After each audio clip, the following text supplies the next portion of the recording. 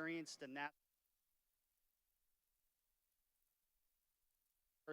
Daytona International Speedway, but it's more than I think the tangible objects. It's about the people. We got just a group behind us, easy for me to point to, with Matt Cresci and Todd Burris and Jim Drago, Danny Stain, Preston Pardis. It's about the people. It's about NASA. It's about our partners, Toyo. It's really a family, and at Mazda, we talk a lot about family. So what drives us really are the people. Now, we know Spec Miata has been Mazda's bread and butter for years. We see it all over the country. Grids of at least 30 cars in some places. What is Mazda's focus for its future in grassroots racing? Yeah, and we've got over 60 cars here with Spec Miata. We're very, very fortunate for the class. The cars are something that are going to be around for a long time. Our support hasn't wavered for Spec Miata. It hasn't wavered for the rotary-based cars, for a lot of others. In fact, most of our cars that are racing are 20, 30, and maybe even up to 40 years old. So that'll never change. We will maintain loyalty to the racers. They have certainly shown it to us. We do need to look ahead. We can't rest on our laurels. So really the NC platform, the third generation MX-5 is really the future for us when we're looking 5 to 10 years out. So we're going to develop the Spec MX-5 program, hopefully to be a great representation of the future of Spec Miata and perhaps run in parallel. We've got a lot of work cut out, but we're excited for it. Well, it's a great ladder system, David. Thank you for joining us. David Cook from Mazda, big round of applause for him. And next up, I want to welcome up Carl Saki, Events and Motorsports Specialist for Toyo Tires, the official Toyo tire of NASA, I should say. I've been a part of NASA for around a decade, and I'm going to just start and say it's fantastic to see such a longevity with a partner. Of course, we see a whole lot of cars, this whole field is fitted with Toyo tires this weekend. What is a good strategy to use at a track like Daytona? Well, you know the track is so unique because it has really steep banking and really long straightaways. So I think there's a couple different strategies after talking to the drivers in the pits, but I think the strategy that's going to work best today is maybe sacrificing your infield speed. For being a part of the NASA Championships. Once again, that's Carl Saki with Toyo. All right, let's get the man of the hour, Preston Pardue, up. Well, you were second place yesterday, so you were quickly becoming one of the front runners here in Spec Miata. Let's talk about what it's going to take, first of all, to get through turn one with staying on track, as we've seen what's happened over the past couple of days in the qualifying races, and two, making sure you're where you need to be at the end. Yeah, first part, turn one, I think we're going to be in pretty good shape. We got a good group of guys that we always race with each year, so luckily and we're all pretty clean up front. We are doing our opening ceremonies again. Thank shape. you for your patience. Some technical difficulties this morning, but we are down with our representatives from Toyo talking over a few things. So we will do our best to try and straighten things out and get back in sync. Again, thank you and welcome to the 2021 NASA Championships presented by Toyo Tires.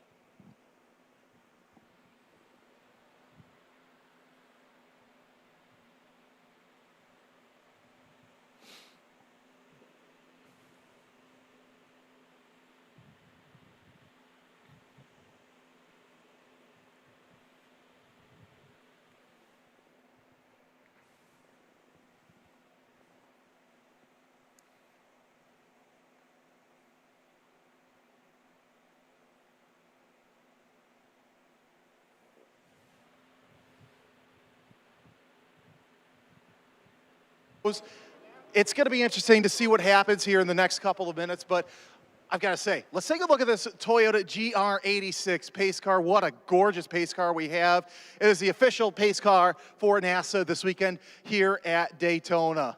Around 65, 66 cars are set for today's race, and it's going to be a 45-minute race, so I'm excited to see what can happen. If you've been here the past couple of days, you've noticed that up near the front, there have been 2, 3, maybe 4 car drafts, but the middle of the pack, that's where the big drafting happens. So you're definitely going to want to find a good place to watch this race. If you are not anywhere near where you can see the whole track, you can watch the race on YouTube. Myself and John Lindsay will have the full call of today's race.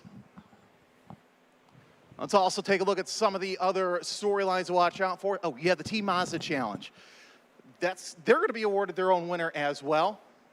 and we will see who will come out in front of that. Harry Voigt is the right now in front. You can kind of tell by the Teen Mazda Challenge eyebrow.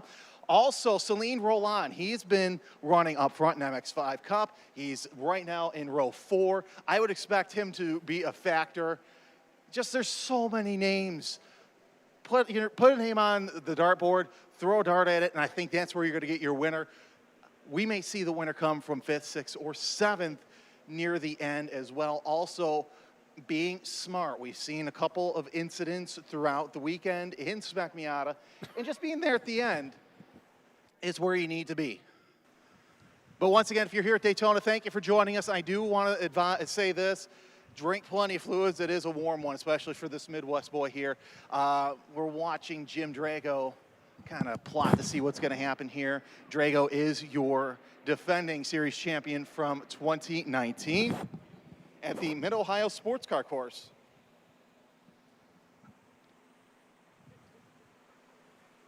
So, at this time, we're just about ready to get started with our opening ceremonies.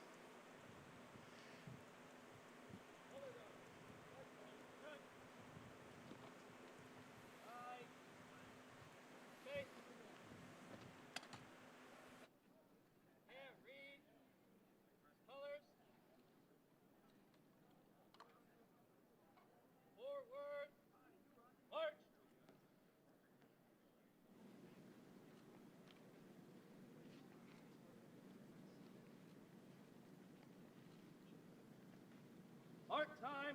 Mark. Color guard. Halt. Order. Arms. Left. Base. Reset. Arms. Ladies and gentlemen, please help show our appreciation for our men and women in uniform as the ROTC Color Guard from Embry-Riddle Aeronautical University presents the flags of our nation and military.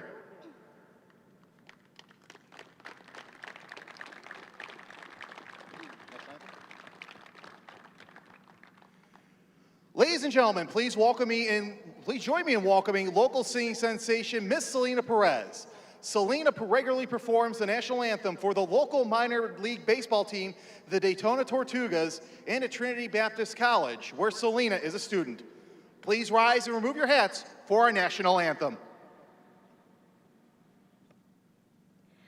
Oh, say, can you see by the dawn's early light what so proudly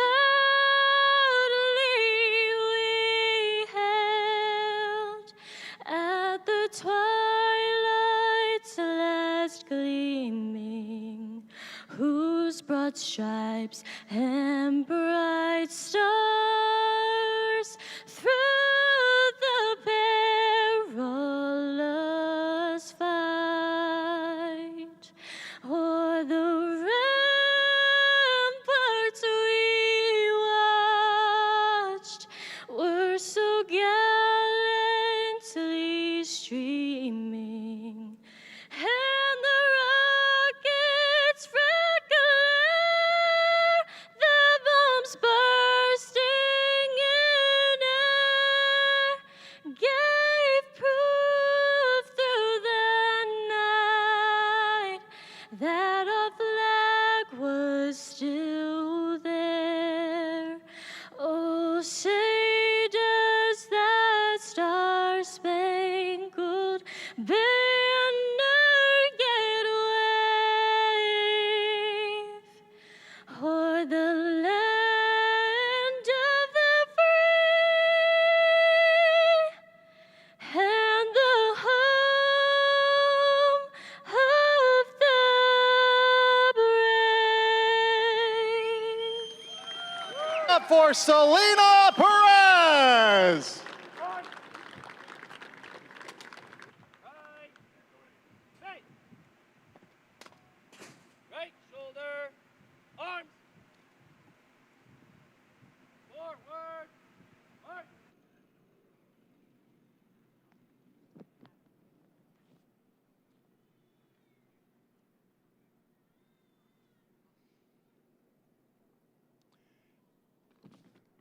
And also one final round of applause by today's color guard from the Embry-Riddle Aeronautical University Color Guard. Well, we got a little bit of time before the second famous command is given. Let's talk to Jim Drago, defending champion here at the the NASA Championships by Toyo Tires. Sorry, guys. Boo all you want. Dude, this is great. Finally, you're a defending champion. What is the pressure like going into this race? It's not too bad. We've got a lot of good drivers up front. Everybody's been driving really hard, very clean. I've got some good teammates up front and people that I've raced around a lot, so we're all pretty comfortable. We'll just see how it shakes out. It's just going to determine by who gets paired up and how the cars handle. And you've been a front runner of Spec Miata for years, so you know where to go, where to be, especially here at Daytona. Easy on the years. His young kids are bad enough. Actually, I haven't raced here that much, but Preston's here as his home track, and Todd, so both of those guys have been kind of pointing me, giving me some pointers. I haven't raced here since 15 and only raced there once. And by the way, I want to ask, I know that you have one, but there's also a Team Mullet sticker. There's also another sticker from Spec Miata Mandrama. Can you explain that? Well, there's one good team, that's Team Mullet, and the other team, I don't really remember the name of it. But, yeah, it's the Spec Miata Mandrama guys just did like a mock draft, and I will say that my guy picked me first because he's smart, and so I was the first draft pick for Team Mullet, and it's divided down through the grid.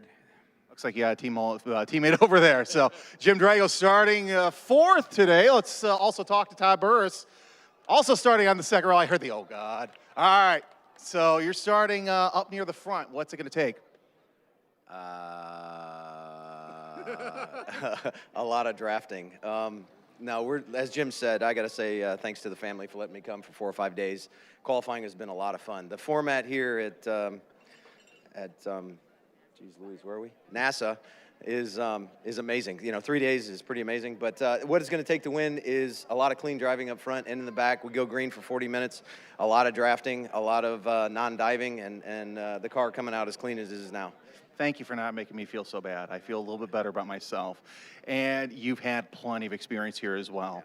So you know what it's going to take to get near the end. Yeah, it's really going to take a clean car, not overheating it during the draft, and just being at the right place at the right time.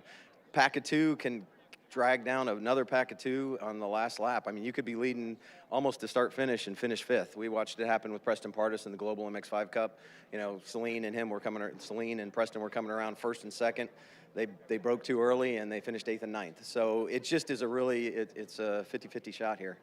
Todd Burris, good luck. I want to talk to Harry Voigt real quick. You are the front-running Team Mazda Challenge driver on the grid. So it's kind of a race within a race. For those who are new here, let's talk a little bit about the Team Mazda Challenge.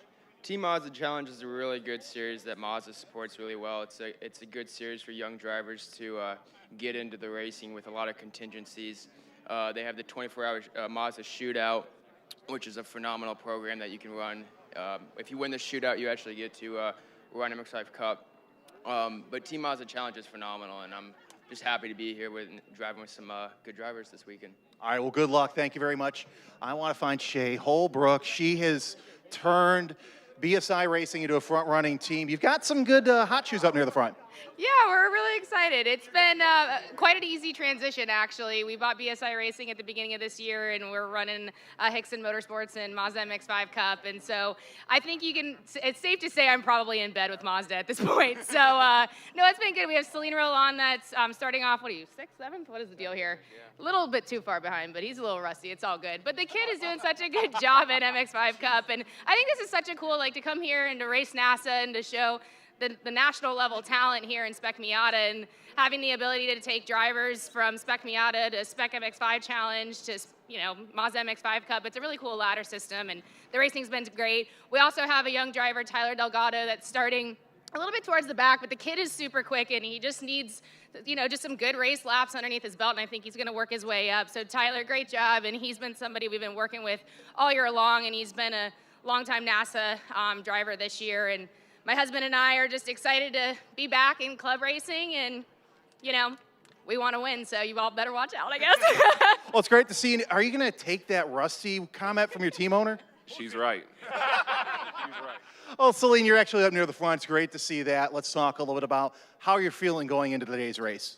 A little rusty, like Shay said, but I'm excited. I'm happy to be back in the Spec Miata. I think the last time was in 2018, so happy to be back with BSI Racing and excited to get this race going. Hopefully I get a push from Preston. Well, good luck. It's going to be a long race, 45 minutes. And attention on the grid. Attention on the grid. Drivers, to your cars. Drivers, to your cars. Thank you.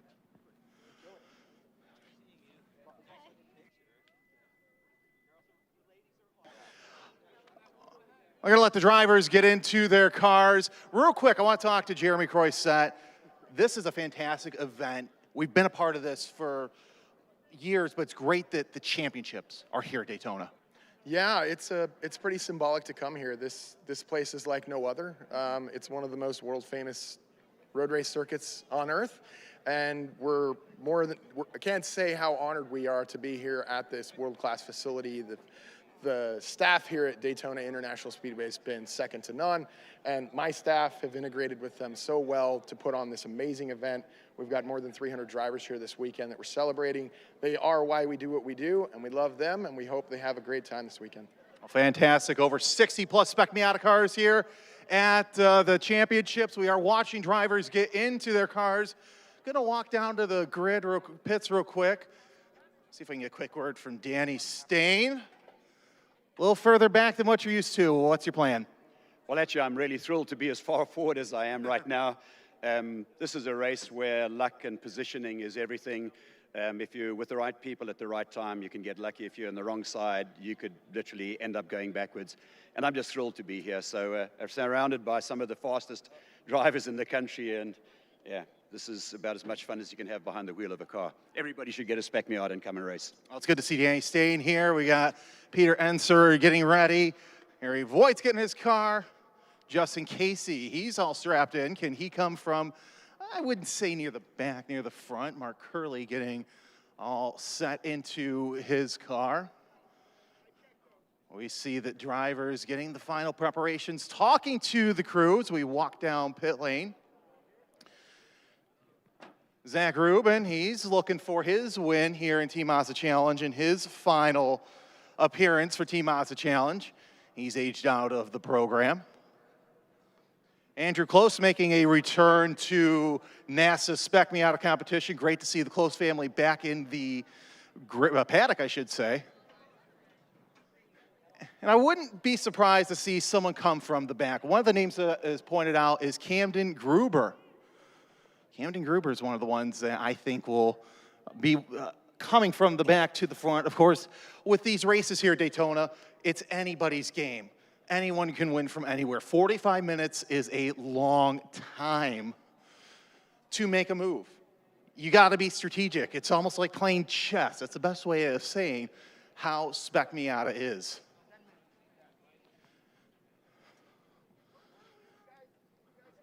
We're hearing that 10 minutes until we roll off. We will have drivers start your engines here momentarily as the drivers just getting ready, getting set, getting in the right mindset of going into the race. Got any audio? Can you hear me?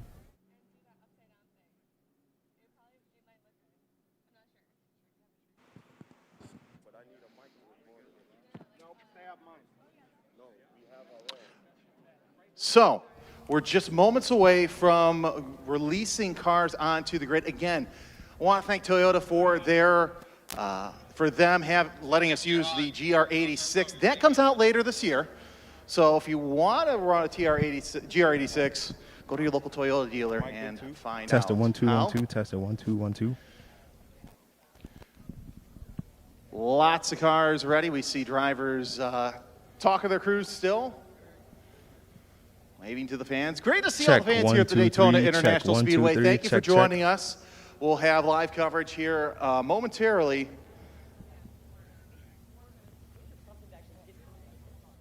Once again, drivers, please get in your cars. Drivers, please get in your cars if you're not done so already. We're just a couple of minutes away from the command to start engines.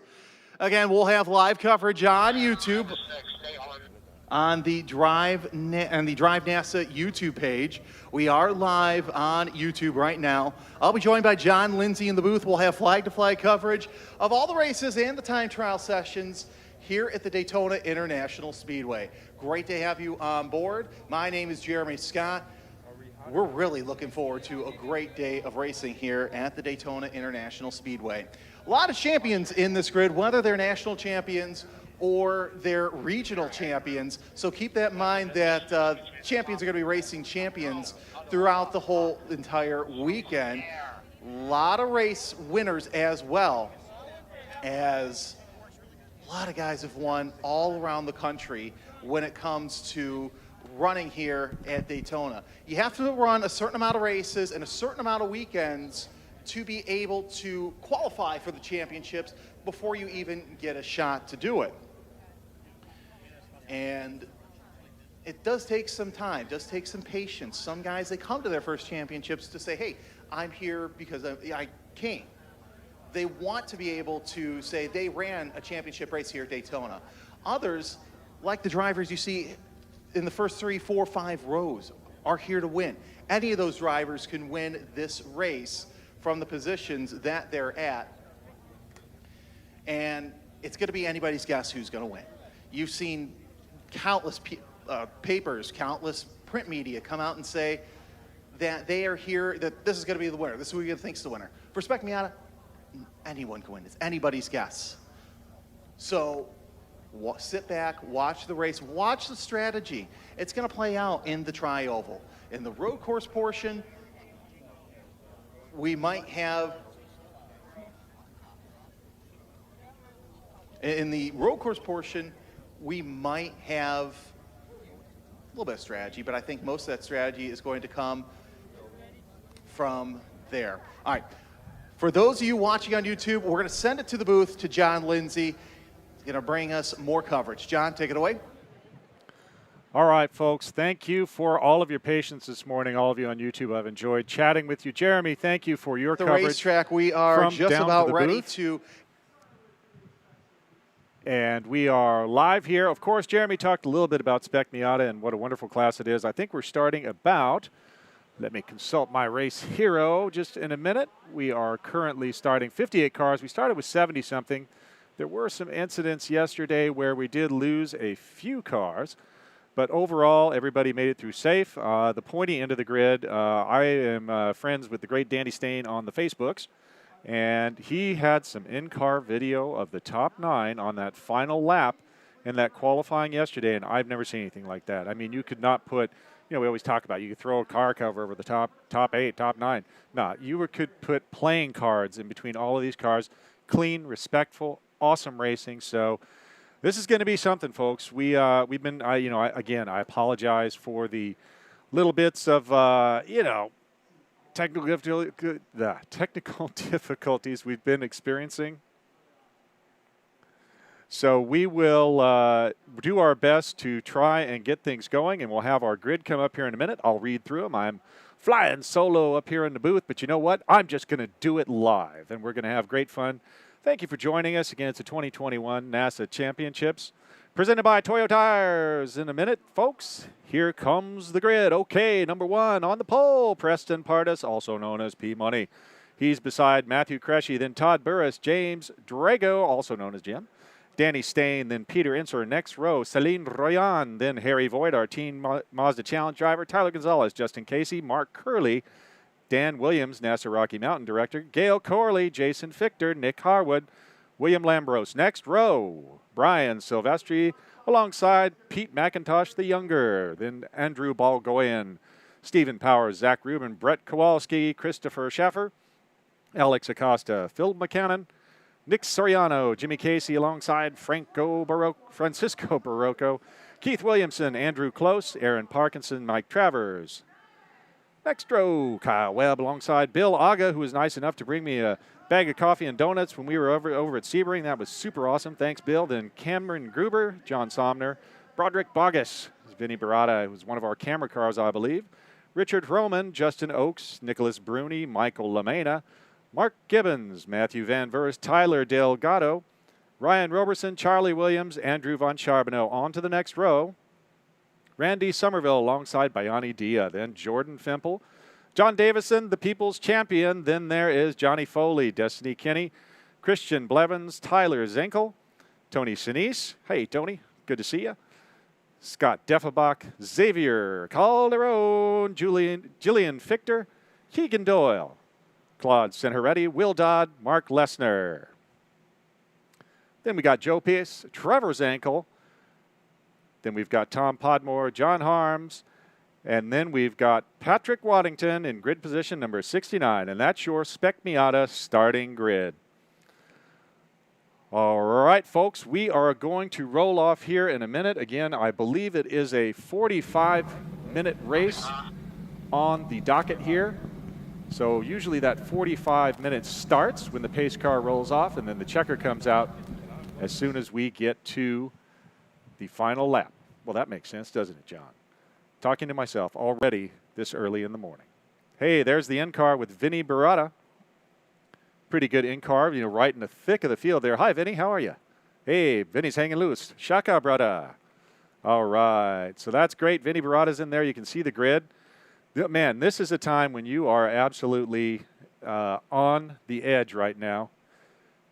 So we are taking a look at some of the scenery here, and then we'll go back to Vinny's car or one of these. But, man, the start's going to be epic. So what they do is they go around in Spec Miata. It's just one lap, sighting lap, unlike some of the other motorsports where you'll see them do 2 laps. Yesterday we did have one session that did 2 laps, often with the cars with slicks on them. They got to get them warm and toasty.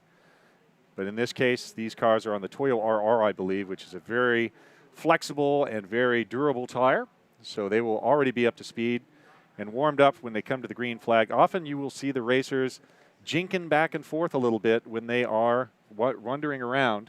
So when they're doing that, when they're jinking back and forth, what they're trying to do is these tires are super sticky, so often they can get a little bit of rocks and what we call track boogers. They're little pieces of rubber that will stick to them, so they don't want that on there because that's going to reduce the contact patch.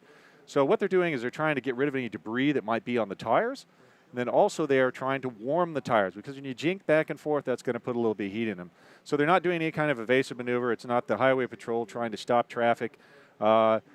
Anything like that, that's totally normal procedure. Hey, folks, Jeremy Scott is in the booth with me. He sprinted up here from the grid after that excellent introduction to Spec Miata. What do you think? Sprinting is a understatement. That was interesting. You poor guy. So there we go. Now you got 2 of us in the booth, so you don't have to listen to me drone on the whole time. So who are your picks? What do you think? Oh, it's a crapshoot, to be honest with you. I like Preston Pardue. I like Crushy, but you got to go back to Williamson.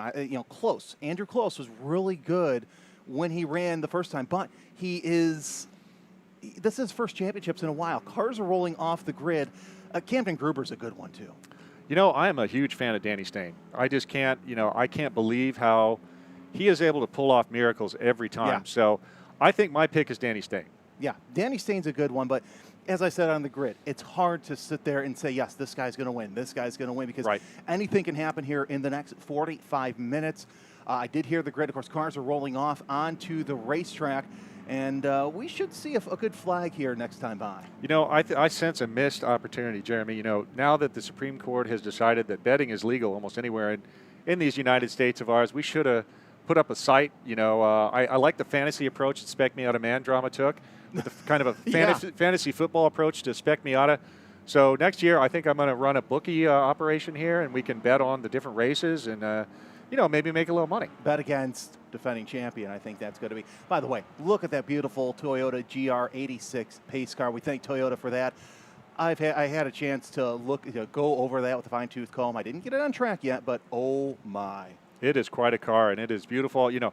I always have a problem because I'm built kind of like a gorilla. I've got short little legs and a long torso. I fit beautifully in the GR86. So, you know, maybe a little shopping list. Hopefully we can get a special motorsport guy discount on these. I don't know. You know what? I think we know the right people for that one. But- hey, real quick, just Yeah. we see some a little bit of dust. I know Daytona has laid down some oil dry, so that first lap we might see some dust. I don't think it's going to be that big of an issue, but go ahead, sorry. No. I was just going to say that the Toyota GR program, now if you buy one of these GR cars, you get a free track day and a free NASA membership. So, Yeah. you know, hey, with that NASA membership, honestly, you can buy stuff. Well, and, if you you're, know, if you're very not cool. a NASA member, Right. if you are a NASA member, I should say, that year goes on to your renewal date. Oh, yeah, So- absolutely. So all kinds of cool stuff happening there. But, hey, we're here to talk about Spec Miata. So, I mean, look at that field. Now, that looked like brake lock, that little puff of dust that we saw. Yeah, going to be interesting to see if we didn't see what car that was, but we do have an onboard camera. That's Vinny Barada.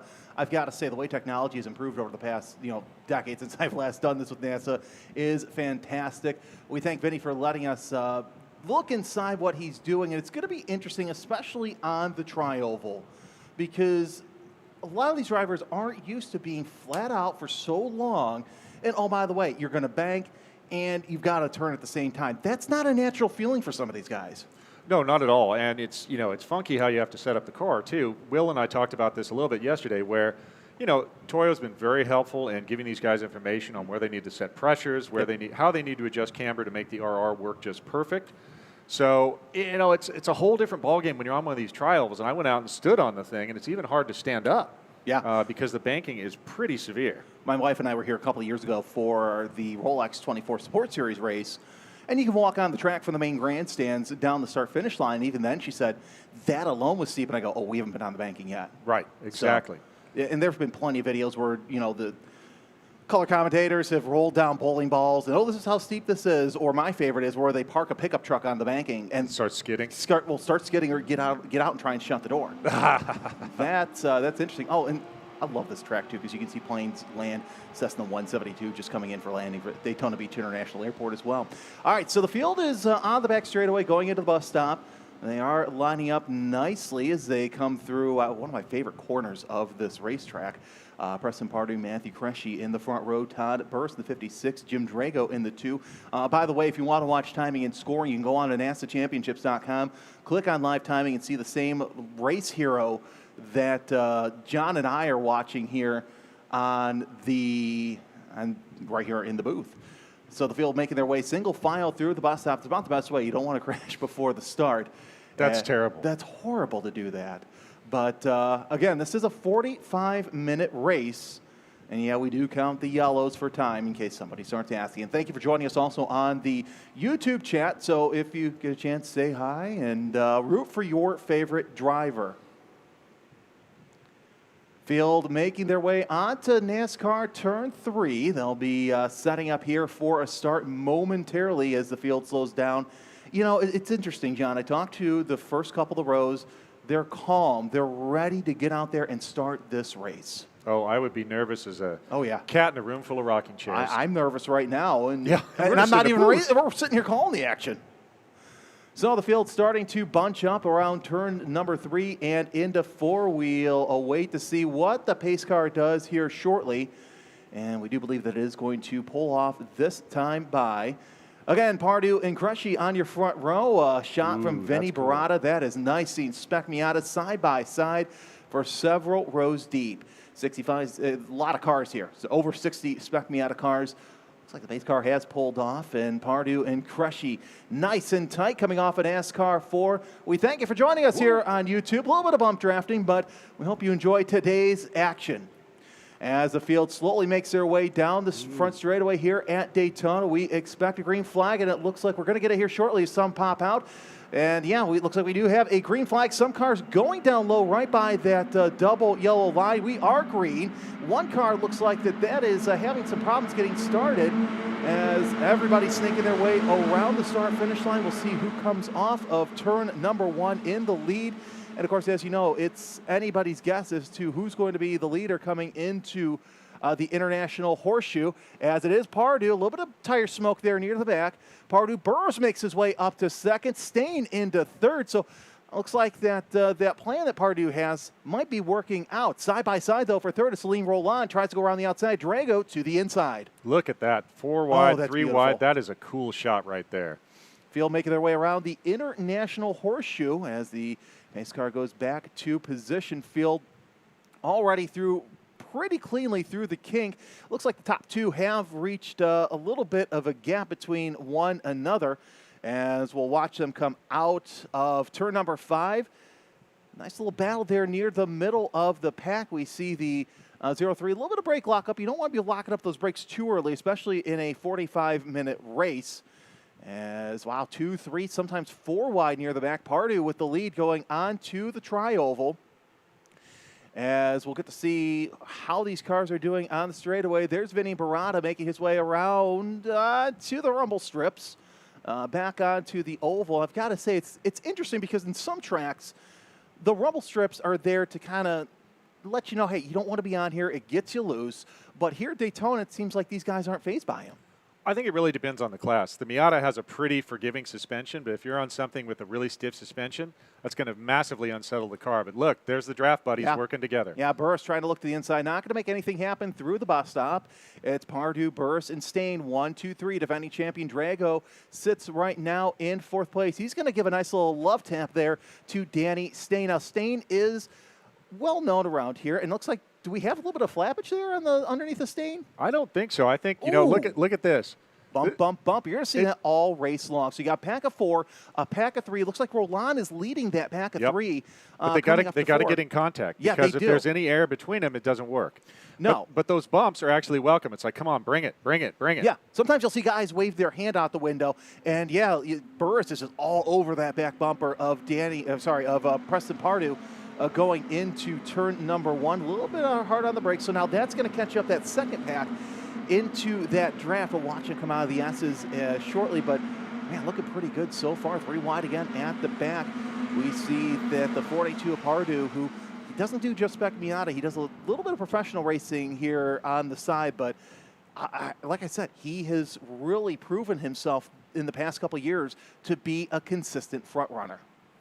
It is beautiful. Oh, a little bit of lock up there and a little sideways. So everybody is still pushing really hard. Now, what would your game be, Jeremy? Do you push hard in the beginning and then back off a little bit, cool the tires, and then a really hard push towards the end? Or do you just push all the way? No, I would, the first 5 or 10 minutes, I would sit back, see how everything's being played. So I would have tires at the end.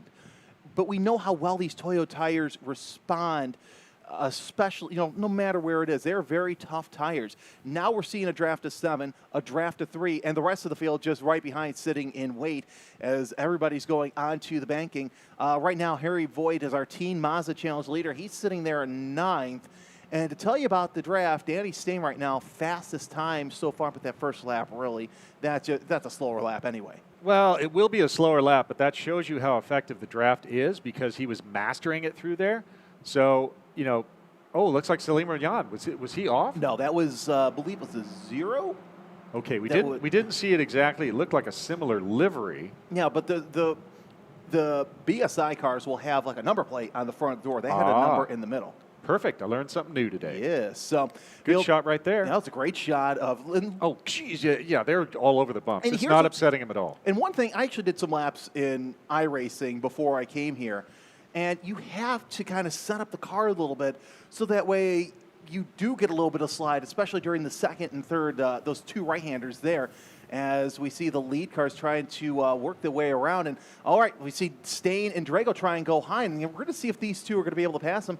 I don't think they're going to have enough time to go into 1. They might actually, because we're seeing the 2-car draft is actually pretty effective. They're side by side heading into the tri-oval, but who's going to get the line? I think it's going to be Stain, yeah. Yep, it's the Stain train, definitely. Preston Partis got caught out. Yep. So it is the Stain train going towards the front. Now we're in with, I believe that's Vinny Barada again. We're going to find out here shortly. But that's blue mirrors, so I don't think that's Vinny. It's not Vinny, but it gives a good shot of the draft. The 2-car draft here is going to work wonders for these drivers as they head into the tri-oval. And now that car there looks like a BSI car going into the road course portion. You're going to try and see who that is here shortly. The John Davis is actually People's champ. The People's champ with the camera going through into 1, 2, and 3. And that just goes to show right there, John, that this draft is everything. Now, Davison's going to look to the inside there. Not going to make anything happen as the Miata head shuts the front door. So that battle right now as the People's Champ little bit further back in the pack. He was 37th when he came by. So we're looking also at the 199. So the drafting is a little bit like the old fable of the frog and the scorpion, where either you're the frog or the scorpion. Yeah. If you're in front, you're the frog, the scorpion's in the back, and you're going to see if someone comes, takes your draft buddy, and then all of a sudden you just go around them as soon as they hit the brakes. So it's interesting to watch, and I don't know if anyone worked anything out over dinner last night at the Cracker Barrel, or whether they are just ad-libbing, whether it's like improv. Well, and that's the thing. You got to find your dance partner early, and you got to think, okay, who's going to work with me near the end? A lot of these guys actually did come here. Oh, looks like we have Jim Drago, our leader now, with Preston Pardue on that back bumper. So somewhere around the course, Danny Stain may have locked up a wheel, because that's what it looks like near the back. Yep. And Stain just losing ground, so we'll find out what's going on with him. But John, you and I have been around NASA for a while, so you know that a lot of the championship hosting races have like 3-4 different races beforehand. Right. This is a strange one because Daytona's only had one. Right, and this is all new. Yeah. Some of these racers have run here, some of them haven't. But again, look at the draft. Yeah, the They are draft. working together. I mean, they are absolutely glued together, and that's the most efficient draft because it gives the front car a push, and all of a sudden all that drag goes away for the rear car.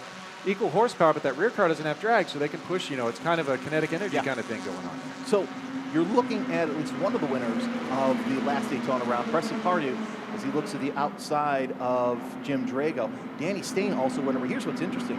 He won by 0.087 seconds in race 1. Mark Gibbons, 0.070 seconds in race 2. Preston Pardue, 0.425 seconds. So almost a half a second separated the three winners. Yes. I mean, it's always close here, but this race has been even closer. So it is pretty awesome to see. I mean, just look, everywhere in the field we're seeing battles. And that's the nature of Spec Miata. It's great to see that happen. As Danny Stain sitting there in the back of the back, but Jim Drago and Preston Pardue. Preston Pardue's really looking pretty good out there, trying to get away from from that pack. If they catch up, that's going to be trouble for the two of them. Well, and so do they work together, get a bit. So, look, if they work together, get a big gap, then they can go at each other. We've seen that in Mid-Ohio. We've seen that all over the place, where two drivers, they get up front, and they're looking tactically, right? And they're going to say, hey, right now we're going to work together. We're going to get away from these other jabronis, and then we're going to go ahead, and we'll fight it out on the last lap. So I think that's what's happening. Well, we're seeing Drago, Pardus, Stain, and Cresci, your top four. Peter Enser, Tyler Gonzalez, Harry Voigt in 7th. 8th goes to Roland Corley in 9th, Casey in 10th. And the question that everybody's asking, where is Todd Burris? Where's he down the order right now? Looks like he's down to 20th. He's down 18 positions in 20th, so I think he's probably had some kind of failure. That's not good. 10 seconds back as we see the running Drago order. and Pardus, they're working together. These are experienced shoes. Yeah. And they are just doing their best to get away from that pack of wolves. Justin, can you hear me? But they're coming. Justin, they're can you hear me? They're going to make a train, and they're going to keep coming up to the front. But I mean, it's a Justin. clinic right here. This is how to do it. It really is. And for those who are watching who don't necessarily have a chance to, get a lead follow, these are two masters at their craft doing what they do best. So it's not a surprise to see Drago up there in front. Yep, now Drago pulls out. Let's Pardus up front, and now Drago's going to get a chance. Another thing, too, engine temperatures that they got to worry about. They've got, one's going to get hot, and the other's going to be cool because they're sitting back there. So, okay, my turn. And I think we're going to see that, and that's how those two are going to step away. It's true. I mean, you have to manage all that, but it's nice and cool this morning. So yesterday afternoon, it was steamy. I mean, we saw 99 degrees here in the shade, massive humidity, and so that really starts to affect how the car works because, when it gets hot, the ECU will probably pull a little bit of timing. You have less power. It's just kind of the physics of the thing. And also tires hot, brakes there's hot. Todd. Okay. So he's having some sort of problems as he locked up there in the horseshoe. Oh. That's not good. I mean, Todd was up near the front during the qualifying races. Yeah, he's fallen back one more position. He's doing 22s where everybody else around him's doing 21. So there's something off with that number 56 orange. And yet, like we talked about, there we go. We see the back five there has finally caught up to the lead pack. So this is going to be trouble for them, but great for us because they're going to put on a good show. Well, so what could have happened? Maybe he flat spotted his tire early on, and now whenever it hits that thing, that flat spot, it will continue to do so. And so that's just a nightmare to try and deal with. Look Yeah. at this. But, I mean, everybody's just right in a row. I love it.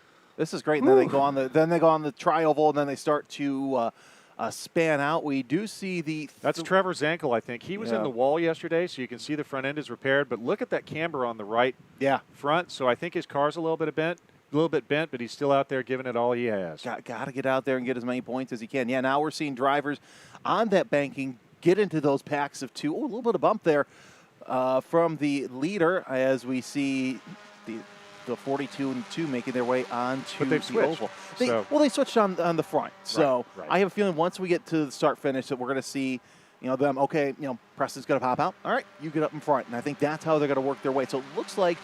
Well, let's see at the stripe how big of a gap they have back to that next pack. Yep. So we're going to watch that. It'll show up on your race hero as the gap between Pardus and Cresci. Or in this case, it'll be Drago and Cresci because it's going to reset. But that's going to be key because if they start widening that gap every lap, then all of a sudden we got something. Okay, the gap this time was a second up And from, we've got some debris there on the racetrack. We might see a full course yellow here because that's not, it'll self-clearance. you grow legs, you get up and walk away. Anyway, one thing that I saw interesting in that last shot is seeing Drago himself pop up and try and get some air to that car. So are we starting to see temperature issues from him? It could be. I mean, it could be that things are starting to heat up. I mean, where are we right now? We are... Oh, no, that's just single yellow, and so that stripy flag is the debris flag. Yes. That means there's something on the course, which you noted earlier was that bumper cover. Yep. Okay, 5 laps complete, working lap 6, 12 minutes or so elapsed. So right now we have, probably about 30 minutes, which would put us at another, probably 10 laps right in there. I would say that, yeah, that's a good estimate. It's going to be interesting to see, though, if we keep under a local yellow condition or surface flag condition, or if we go into, there's a good battle between Todd Burris and the 76 as they're side-by-side coming on to heading towards the oval. Burris with a little bit of a wheel off. It's just interesting to see Todd near the back of the pack. And you kind of see on Todd's car the sticker. It looks like he's Team Mullet from Spec Miata Man Drama. Well, we didn't see any lockup there, so maybe he's managing it, but the car somehow doesn't look, it doesn't look like it has the grip. It doesn't look like it has the 2 qualifying races, which is interesting. Maybe he's sitting back and waiting, gambling on a yellow. This might be the yellow he needs if it happens, but if we're going to run like this, I don't see that happening right away as the leaders make it away. I think the gap has narrowed a little bit. I mean, we've got Trevor Zankel in the wall. The wall. That's probably what's going to bring out our full course yellow. And there goes the gap. Yeah, and Zankel, as he said, had problems. So I'm wondering if these same problems reared their ugly head and ended up putting him right in the wall. That actually looks like it's one of the horseshoes over here. Yeah, I think we're going to go full course here, Jeremy. I mean, there's no way because he's probably, I think everywhere here with this many cars on track is an impact zone. Yeah, you have to. So, one car another off. car off. Boy, we're starting to see some action. Jackson here. Well, I think what's happening is these cars are just getting in that dirt, and we're starting to see if you're going off course. Did you see the hand gesture there? Yep. Come on, buddy. Yeah, let's go. Bump. Let's go. Come on. But I think what's happening is you're seeing a lot of the dirt going offline because these guys are just, they're hitting the dirt early. They're hitting the rumble strips, and it's just kicking everything up. But so far, so good as we still see Pardo up near the front. Yeah, Pardus and Drago. Pardus and Drago are really putting on. There's Danny Stain, but for the front end damage. Oh, yeah. What happened there? We're gonna have to take a look and see what happened. But that looked low, though. It did look low. That may be a curb. I mean, higher up, it would have been an impact with something, but lower like that, it's a curb or debris or something. Could it be that bumper? But that's going to take away some front grip. So that may be a problem for Danny Stain. Well, keep an eye on it. Look at it right now. Race. Yeah, it's something. It's completely messed up. So, that's may something. Affect him. That's not good for one of the championship front runners here in Spec Miata. He's going to have to send it. I mean, at that point, Danny has a finely tuned enough sits meter, as the great Walter Royals used to call it. His sits meter is probably telling him something's wrong with the car, and he'll be able to adjust, improvise, adapt, overcome. Nice. Danny Stain's going to be able to do it. Nice little battle between the 167 and the 32 going around one of the horseshoes as we head towards the racing We're seeing a draft. Here's what's different. We're seeing a draft fest in the front. In the middle of the pack, that's where a lot of the wheel-to-wheel racing is because you're seeing guys try different things. The front runners, they're more concerned about staying in front. We see Drago pop to the inside, get that air going into the bus stop. So that's what's interesting is seeing the difference in the racing between the front runners and the drivers in the middle of the pack. We've got 6 laps complete. I don't know if we're going to go yellow. I don't know. I thought it would be full course yellow by now. So, those in the know, our bettors, have decided, that it's safe enough. So that's good stuff. And we've got to give credit to our race officials, our corner workers, our safety workers. They're awesome. They're great here at Daytona. I have not encountered one that I haven't liked here. So kudos. I mean, you can tell from the top down that there is a good spirit here. Even the people that are managing the traffic, everybody waves, everybody's happy to be here. So that's a big credit to the management here. But how could you not be happy being at the World Center of Racing, Daytona International Speedway? Again, this is our Spec Miata race. Oh, slow mover right there. That's one of the X Factor cars. Looks like Williams. It's Dan Williams. He's moving super slow.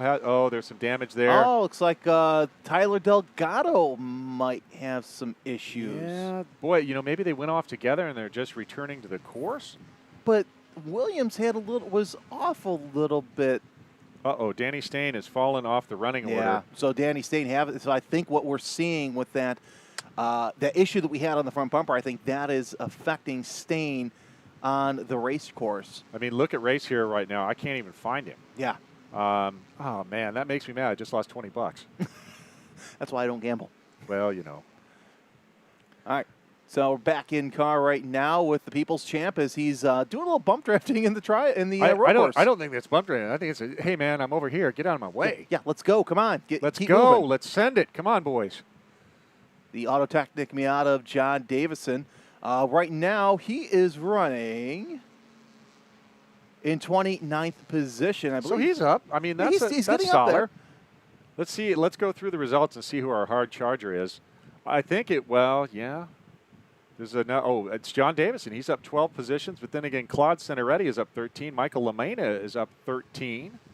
Actually, it's Aaron Parkinson in the one. So Parkinson was involved in that incident. Got it. So he sits right now in 46th position. So our hard chargers so far are Cineretti and Michael Lamena, who are in 33rd and 34th. They're up 13 positions from where they started, so those guys are on a tear. Fastest lap of the race so far, Peter Enser in the 49 with an 18.0 as we see him on the screen. Working together. Yeah, he's working together with the 49. The 57, Tyler Gonzalez. And we're 7 laps in, 18 and a half minutes into this 45-minute race, and there are your top 4.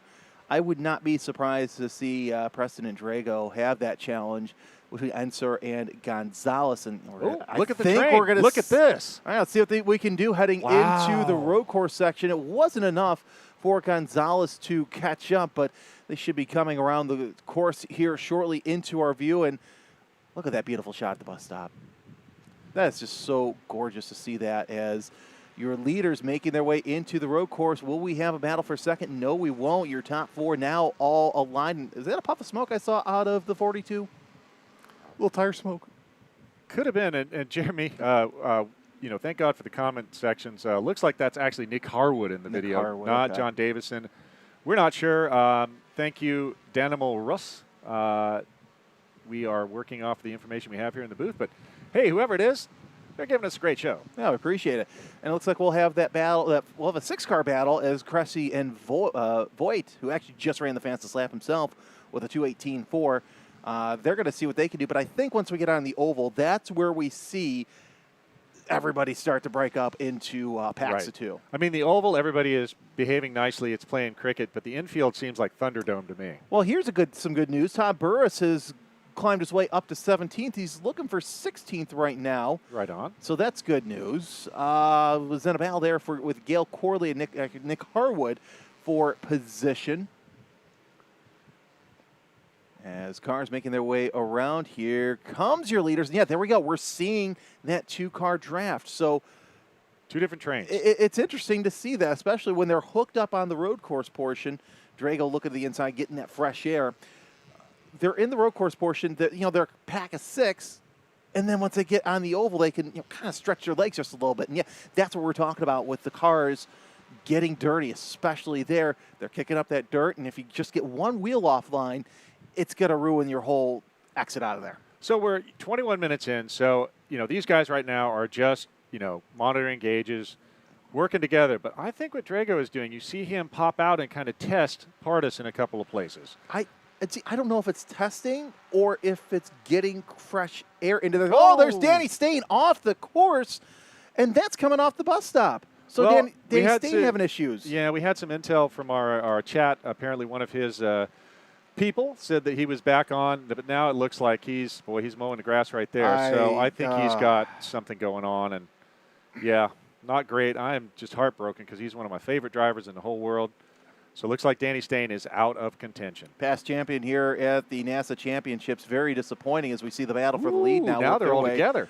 Yeah, now they're all together once again, but I think once we get to the oval, that's where we're going to see everybody separate. Oh, looks like the 57 of Gonzalez trying to look for second place as they come on to, as we see more cars coming off the oval onto the road course portion. Yep, there's a nice battle side by side for second. Gonzalez has that nose out in front. Got him. Actually, yep, got him. So now we're going to see what Tyler Gonzalez can do, but that just helps Preston out a lot as he kind of taps the brakes going into the oval portion of the program. All right, folks, 22 minutes elapsed, 9 laps complete, working lap number 10.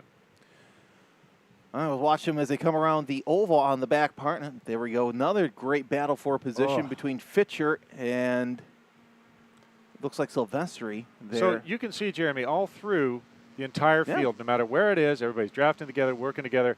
So if you're in a Spec Miata, you're going to have some fun. And there's our hard chargers right there that were coming up the order. That was Sinharetti and Lamina. Now they're up 17 positions. Wow. The two of them working together. How awesome. They are our hard chargers. I will say I don't like the looks of this because it's only a matter of time before that one-car lead becomes a 6-car battle for the lead. Yeah, it's going to happen. I mean, it is completely going to happen. So, I mean, does it get better than this? I think we're gonna see a fantastic race here shortly. Hey, it's pretty good for me already, but I'm having a blast. The end is going to be. That's. Hey, we're on Tom Burris' watch. He's up to 12th now. Wow. He just needs a yellow. You know what? So that's not out of the equation at all. Now wait a minute. What happened here? Oh, Cressy. Pardus is all on his own. Yeah, Pardus is on his own. Cressy is now up to second. Voigt is third. Whoa, Jim Drago's falling off so something's wrong with the two of Drago. We saw that pass he had earlier. Oh, 2-3 wide going down the straightaway as it's a huge train. This is that middle of the pack we were talking about. That's awesome. That's 3 wide, 2 rows. What are they going to do when they get to 1? Oh, this is going to be a mess. Hold on to your hollyhocks. Wow, that was an interesting battle there. There's Vinny Barada. I haven't seen much of him right now. Barada is sitting back in 25th. That's Zach Rubin ahead of him. Rubin's falling back 3 places, but Barada making up 9 positions. Todd Burris, though, trying to hold off. Now he's up to 7th, so something happened. Burris making his way into the top 10, which is great to see. He's trying to hold off Celine Roland, Bagas, and McIntosh. Right, that is Pete McIntosh, the younger. McIntosh, I know both him and his dad have raced with us in the past. There's Burris again. He's charging up to the front. So it looks like he is holding off the 85 as they come around the second horseshoe. So right now, Burris is in 7th. Oh, Roland's falling off the pace, too. Celine Roland is falling down, too. So lots of developments here. And, he joked that he was rusty, but I don't think he's... Look, the guy's been running...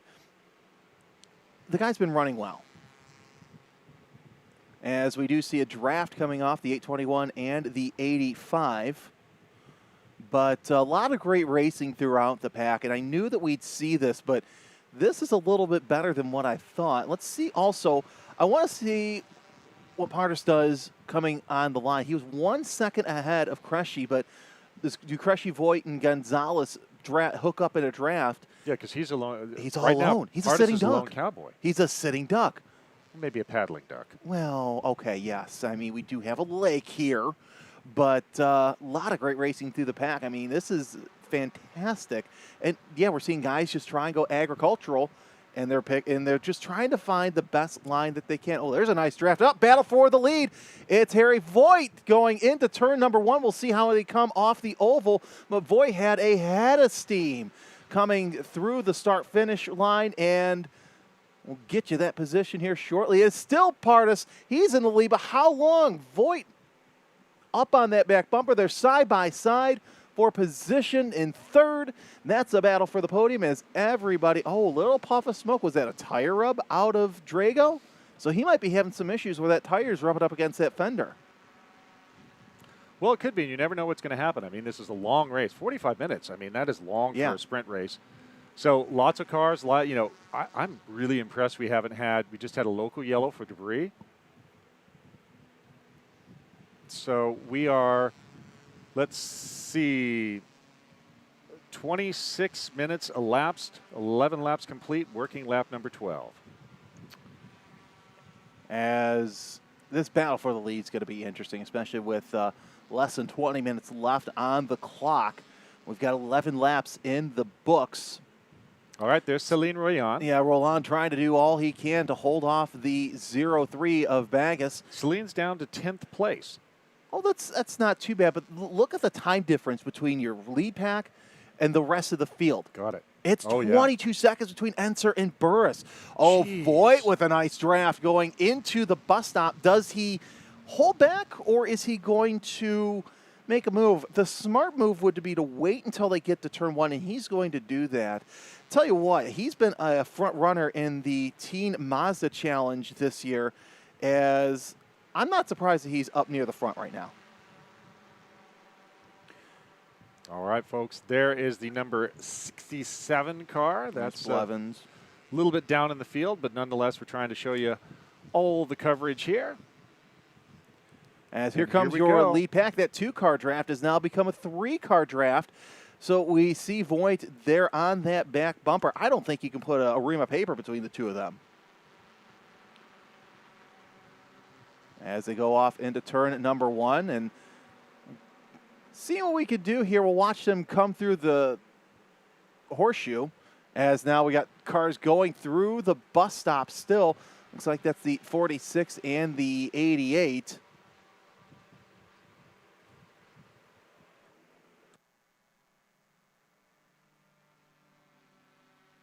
Nice little draft between the 56 of Burris. Again, Todd Burris in 7th, McIntosh in 8th as the leaders coming through the road course portion of the program.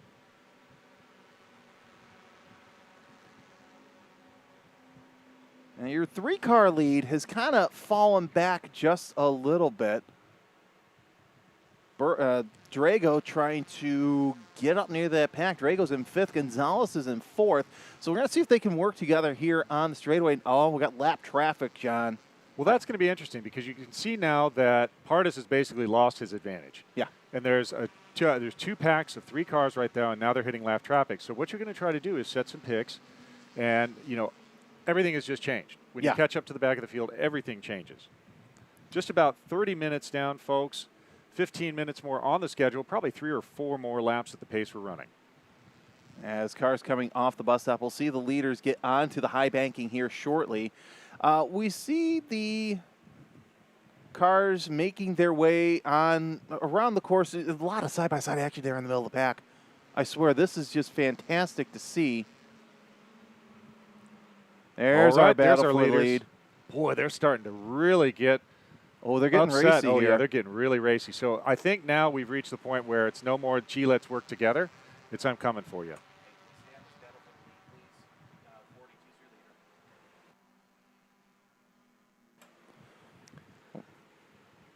All right, folks, we are showing you action all through the pack.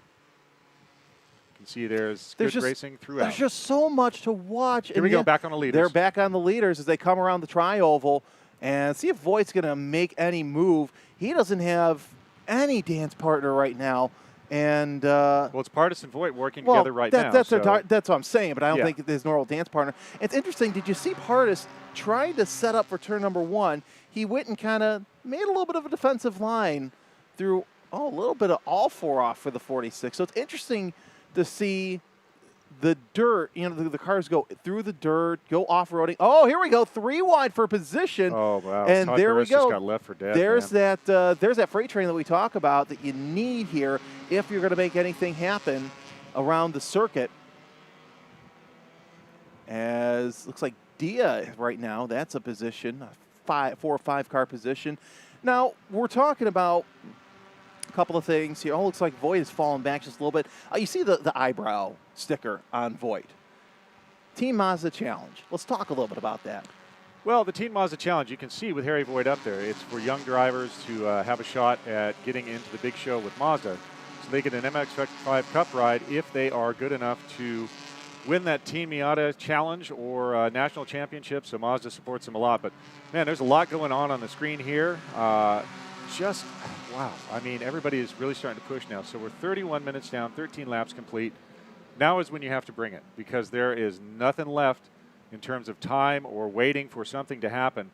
Todd Burris, he looks a little bit loose there coming through that corner, so I think something has gone awry for Todd Burris. And I'm wondering if that's why we were seeing them, go, him fall back through the pack, because he was just so fast throughout these races. Okay, here's our leaders. Yeah, 3-car battle for the lead. It's the 42, the 121, and the 68. A little bit of a bump as Voigt, a little bit of dirt to Cressy, so we'll see if that makes him a little slick, but a little bit of love tap there. Let's get going.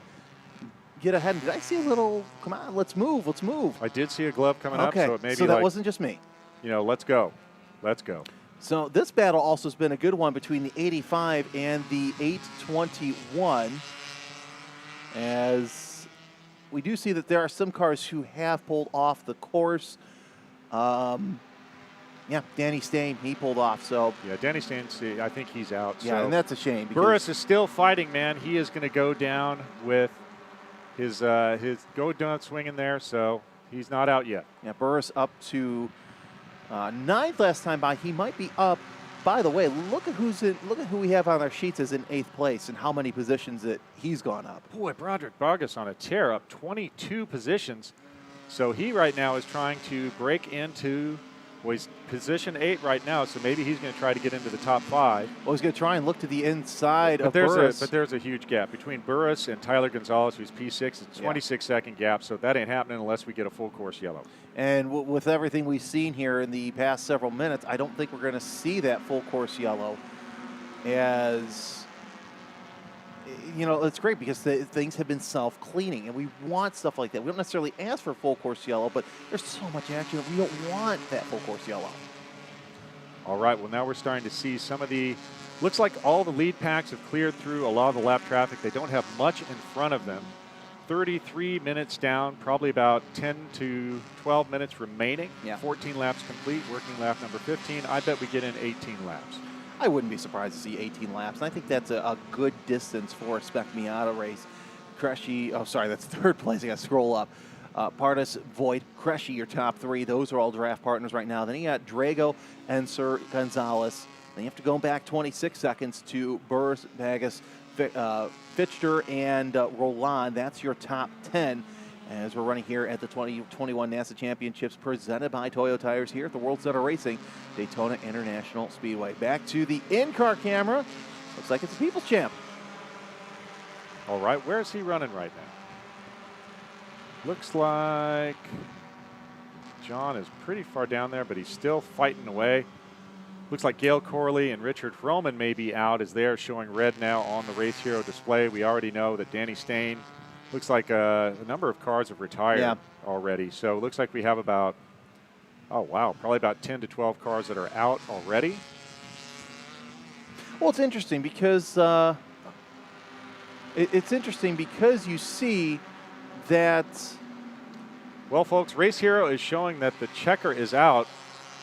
And so this is going to be a battle right here going to the checkered flag. So I'm showing checker out on my display.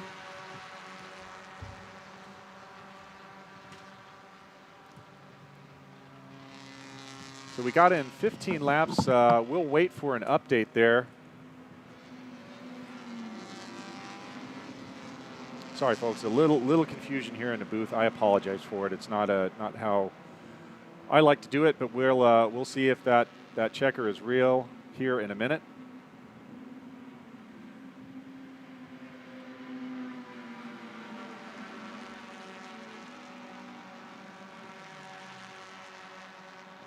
All right, folks, checker is out. I apologize for not being able to call that for you. Jeremy is headed down right now to the impound area to have a chat with some folks there. So looks like our race is completed. Preston Pardus with the big win, but Harry Voigt owned the fast lap time with a 2:18.402.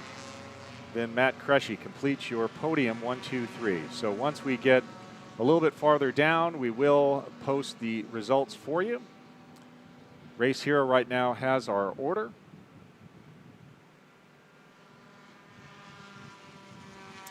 So that was it. We got in 15 laps. Pretty exciting there. This is the Spec Miata National Championship race here at the 2021 NASA Championships presented by Toyo Tires.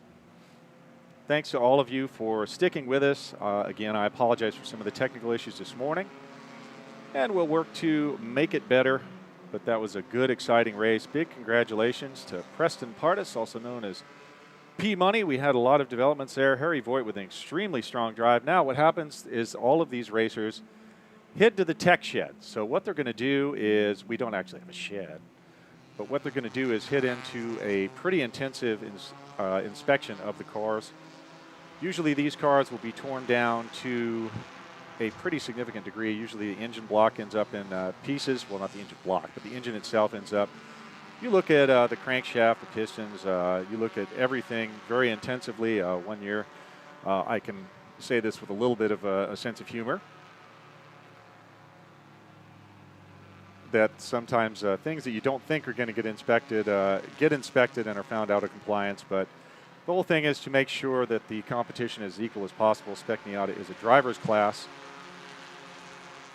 and not a tuner class, as opposed to some of our other classes. All right, folks, I will run down final results for you. Preston Pardus with the win, then Harry Voigt, one of our Team Miata Challenge drivers, then Matt Crushy, Peter Ensor, Jim Drago, Tyler Gonzalez, Todd Burris, Broderick Bogus with that big charge up, Celine Rayan, Jason Fichter in the 10th position.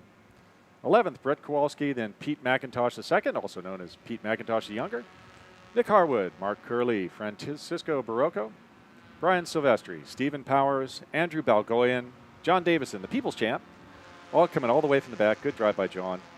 Andrew Von Charbonneau, Claude Cineretti, Zach Rubin, Christopher Sheffer, John Sumner, Michael Lamena, Jimmy Casa, Vinny Barada, and the graphic faded away, so I will go to Race Hero, folks. So everybody gets a little love. All right. After Vinny Barada, it was Bill Aga, Mike Travers, Matthew Van Verst, Bayani Dia, Mark Gibbons, Keith Williamson, Xavier Calderon up 20 positions from where he started. Mark Lesnar, Christian Blevins, Keegan Doyle, one of our team drivers, Jordan Fimple, Destiny Kinsey, Tyler Delgado, another team driver, Aaron Parkinson, Tyler Zankel, John Harms, Scott Defbach, Camden Gruber, Justin Casey, Gail Corley, Richard Roman, William Lambros, Danny Stain, Philip McCannon, Daniel Williams, Randy Somerville, Trevor Zankel, Justin Oakes, Alex Acosta, Nick Soriano, and Andrew Close. So that was your first race of the weekend, folks. That was Spec Miata. Just waiting for Jeremy to come up in the paddock there in the impound area to talk to some of our drivers. Again, you see the World Center of Racing in Daytona. So far, we have great weather today. Yesterday and Friday, we did have, it's kind of interesting because I've never been somewhere with a electrical warning system where if we have a big strike near us, all these alarms go off and we have to shut down the track for quite a while, and that happened quite a bit on Friday. A little bit better yesterday. Forecasted to have some precipitation or precipitation, however you like to say it, later in the day. Maybe it'll happen, maybe it won't. As someone told me earlier, only fools and tourists predict the weather in Daytona. So again, we're just waiting for Jeremy Scott to come up Once he does, he will have some interviews for us. Our next race on the schedule, we'll take a quick break for a course check, and then next up will be our Group B championship race. Group B is Super Unlimited, Super Touring 1, Super Touring 2, Super Touring 3, and GTS 4.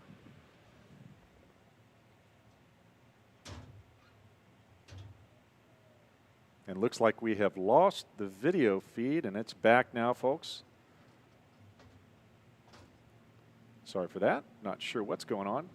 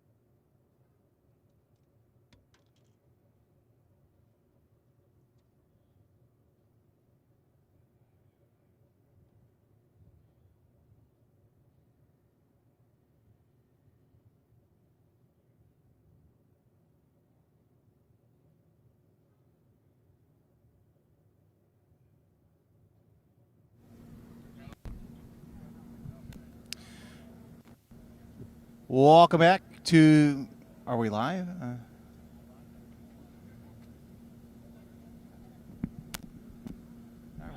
Welcome back to the NASA Championships presented by Toyo Tires. Roll on. Wow, what a race there. I've got to say, the one thing that I found was interesting was you were able to get up near the front earlier and stay up there where you didn't have to worry about the draft too much. What did that take? I took a great handling car. East Street Racing knocked down the park this week. Dan and Jim and Mike, Court, I can't even talk now. I screamed so loud on the victory lap there, but the guys brought an awesome setup this week and allowed me to get to the corners really well. And it allowed me to get a nice gap going on the banking. Sometimes I didn't have to drag brakes just because they were struggling so bad behind me. And then really I lost my drafted partners there at the end.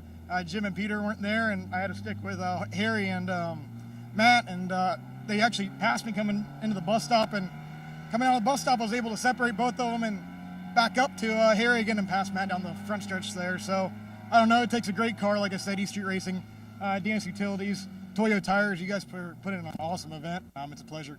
Now, how much did that first race weekend earlier in the summer help you out with preparing you for the championships?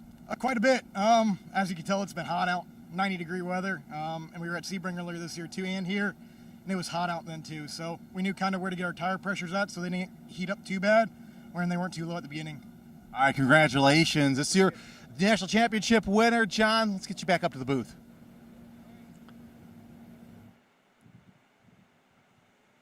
All right, folks. Thank you for that, Jeremy. Great interview. We're going to take a quick commercial break, and we'll be back in about 20 minutes. Again, thanks for following along. This is the 2021 NASA Championships presented by Toyo Tires. We'll be right back.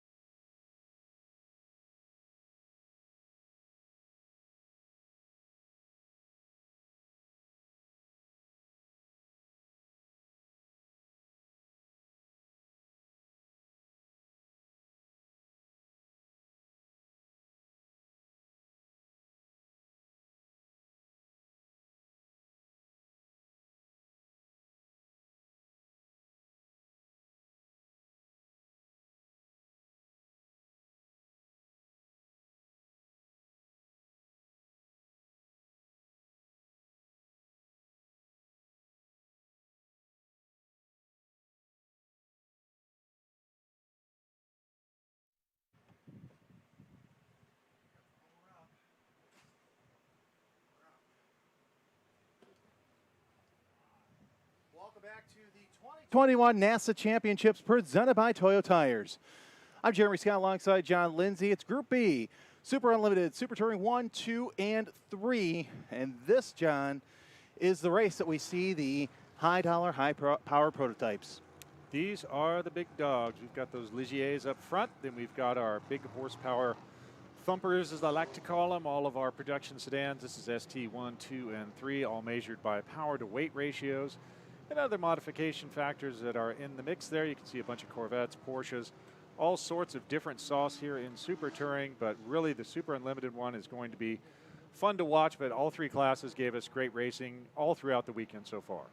Yeah, and it's going to be interesting because it is a power, it's that power weight ratio, except for the SU because SU is pure gonzo. Yeah, it's just run what you brung basically. That's where Hunter S. Thompson would run. Yeah, so we see the field making their way around the bus stop. That's the ST3 wave. Now there are different waves from here on out. So you'll see the first wave with the fast cars, then the second wave, and then so on and so forth. We'll kind of go through those throughout the day. Again, thank you for joining us here on YouTube. We're just about ready to get started on the day's second championship race. Race 1 was about almost an hour ago already. Holy cow.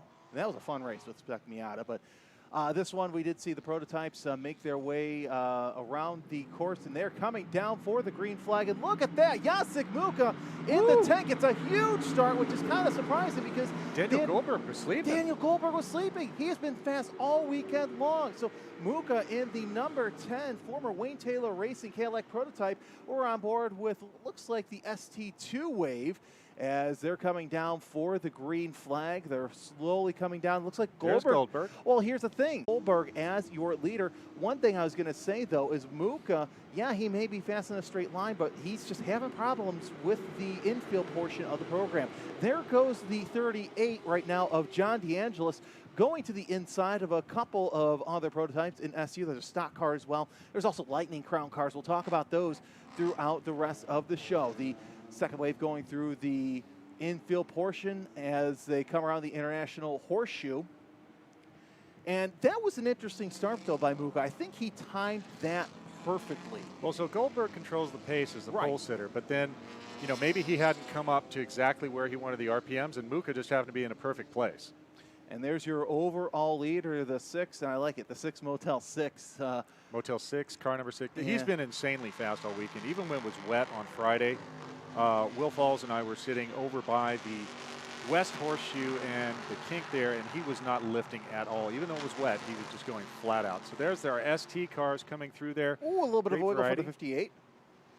So you can see a super variety in this class. Okay, there's Mucha. He's challenging Gold. Something's wrong with Goldberg's car. Oh, we got a couple of cars off. It looks like the 11. That's I think that is West and one of our NASA prototypes that's out there. No, that's one of the NASA prototypes. It's a P&L. Barry Brooks in the 26 is that other car, although they are going to get going. But it's interesting to see the speed out of that number 10 prototype. It's Rick Ellis in the stock car. Okay, Rick Ellis in the stock car, yeah. And we see that the Barry Brooks looks like he's trying to get started, so we'll keep an eye on him. Lots of stock cars represented here in Super Unlimited, which is very interesting as well.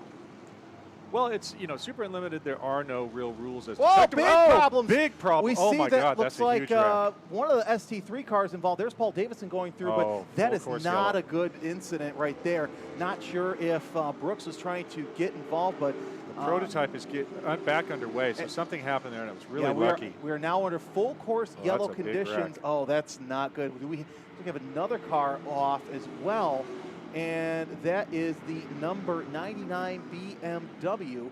That is going to be Vitas Aeronauskis. Yeah, Vitas Aeronauskis. So he was contending in GTS4. He was really running strong, and it looks like that's the 91X. Thomas Atterbury, and he is Tom waving, Atterbury, okay. And Tom Atterbury waving to safety officials, so that is a good sign. But we are under full course yellow conditions. Got just one lap in. Oh man. Oh, what just heartbreaks. We'll see if Goldberg got around Muka according to timing and scoring, which is only on the front straightaway. That is your leader right now, and there's going to be a lot. That was a huge hit. Well, yeah, there's going to be. You saw the front end of Aeronauskis' car smoking, so I don't know whether. He looks like he got into the back of Atterbury really hard. Well, we know that Brooks wasn't involved because he was able to drive He was already away. gone. Yeah, he was gone. And the 26 was able to fire up and leave afterwards. So fortunately, they didn't get into each other there. Daytona safety saying, okay. So looks like Thomas Atterbury is okay. Safety crews, on communicating. The fantastic crew here at the Daytona International Speedway. Yep, thumbs up from Atterbury, so that's always a good sign as well. Drops the window net, and he will get out of the car. But thankfully, that's some good news right there. Once again, Jacek Muka, Daniel Goldberg, Brian Tyler, your top three.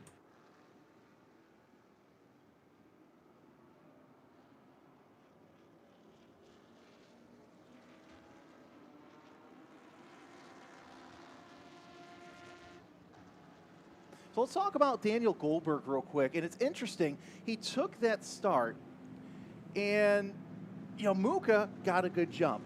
Goldberg got him back in the road course portion. We do see good thumbs up from Thomas Atterbury. That's Atterbury good walking news. to the ambulance for the mandatory ride to the infield care center. We see that at all the NASCAR tracks here. But let's get back to this Goldberg Muka battle. This seems like it's a newer car for Muka because he originally registered for the championship with a Swift. With a Swift, it was an 016, but you can run body panels and over the wheel wells and consider that a prototype. So it was a current Atlantic, like the old Champ Car Atlantic series, and threw body panels on it. Muka ended up switching to what we're going to call now a vintage because it's no longer in pro sports racing competition. Right. A vintage Cadillac prototype. Even that kills me to say that.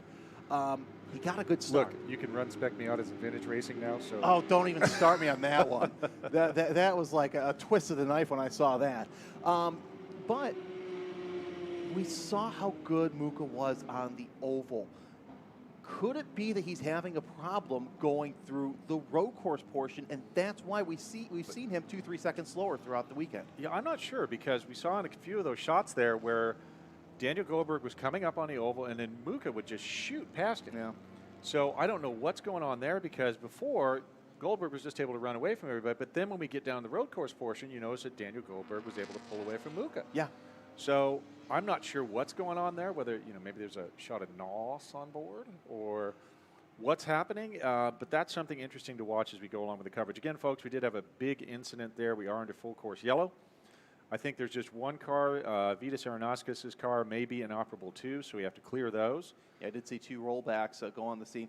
Jacek Muka, Daniel Goldberg, Brian Tyler, your top three in Super Unlimited overall. Let's go through the rest of the rundown real quick. In fourth place, Dmitry Golikov. Frank Hidman, the 171, is in fifth. John DeAngelis is in sixth. Michael Hoover in the 91 is seventh. Elliot Alexander is in eighth. Ninth, Terry Mathis.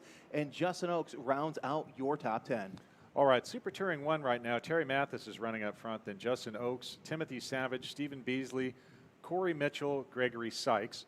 Super Touring 2, we've got Jonathan Gian, Ken Montavani, Rocket Horton, William Barnes, Al Lazorde, Paul Buchanan. Super Touring 3, Eric Magnuson, John Hubner, Jeffrey Lewis, Christopher Heinzen, Justin Bordenaro, Cecil Stevens, Tyler Chantrain, Frank Reinhardt, Paul Davison, Roberto Crescencio, Larry Brady, Kenny Cangelozzi, and Tom Atterbury, who we just saw there walking the ambulance. Looks like he is A-OK. Always love to see that. Then GTS4, Randy Mueller, who actually outpaced the whole a lot of the field in ST yesterday. He was really running strong there. And then Michael Gershonik and Vitas Aronakis, who, of course, was also involved in that incident. I want to talk about Paul Davison real quick. He's made the switch from the Great Lakes region to the Florida region.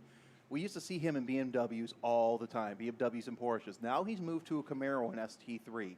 I talked to his brother, who is big in the stock cars. By the way, I would not be surprised to see him running next season his stock car, his stock truck. So we might see the Davison brothers pounded around the tracks in Nassau once again. Again, we're under full course yellow conditions for an incident in the bus stop.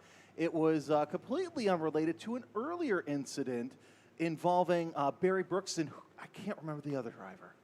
Right, I can't recall that one. It was a either. stock car, though. Right. So, okay, good news. Rollback is coming out. Looks like there's no damage to the asphalt. They'll be able to get this cleared Pretty quickly, hey, another small world Paul Davison thing. Yeah.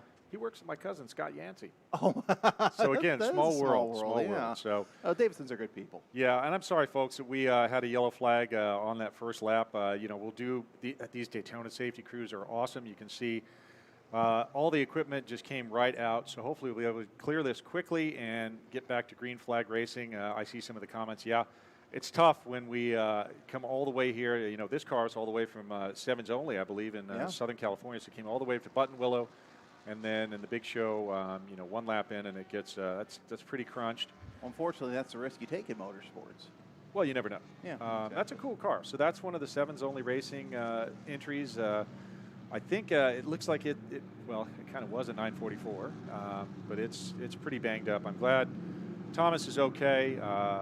That is a testament to all the safety gear that we have been using over the years, and it's really improved. I started racing over 20 years ago, and boy, have we come a long way since then. Yeah, we have, and if there's any group that's going to get that car and put it back together, it's going to be Sevens Only Racing. I think we're going to see that up near the front next season. So looks like the cars are bypassing the bus stop, and they're going to have to get the blower out to brush a little bit of that grass that you see there under the tow truck. And our Aronofsky, did he leave oil? That's the next question. Well, he was smoking, but is that tire smoke from the bodywork hitting the tires, or is that oil smoke, or is that a busted? It seemed to stick around too long to be steam. But that was a big hit. It was a big hit, and thankfully it looks like everybody is out and okay. Toyota GR86 pace car pacing the field right now, and yeah, we do have a visual confirmation that Jacek Muka is your leader. I want to talk about that car in third place, Brian Tyler in the 99. If you remember, think back to the mid-2000s when USAC was trying to bring back the Silver Crown and the Gold Crown series. Right. Those are the cars that ran around the 1.5 ovals back in those days, and it's great to see that these cars are still running in NASA, and that's a great thing about Super Unlimited. Run what you brought. If you can stay up near the front, hey, that's great. And a track like Lime Rock or a shorter road course, I think that would definitely make something. That would accommodate those cars, as we see them going onto the oval right now. But now they're not called Gold Crown cars. They're not called Silver Crown cars now. They're Lightning Crown cars. And I'm only saying that so that way USAC doesn't come and slap me with some sort of fine. Right, and it's good that you have that global knowledge, because I've just been kind of hyper-focused on road racing forever. But, again, thankfully there's our number 26. Got self-extracted out of the issue there and was not involved in the collision because he was right there. And, boy, that would have been a big hit. But now, I want to talk real quick about why we're seeing a NASA prototype in Super Unlimited. There's a handful of them running in NPO1, but you see that one. Why would they take that chance and run it in Super Unlimited when they can run it in a class in NASA prototype? Just for fun. Okay, fair enough. I mean, you're here. Yeah, why not? Why not? So Super Unlimited is great because if you have something that doesn't fit anywhere, that's where it can go. Oh, boy. Oh, wow. That's a hit. That's a hit. So we'll see that. So now that car's off. We'll see how long that takes to get everything back going. And again, we're 3 laps into this race. Jacek Muka, your leader, followed by Daniel Goldberg, Brian Tyler, Golkov, and Hinman. They're all Super Unlimited. You got to go back to Mathis in 9th for your Super Touring 1 leader. And he has at least one car behind him, Justin Oaks, but Oaks has Henry Hill in between him and Savage for that 2nd spot. All right, so you can see the field maybe a little bit bunched up, Jeremy, and this is what happens when we get a little bit of an accordion effect and people are, just kind of right together behind that pace car, and they're taking it a little bit slow. Okay, that's because, it's because they're taking him around the bus stop through that little chicane there. So I was going to say, of course they're going slow. So in my normal 9-to-5 life, I am a traffic reporter. So here it is. Yes. So Jeremy, there's a tremendous backup on the oval right near the bus stop. What do you think that's going to clear? Well, John, I don't know when it's going to clear, but I'll tell you this. These cars are going about 20 miles an hour. They're going through the chicane right now where the tires go off. No, but sorry, folks, a little humor there. You need to try to make things a little lighter, but yeah, and that's one of the great safety features about this race course. Now, here's what's interesting. If you miss the bus stop, you're still going to have to, stop and go for a limited time so you don't shortcut the course, and you still got to go through that. But that's there in case, there's a wayward car that, has a stuck throttle or something like that. And one of the great safety features, also the safer barriers. Right. What a fantastic safety feature we have in motorsports these days. It has made a very big difference in safety, as well as things like the Hans device and the advances in harnesses we've seen in seats, the right side net, the containment seats. That's all been in the last 20 years. And it's amazing how those containment seats. I actually 1 year at PRI got a chance to sit in one of Randy LaJoy's seats. The joy of seating. Oh, that is one of the most comfortable seats. And folks, if you are racing and you don't have a containment seat like that, or a right side net, you need to get that as soon as possible, because it is. I had a huge accident years ago I had a right side net, and I had a very good FIA. It was a Cobra brand seat, and I did 4 rolls with a Hans device, and I walked away with just some cracked ribs and a concussion, where the car was just a yard sale. So for probably about 50 yards of car parts. This is a button willow. I hit the mud and went inverted. And, when you're rolling, it takes a while. It does. It gets real. The spooky thing is you're going and you're thinking, oh, hey, I hear a noise. And then it's just dead quiet. And you're thinking, oh, boy, this is going to bring the pain. Yeah. So anyway, enough about the grim stuff. We're hoping to get back to racing really soon. That's just racing. Hopefully we're not too grim. Of course, it's a Sunday morning. We are... Hey, one thing, I wanted to mention is Competition Motorsport is one of our big sponsors, and we were just talking about safety equipment. Yeah. So they're a big sponsor of NASA's. If you have questions about safety equipment, I was talking to Maelstrom, who's one of the principals at Competition Motorsport, and he said, hey, I don't mind if people are not going to buy something from me or ask me a question about something that I don't even carry. They're a great resource, and I think with most of these NASA sponsors, if you have a question, just call them. They're the nicest people. So Competition Motorsport, for all of you out there listening, if you have questions about safety equipment, even if it's something they don't carry, give them a ring. They're experts. There's a lot of love there and passion with that, and you'll see that with a lot of these sponsors. So it looks like the lights are still lit on the GR86 there, so we're going to go around one more time. Real quick, I want to talk about the ambulance that was pulling off, and this is from my expertise as a corner marshal working with different Pro Series. Sometimes you'll see, under yellow conditions, different safety vehicles move about to different spots of the racetrack. That way, the one that, for example, is maybe that went to the scene has coverage. Right. So that one, say, for example, the ambulance that's closest to the medical center, well, that's going to sneak over to whatever the next open position is, so on and so forth, so that way that safety vehicle that was at the medical center can just go back to a shorter place, and we just get back to racing shortly. But it's going to be a long cleanup, because we saw a lot of grass there, a lot of parts, and who knows, we may have some fluid, but the team here at Daytona, second to none.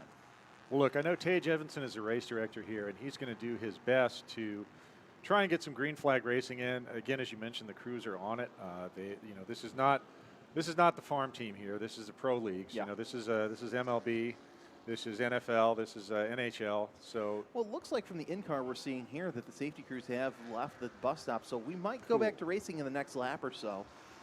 Again, we see the DPI, as it's called, also called Daytona Prototype. The Cadillac of Jacek Muka in the lead, Daniel Goldberg second, Brian Tyler third. How are the rest of the classes, John, in Super Touring 1? We are green now, so green. That's interesting. They went through the bus stop with the green flag. Jacek Muka with second lead. And Brian Goldberg not getting good starts, because Brian Tyler was able to get ahead of him. Something's wrong. According to the timing sheet. So, yeah, something is wrong. Looks like he's gotten back around. So, looks like Goldberg may not be timing it. But look at him come back right here. here. He's looking to the outside of Muka. Either he's got a power issue, or, maybe what was happening is that Muka was sandbagging.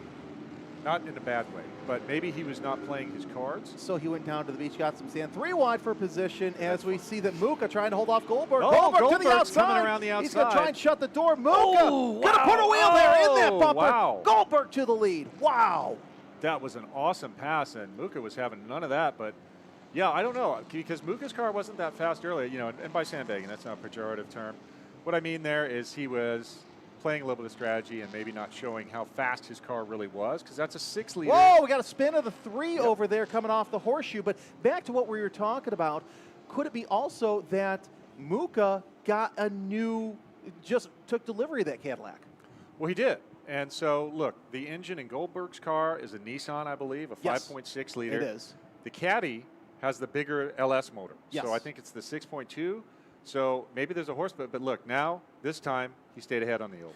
Well, that's another thing, too. You know, you have that horsepower discrepancy, but the problem is when it comes to this may be the first weekend that we saw Muka in the car, so trying to shake out bugs and figuring out what's different than the other one. And yeah, here comes Muka once again. Look at him again. Yeah, it's that V8. He's getting on the brake. He's getting on the gas, coming around the tri-oval. Holy. So let's see what he does. He does a 49.1 compared to a 49 flat out of Goldberg, but again, a lot of that time is wasted in the infield road course. It's not wasted. Well, a lot of time lost, I should say. Right on. We've seen what Muka, trying to hold off the 6 of Goldberg, and we'll see what he can do again. But whoa! Got a little bit of a door missing from one of the stock cars. I think that's the 11 that was a part of that incident early on in the bus stop. We'll see if we can get a confirmation across the line. Yeah, That that's was Rick Ellis. So he's fallen back a little bit, and now that door came off. So maybe someone just gave it a little bit of a tap. Oh, Muka trying to hold off Goldberg. Oh, Goldberg's coming around the once outside again. That's Let's his see move. if they go side by side. They are, and Goldberg thinks better of it. He's going to try the over-under around the horseshoe. Wow. And Goldberg, he's going to get that back. And also, looks like good news for the 26. He's back up to pace. That's, I just drew a blank. That is the 26 of Barry Brooks. So some great racing up at the front, great racing in the middle, and some weight shedding as you're going through the middle of the pack. Well, it's interesting to watch Goldberg and Muka going here because there's obviously a power delta somewhere. But There then is. in the infield, it looks like that Goldberg absolutely has his car dialed.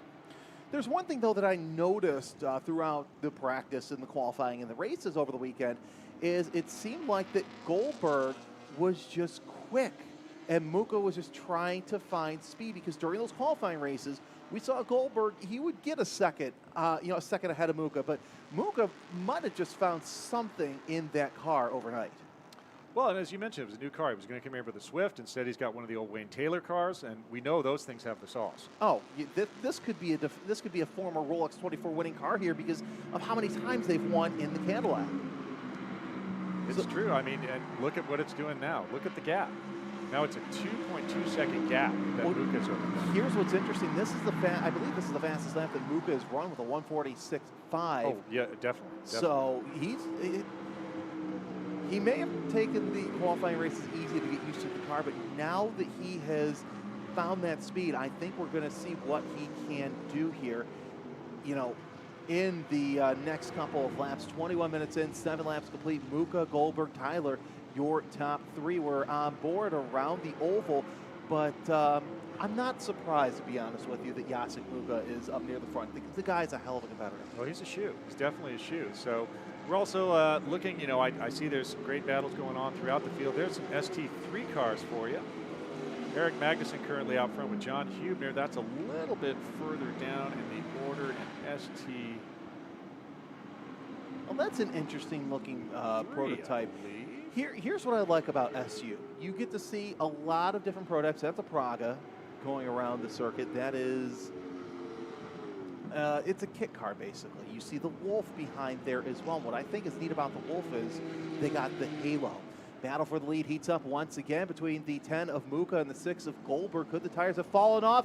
Little bit of a sluggish start coming off the bus stop for Muka, but he gets back on that banking, John, and he sets sail. So it looks like that where you don't necessarily have to worry about power. That's where Goldberg has Muka's number, but Muka's just run away from Goldberg on the oval.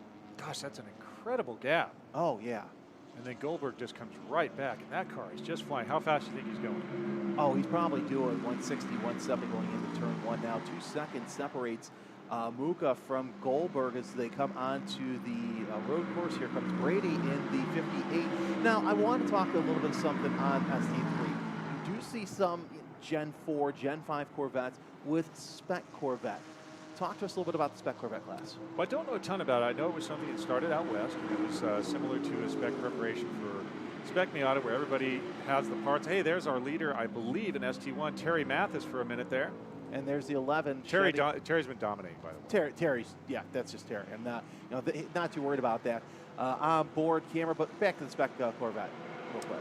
Right, so it's a similar approach where all the parts are, nobody can do anything different. In ST, you're just looking at the dyno numbers and a few key modifications, but in a spec program, everything is limited. You're only able to use certain parts, so really cool program. Oh, that's Is that Muka? No, that is LMP3. That is the 12 of that's a Ligier. Golkov. Yeah, that's a Ligier with a spin and then another spin. So 12 Golkov on. It looks like the 161 has pulled off as well in GTS4, so that's given Mueller a little bit of a shot. And they've actually been. It's Michael Gershanek. Gershanek, yeah. So there we go. There's one of those spec Corvettes we talked about. C5. Yeah, and it's interesting to see that we're starting to see more spec vehicles. There goes Goldberg once again. And Goldberg saying, well, there goes Muka again down the oval. So we're working lap number 9, Muka, Goldberg, and DeAngelis, 1, 2, 3. I just say it's interesting that we're seeing now that Muka came to play when it was time. Well, and that's, we've seen Goldberg just running away from everybody, and now it's kind of the shoe is on the other foot, as it were. So that's interesting to see how that is shaking out. All right, folks, we're showing you some ST3 coverage there. Tell you what, that was number 510, John Hubner for a minute there. Currently, Eric Magnussen running up front in ST3, and John Hubner in second, and Christopher Heinzen is quite a bit behind, but Magnussen and Huber, Magnussen in the 330, that's that gold BMW, and John Hubner, they are right together, and in a 6.2 second gap back to number 69, Christopher Heinzen. So there's Muka again. Let's see how close Goldberg closes in. Okay, enough. Not as close. Not as close, but it looks like that Muka's finally figuring out his braking points. Lap traffic. There's lap traffic, but I'm wondering if Muka's having a problem getting back on the throttle in some parts. And I think that's what we were seeing there. And yeah, a little bit of a wobble there from our prototype. There's our leader, ST1, Terry Mathis. This is just becoming such a wild race. We do see that oil dry from that earlier So Aeronauticus did drop some oil. Aeronauticus or that it could even be from Thomas Atterbury's car, because it got creamed hard enough that I think the diff was there. There's Terry Mathis right there. Ooh, that may be a pass for the lead. Oh my gosh. And he's in the grass. A little bit of contact. Between Justin Oakes and Terry Mathis. That's an awesome battle right there in ST1. Oakes was using all the racing surface and then some. I think Daytona's going to have to send him a bill to put in new grass. Right, so the rule in NASA is you have to leave enough room for 3/4 of a car width on, if someone has presented themselves and has the right, what's called the right to the line. So that was kind of textbook right there, but Mathis was not going to give any more than that. They had a little rub, but they're all right. So yeah, no harm, no foul. Both are underway. A little bit more agricultural work on the pavement, but nonetheless, we are working lap number 10. Muka once again sending fast lap after fast lap. We do have a couple of cars pulled off, and I believe that was from that incident that we saw a couple laps ago. Yep. Yeah. So nonetheless, Muka, Goldberg, and DeAngelis, your top 3 so far. They're also in Super Unlimited, as we're just working down the laps. All right, now we're starting to see a lot of things. I mean, let's talk about the battle in Super Touring 1. Oakes is only a second behind Mathis at the last time across the stripe. They are super close. Super Touring 2, there's about a 3-second gap between P1 and P2, P1 Mantovani, and then Gian. In Super Touring 3, they're still close. That Magnussen has a 1.5 seconds on Hubner and another 4 seconds back to Chris Heinzen. Now, Super Unlimited, we know they're all very close, but from Muka and Goldberg back to John DeAngelis, local Florida driver, is 10 seconds. So a little bit of a spread there, but we're seeing good stuff happening in the top of the ST orders, which is expected because these cars are all super close. And for a lot of people wondering where have these prototypes been, they're all down here in Florida. They're, the Ligiers, the Cadillac, they're running here, here in Florida because that's where a lot of teams are based. Well, and also, I guess everybody from New York comes down here to retire. Yeah. So this is where prototypes retire, right? Yeah. And then they enjoy an active retirement. Yeah, nothing wrong with that. Nice shot of Goldberg in the 6 coming around the circuit. Hey, there's Magnussen. That's our leader in Super Touring 3. That is Eric Magnussen. He also has had a great battle in the GTS classes with my man Zach Hillman. So that he's racing here. Looks like he may take home something good, and he's going to come back and try it again in GTS. Well, I know I talked to Zach Hillman earlier in the weekend, and they're kind of filling out a new car to them. So yes. No more 944. Yeah, no more 944. So just they've got those, those little bumps. We see Muka coming across, and of course, looks like a little wiggle from ST3 Corvette. That was number 63, I believe. Yeah, it looked like number 63. Okay. So that was actually a Super Touring 1 car. It was Corey Mitchell, currently running P5. There's one of your, let's just call them crown cars. No, nothing wrong with that. As we got a battle for position right now that's between the awesome. 25 and the 927, the Camaro goes around the outside. Jeffrey Lewis. And of course, Lewis trying to get away from Muka, but oh, nice battle for the lead there between Muka and Goldberg as they come out of that horseshoe. Here's some of our Corvettes again, some of our ST cars. And back there is It's Randy number Mueller. 79 right there, and Yep. Randy is running, I believe, so he's in the GTS class, and both Gershanik and Aronofsky are out. Another one of the Lightning Crown cars. That's the 91 in the old. Two more. Now those have been off. That's Gershanik, and then one other they've car been is off most of with the it. race. Okay. The 91, that's in the old AJ Foyt livery. Oh wow, that's Yeah, cool. That's cool. A lot of these Lightning Crown cars. Hey, there's will have Mathis. those. Okay, here's the battle for the lead in Super Touring 1, Oaks and Mathis. Oaks looks like he's Mathis- getting on the brakes a little bit later than Mathis, and of course, he'll have some slower traffic to deal with. They are getting sporty, man, and now they're going to have some lap traffic. So Mathis is going to try his best to set a pick and get some of that lap traffic between him and Justin Oaks. But man, those guys are right together. Great battle at the top of ST1. As we see, and this is what's interesting. So you're going to see the faster traffic go higher on the banking to get around. They're going what's known as offline. Goldberg now in the lead between Muka, so Muka might be having some problems. Of course, that's on the timing sheets, and I think that's what we've been talking about with Muka fielding out a new car. What's it going to do here in the next couple of laps? You know, we're nearing the end of the race. Muka hasn't been out so long with that car, you know, especially this is his first weekend. Right, so we're now 30 minutes down. That yellow flag chewed up a lot of time. Yeah. So we got 15 left. Hopefully we'll be able to get all of it in this time. So I guess we just got everything out of the way early. That's good.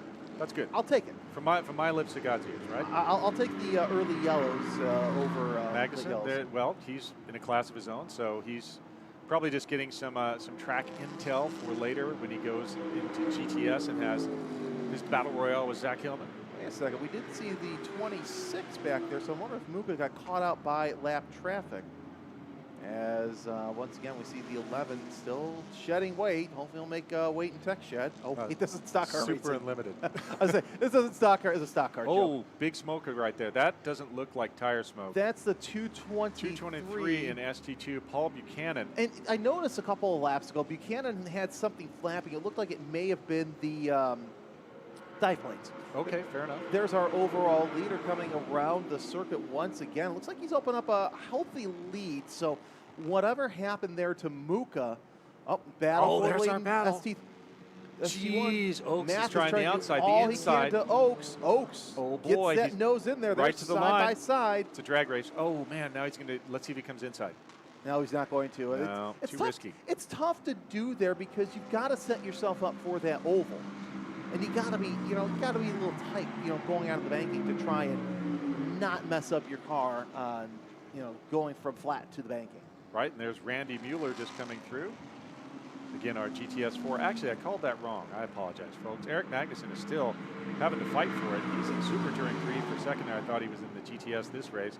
But the GTS leader is actually Randy Mueller, that blue BMW that you saw. So right now, Eric Magnuson in that gold BMW has 1.3 seconds on John Hubert and another 4.5 seconds back to Christopher Heinzen. But Christopher Heinzen has Justin Bordenauer and Jeffrey Lewis all over him. Your overall leader, Goldberg, on a pace all of his own. And, because he's 2.7 seconds ahead of Muka. Muka's fallen off the pace. Yeah, I think that Muka finally realized, okay, there's something up with this car. But we'll see what happens because he's still got a big gap between he and what we're seeing now, third place, John DeAngelis. Yeah, John DeAngelis, another prototype car. He is pretty far back from Jason Mucha, so we'll see how that goes. But no, that wasn't smoke, folks. That was a little bit oil dry. Okay, here we have some ST cars going at it. Mitsubishi, big smoke out of the... That almost looked like a tire rub because it was coming from the right rear. I agree with you. Yeah. So a little self-clearancing, right? Yeah, exactly. It'll clear on the straights. Once you get to the turns, that's when it becomes a little bit of an issue, especially those right-handed turns. Right, don't worry about it, boss. It'll be fine. It'll be fine. It'll be fine. And nothing a little duct tape can't fix for the 11, especially for the ride home. But some lucky fan may be walking away with a souvenir to hang up in their garage. Right, there's Paul Davison again. Paul currently running right now in 9th position, but he is in the mix. That's a good battle right there. He is right together with Roberto Crescencio and Larry Brady. Looks like we have the checker has rolled, folks. And Daniel Goldberg, not only does he take the win, takes the fastest lap of the race with a 1:45.5. That's as fast as he's run all weekend. All right, folks, well, that is the end of our Group B race. Jeremy is going to sprint down at maximum velocity to go have a chat with some folks down in the impound area. Again, we had a little bit of excitement there, and not in a good way, with some drama in the first opening lap. We had a big incident there with Vitas Aronascus and Tom Atterbury, but both of them look to be okay, and that is our priority here, making sure you're doing well and okay when you come off the track. Our goal is to send everybody home in good shape. So, folks, thank you. That is great racing right there in Group B. So right now I want to take a minute just to run down all the sponsors that have supported NASA presenting this broadcast. Hawk Performance. Since 2008, NASA has supported NASA members. Hawk Performance has supported NASA members with the best braking products in the industry, with a lucrative contingency program for all of our drivers in HPDE, TT, and racers. Toyo Tires. Since 2002, Toyo has been our official tire, and they have great contingency programs for everybody in the family. Track Day Tires are official tire supplier of NASA, and they are able to supply all your tire needs with a significant discount for NASA members. As I mentioned earlier, Competition Motorsport is our official safety supplier. Again, give them a call even if you have a question about a product that they don't even carry. They're here to help you, and they want to help. Deechworks, they are the fuel injection experts. If you have a fuel injection question, call Deechworks. They may be able to sort you out, and they have special programs for NASA members. Inertia Lab, they are the damper and coilover folks.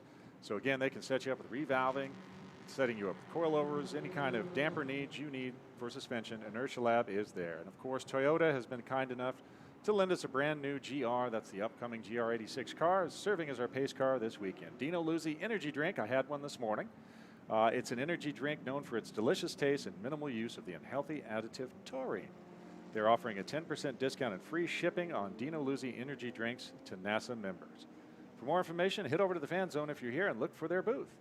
Racer C360 is the official driving coaching partner of NASA. Racer 360 offers elite level coaching in a personal, affordable way, available to drivers of all levels. All right, folks, so that was our Group B race. Thanks for hanging with us here at the 2021 NASA Championships, presented by Toyo Tires, here at the World Center of Racing, Daytona International Speedway. We've had absolutely lovely weather, no issues with the electrical storms or the moisture. Don't like a moist track, that's never a good thing. So what we have coming up next, we are going to have our Group C racers. Now, Group C is our 944s, Honda Challenge 2, Spec E30 and Spec E46.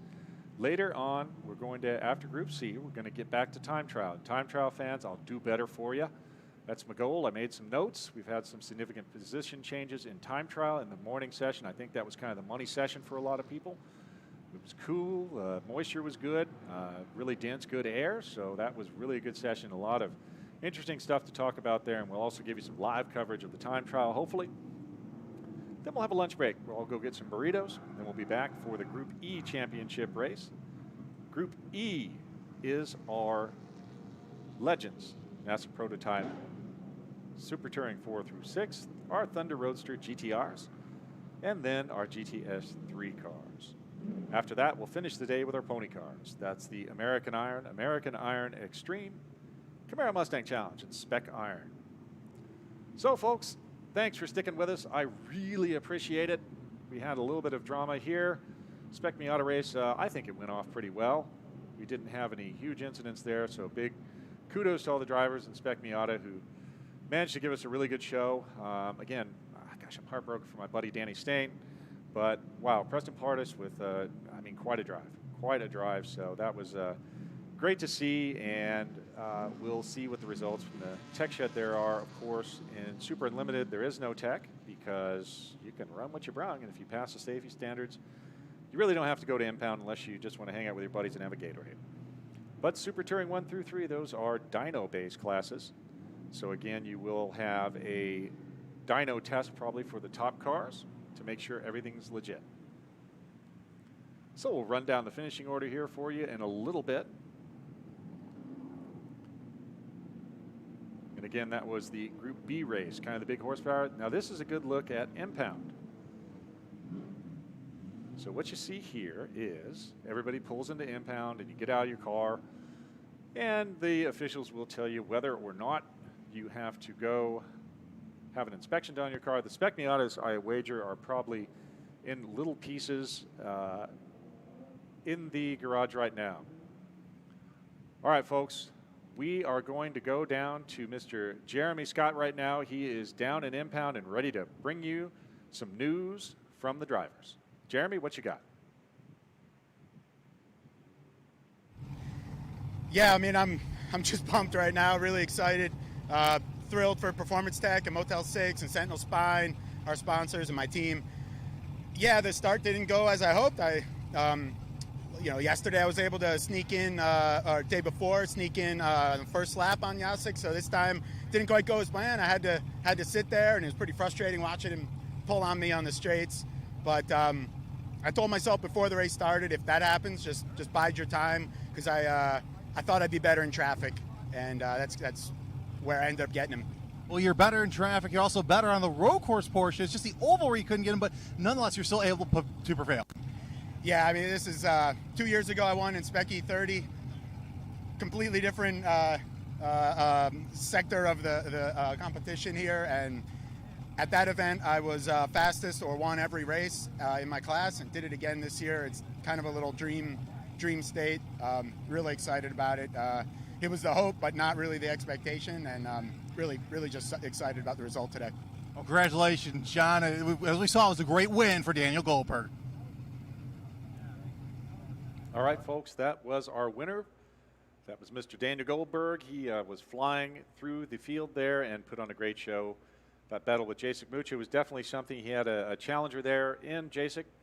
So what a great race. Again, congratulations to all of our field there. I'll go ahead and run it down for you real quick. GTS 4, it was Randy Mueller, Michael Gershanik, and Vitas Aranaskas. Super Touring 1, Justin Oakes, then Terry Mathis. We saw a great battle from those two. Then Timothy Savage, Gregory Sykes, Corey Mitchell, and Stephen Beasley. Super Touring 2, Ken Montovani takes the win. Then Jonathan Gian, Rocket Horton, Al Lasorte, William Barnes, and Paul Buchanan. Super Touring 3, Eric Magnuson. Great drive there. Then John Hubner, just a little bit behind. Then Christopher Heinzen, another impressive drive. Justin Bordenaro, Jeffrey Lewis, Tyler Shentren, Cecil Stevens, Frank Reinhardt, Roberto Crescencio, Paul Davison, Larry Brady, Kenny Cangilosi, Thomas Atterbury, who was out on that first lap crash. Super Unlimited, our overall and winner in Super Unlimited, Daniel Goldberg, Jacek Mucha in second. Final podium step belongs to local hero John DeAngelis. Brian Tyler, Frank Hinman, Dmitry Golikov, Michael Hoover, Elliot Alexander, Rick Ellis, Barry Brooks, Larry West Sr., and Henry Hill. All right, folks, thank you for joining us for both Group A and Group B. We're going to take a quick break, and we'll be right back with more action from Daytona International Speedway and the 2021 NASA Championships presented by Toyo Tires.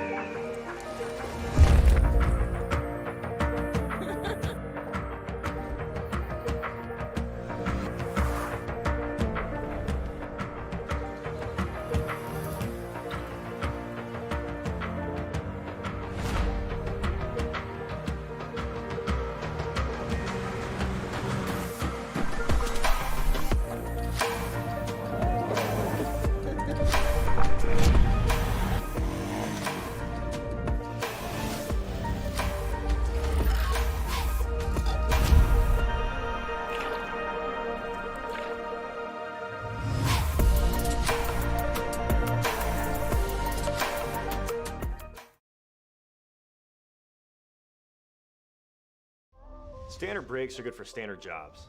When you want absolute confidence in demanding braking applications, insist on Hawk Performance products. Proudly made in the USA, Hawk Performance far exceeds expectations, delivering clean, precise stopping power up to 40% more than original equipment brakes. So you may be asking, do I really need Hawk Performance brakes?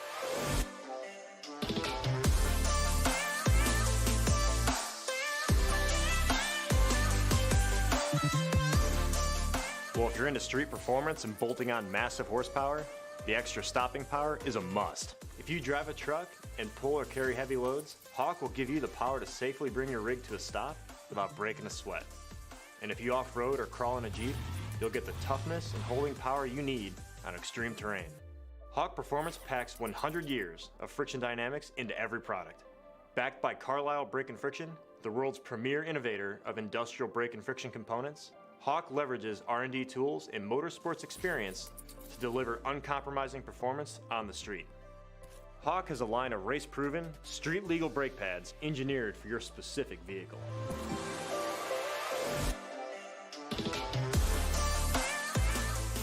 The HPS 5.0 high-performance street pad pulls out all the stops for big horsepower muscle cars, tuners, and European sedans. The Performance Ceramic line redefines clean, quick stopping power for modern sports cars. The LTS line is engineered for light and full-size trucks, SUVs, and Jeeps, offering superior fade resistance, strong bite, and long pad life on any terrain. And the Super Duty line delivers confidence when faced with the demands of bringing a heavy camper, boat, or work trailer to a stop. Pair any brake option with our Talon high-performance street rotors, and you've got an edge on the street and off-road. There's no reason to settle for less. Choose pads that are race-proven and street-legal. Find the Hawk Performance brake dealer near you at hawkperformance.com.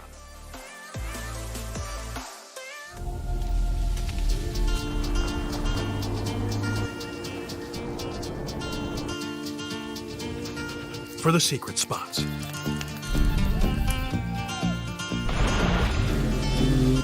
Pit stops. And unknown destinations. For the nomads. Nesters.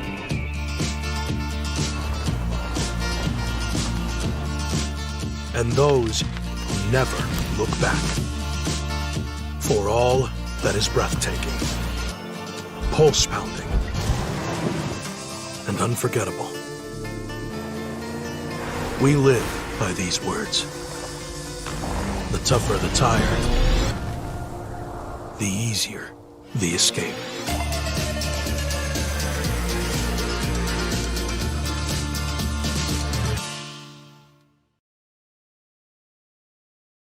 If you're like me, you've tried a dozen of these bitter drinks that stay in your system for 1 hour, even though they promise you much more. Dino's Energy Drink, the light, crisp taste, so smooth and refreshing, loaded with vitamins and nutrients. Dino Energy Drink, imported from Italy, tastes fantastic and will give you the energy you need to get through your day. Dino's Energy Drink, let Italy show you what great taste is.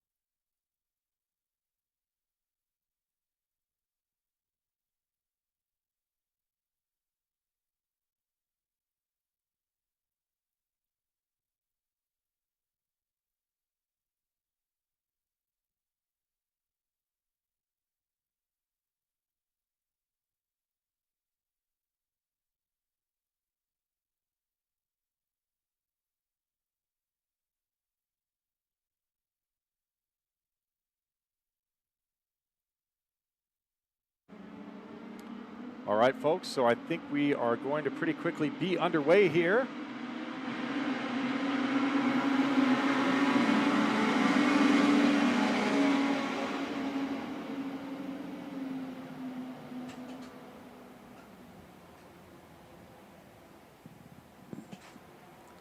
All right, folks, we are working on getting the cameras out. Okay, there we go. There's a Honda Challenge field. They are rocking and rolling. Boy, you see some dirt coming up there. Let's see what happened with that one. All right, 137 out front, I believe. That's Holden Metzner, and he was fast in yesterday's race. Wave 2 has just started, as they'll be coming through the field here momentarily, but a lot of good racing in the Honda Challenge 2 class, E46 at the back of that class, as we see Metzner trying to hold off Ziegler. No, that is, so there is Scott Adams right there. Scott Adams. Look at that beautiful Adams, pass. a multi-time champion, heavy on the brakes. For the lead. And now he's oh, wow. Metzner trying the over-under on him as they go into the oval here shortly. And Adams, he's going to lose that lead so far, but he's going to try and see if he can set him up in the oval. Pretty great, guys. Okay, there goes the rest of our field. Those are the E30s. Looks like they didn't do a standing start. Okay, and I think that's a better option because... And here's the 944s on screen right now. It's not too safe to do that where it is. So good call by the race director as the 944s. Oh, nice little slide there from the 986. That's Charlie Bizzetti. Bizzetti, the multi-time champion, looking pretty good so far in the early going. We're also keeping a close eye on that battle for the lead in Honda Challenge 2. But there's our E30s. I saw Scott McKay challenging there, and look at that. Adams has fallen back to third right now. So we've got Morgan Ziegler and Holden Metzner up front. Ryan Bradford went by the last time, but looks like Scott Adams is in that third position in that Integra. As field working their way through the box stop, nice and clean, a little bit of dust picked up. Here comes the Spec E30 class for the BMWs as they're working their way out of the road course portion, single file, but they're nice and clean so far. They usually are. They don't get too, well, of course, then, they prove me wrong and decide to go side by side. Well, they're all still right in a pack together. Now, there is Charlie Bizzetti. I think that third car in line is Marcelo Vine. They have been together all weekend. But then again, Derek Moorhead has had a very strong showing here. So we'll see how this all shakes out. There's the 944s working in draft. That's Bizzetti and Moorhead together, with Marcelo Vine just behind. So the field making their way through the course for the first time. Metzner, Ziegler, and Reamer, your top three. Then it's Adams in fourth place. That's in Honda Challenge 2 as we see your overall in Honda Challenge 2 leader coming around the International Horseshoe. Oh, nice little defensive line. I believe that is not for... So we're mixing in. We're mixing in. Yeah, so we're mixing classes. That's Spec E46 in there. Oh, one of the E30s has already lost a bumper. Well, that's tip. It's not an official E30 race unless you start losing parts somewhere. So we have an official E30 race. Right on, right on. That's the good news. All right, so a little bit of drafting already with the E30s. A lot of spec classes here in this race. The 713. Here's our Hondas, another pass for position. That was number 713 right there. Now 713 going to the inside. The 828 looks like he's going to try the over/under here in a little bit of dust being picked up, and we're seeing the draft work here in the E30 class. As that's been through and through, and now we're back to the 944. Looks like Marcelo Vine going to the inside. With a big pass on Moorhead. Wow, beautiful pass on Moorhead. He's going to try he almost got Charlie too. Yeah, man, that was a masterful display of the old inside pass. And also, let's give props to Derek Moorhead because he did not slam the door in the slightest. Well, it's interesting because so far this season, former champion Bizzetti's won a couple of races at Fontana, one at Buttonwillow for over in California. He's had a good season so far.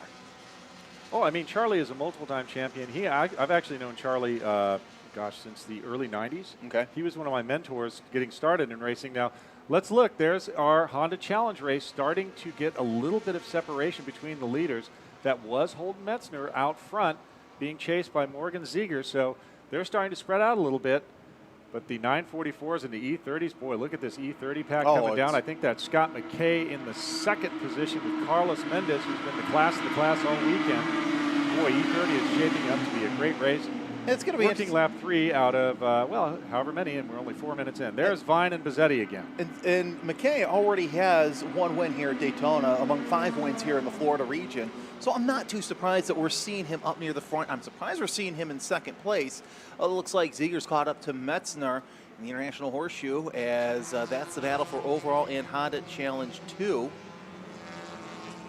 All right, there's your Hondas. That's Brent Bauer. That's a cool car because it used to be a show car, and it was absolutely immaculate before it was a race car. So that is right now in HC2. I like how you say it was immaculate before it came a race car. Oh, you can't have a very pretty race car for too long. So what we were showing there was 8th and 9th. Brent Bauer in the 8th position. All right, so Honda Challenge, excitement there. Spec E30, excitement. Spec 944 spec, excitement. Spec E46, there's not many of them, but boy, they're racing hard too. All right, here we go. Look at this. Look at this. Nice little battle for the lead there between Vine and Bizzetti. I was actually looking at Vine's stats as he is trying his best to get to the lead. We're going to follow this for just a little bit as they're drafting off each other into the kink. And it's going to be interesting to see if Vine is going to try and make a move. Looks to the outside, but it's that horseshoe. You got to take more of a middle of the track approach, and that's a great approach for Bizzetti. So Charlie's defending inside. Yeah. I mean, Charlie's been racing since the 80s. So he started off, I think, in an ITC Datsun 510. He's super crafty, and he is always behind the wheel. So Charlie gets a lot of seat time, very experienced. Marcelo is also super experienced, and Derek Moorhead, those three all weekend have been going back and forth. There's a look at the bus stop. And if you saw there, too, the entry point that Marcelo had kind of had him scrub off just a little bit of speed. Here's a good battle for position. That's first and second. Yeah. That is Mendez and Scott Big Nasty McKay. McKay's bumper looks a little bit askew. And there's our leaders in Honda Challenge 2, Metzner and Ziegler. They are on the oval together, working a little bit of a draft, but not as dramatic as we saw in some of the other classes. There's 944, the top three. We've just got so many good battles here for the lead in each class. So you've got 944, E30, and Honda Challenge 2. Now, I don't think Marcelo Vine's going to have enough space. He's got to worry about who's ever sitting there in third place to make sure that he doesn't make a move. What's Derek Moorhead? Okay, so Moorhead. So you've got Moorhead and Vine. They'd be smart right now just to draft up to each other and get around the oval into turn 1. But, man, Bizzetti's just way too far away as now we got a battle, looks like. So that's an E46 and Honda. Out of class position right now between the two of them. And nice little draft there. And there's our 944. And say there's that draft we're looking for, but I don't think it's going to be enough. Though Vine starting to reel in Bizzetti, but I think it might be too little too late to go into turn 1. There's still plenty of racing left, regardless. Exactamundo. So something of note, Jeremy, is that Christopher Michaels is up 9 positions from where he started in Honda Challenge. That is quite a charge to the front. That is. Good job, Christopher, number 22 out there. You can see our 944 is still battling in that shot. As they're coming around the International Horseshoe, Bizzetti looks like he's trying to hold off Vine. Maybe Vine might have a shot at him in the horseshoe. There's an E30 train. There's another E30 train. And, of course, there's your prodigal rear bumper, right? Yeah, the prodigal rear bumper. And, unfortunately, that doesn't do well for aerodynamics in a car that's already aerodynamically punching through the air as it is. That's a side-by-side position. Yeah, Bizzetti taking that normal defensive line through the second horseshoe off on the west portion of the road course as they set themselves up for the oval and subsequently there, the bus stop. Oh, a little bit of smoke back there from what looked like the Integra, the number 98. All right, folks, I did get a bit of information. We do have one of our E30s off course, but the race director informed me that car 191 right there in Spec E30, Chris Leone, he actually had everything go wrong, and then he used the starter motor to drag himself off course to keep everything green. There's Mendez and Big Nasty Scott McKay. Those two are running away from the rest of the field, and that is going to be one of them to watch and one for the ages.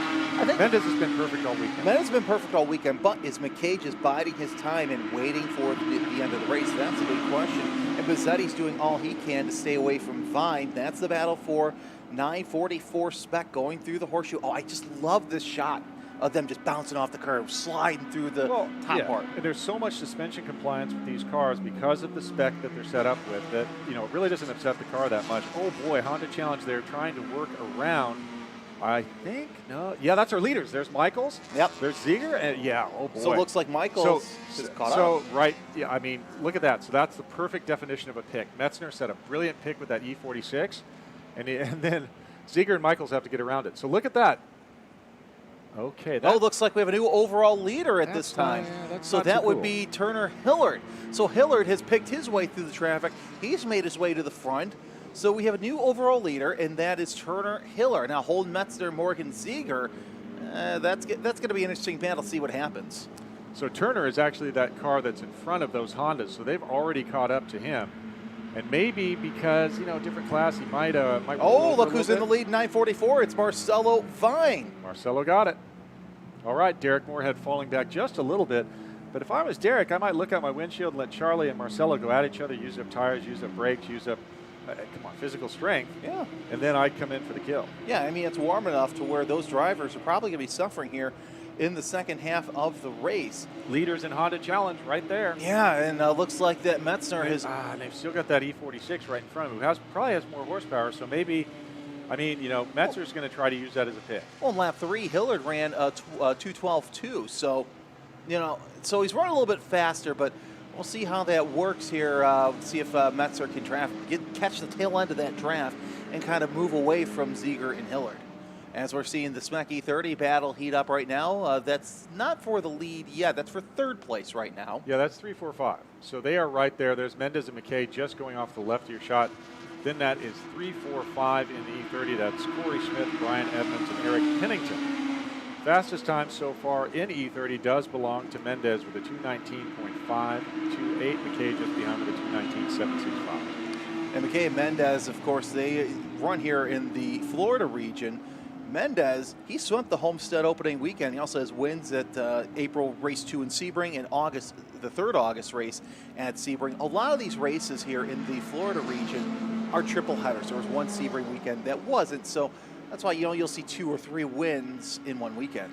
So this is interesting. Charlie Bazzetti actually has the fastest lap time, or actually Marcelo Vine has the fastest lap time at 2:19.951, and Charlie Bazzetti is at 2:20.066.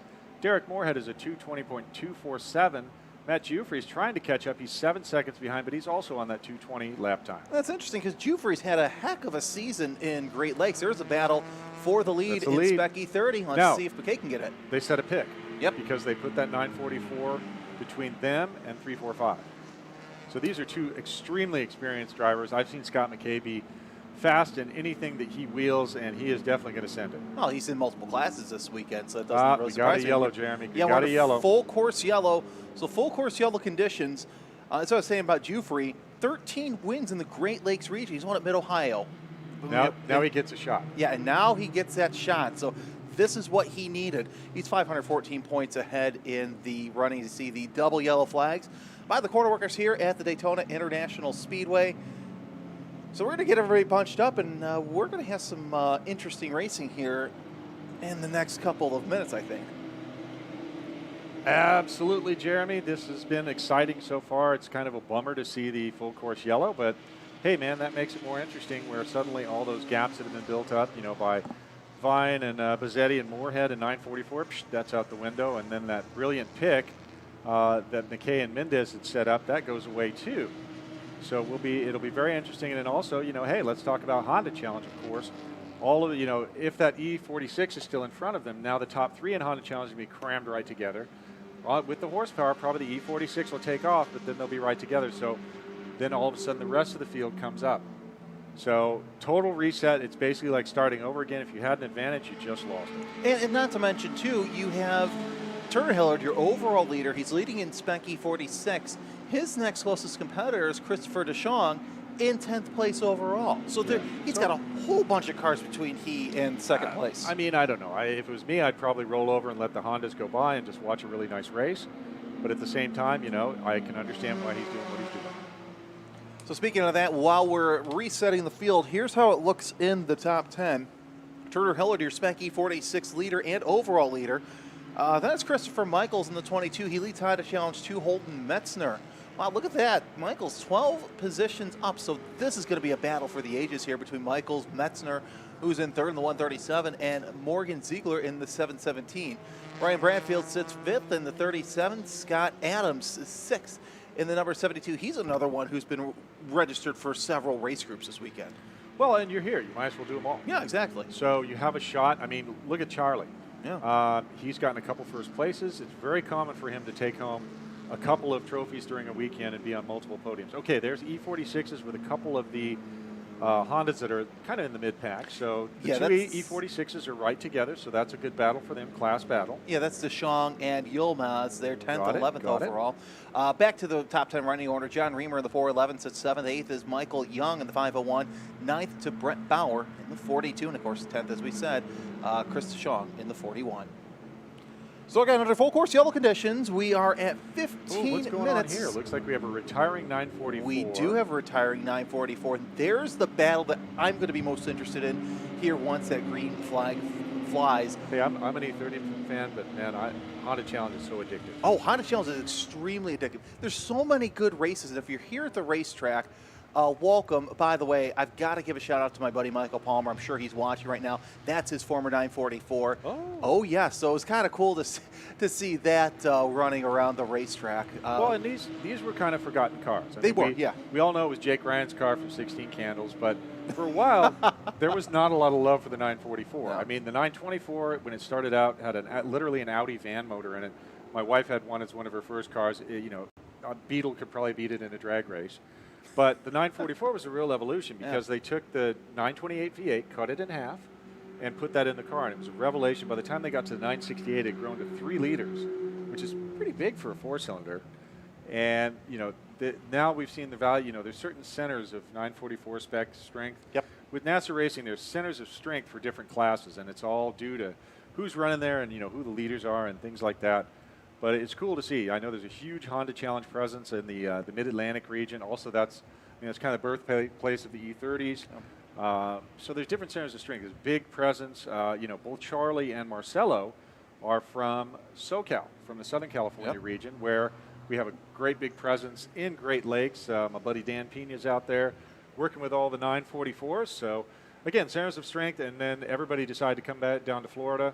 So it's really cool to see, you know, this is the granddaddy of them all. So Dan Pena needs to get back in a race car. I'm just saying. Just say, also Marcelo Vine, he's leading the 2021 Southern California Championship. So that'll be interesting to see. Now, here's one thing that when I was looking at my research, looks like the 98. Oh, wow. So he had some problems earlier, so he was in the wall. I believe that looks like the International Horseshoe. It was Rick Benazik in that car. That's a pretty big impact. That car's pretty crumpled. But what I like to see is Rick's not in the car, so he's out walking around. But I'm sorry, that's the West Horseshoe. My apologies. West Horseshoe, sure. But it's easy to, I mean, you know, the thing just grinds on you enough, and you're into the wall. But that's a pretty big impact because it's, whoops. Well, yeah, so these things happen. No, it's racing, but it looks like that he is A-okay. He's out. Yeah, he's out of the car, and the crew just going to pull the car off the tire wall and get it out of the way, and we can go back to racing.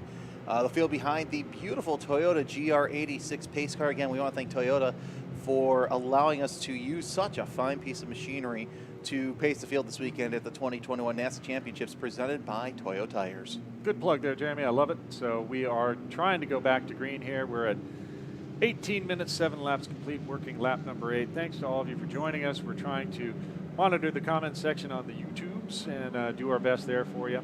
After this race, of course, we'll have some time trial coverage coming up. Dr. Greg Greenbaum has given us the information on the latest standings there, so we will try to update that a little bit. There's that cool, super cool looking GR86.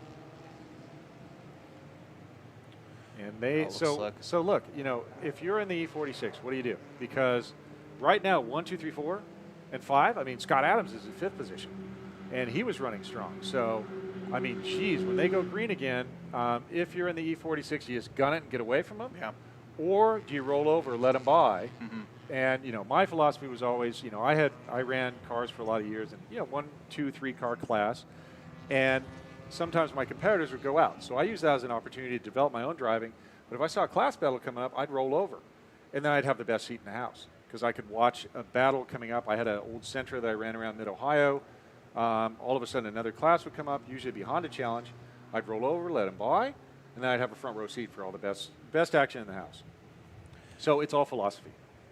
Track Day Tire is proud to be the official tire supplier of NASA. NASA members are able to take advantage of TrackDayTire.com's enormous inventory and technical support team focused solely on helping members extract the most from their competition tires on the track. For more information, visit DriveNASA.com. And I've got to say, that's one thing I like about multi-class racing. You can come in, run your own race, look in your mirror. Oh, wait, here comes, the field. Let them go by and just, have a front row seat to everything. So it looks like that the 98 is coming back on the roll. I think we may go green this time, but not sure. I think we can. All depends on how quick we can get the safety team out of the way. Yep. But hey, a cool piece of information. I just heard that I talked about Brent Bauer's car being a show car. Yeah. I talked to him a bit at Hyperfest a couple of years ago, and he showed me pictures of it. I mean, it was so sweet. But what got him hooked was a hyperdrive. The super cheap, basically that's like you and a friend going crazy at Taco Bell. And that got him hooked. So I had another friend back in the day in American Iron Extreme, my friend Shaka Milby. He had this absolutely gorgeous 93 Mustang. Again, just a little taste in HPDE, and all of a sudden, this beautiful show car, he was taking a Sawzall to the fenders to get a little more clearance for the for the tires. So that's really cool, and that shows the progression of the NASA system there. And I think we're going to go green this time by as the rollback did come off the circuit. Got it. So we'll see if Hillard can stay in front of Michaels, Metzger, and Ziegler, or if they're going to hook up and try and get ahead of them. But really, it just does not doesn't matter because it's Specky 46 and a whole bunch of Honda Challenge 2 cars behind. We're green, and there we go. Green. Green flag comes back out, and we are set for more laps of racing. 21 and a half minutes into this race. We only have 7 laps complete as we're waiting for the field to come across the start-finish line. See the wave there. Yeah, we see the green flag wave, and then there we go. So okay, so the top 3 pulled away in Honda Challenge. We do see some cars just working around some of the slower traffic that was trapped in between. Jeremy, I think a lot of the people were still on the oval and didn't have spotters, and so the ones that may have had a spotter and heard green, they get a jump.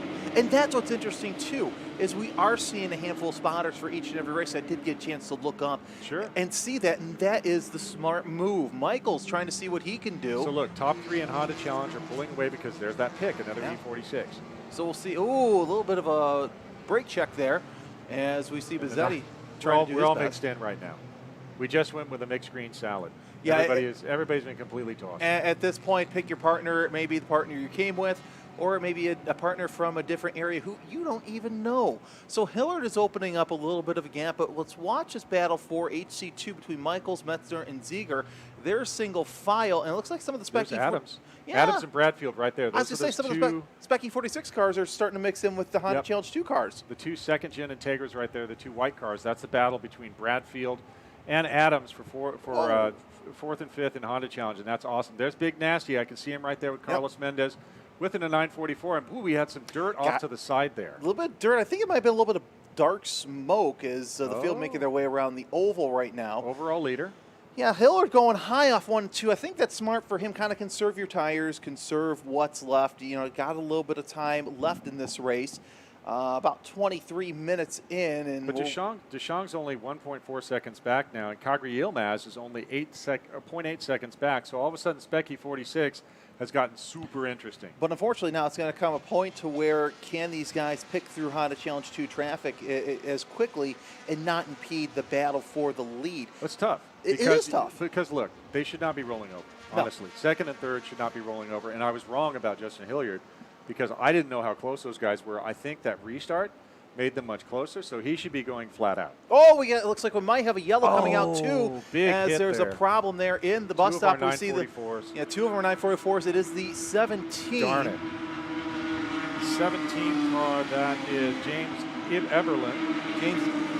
We can't see the number on the other car, but it looks like, that's a pretty good size hit. So we're going to have to go. We're going to go full course. We're going to have to go yellow here shortly. Well, there's Scott McKay in the 100. Where is Carlos Mendez? That's the question. Let's see if he has fallen down in the order. Yeah, there's the 17 car. Okay.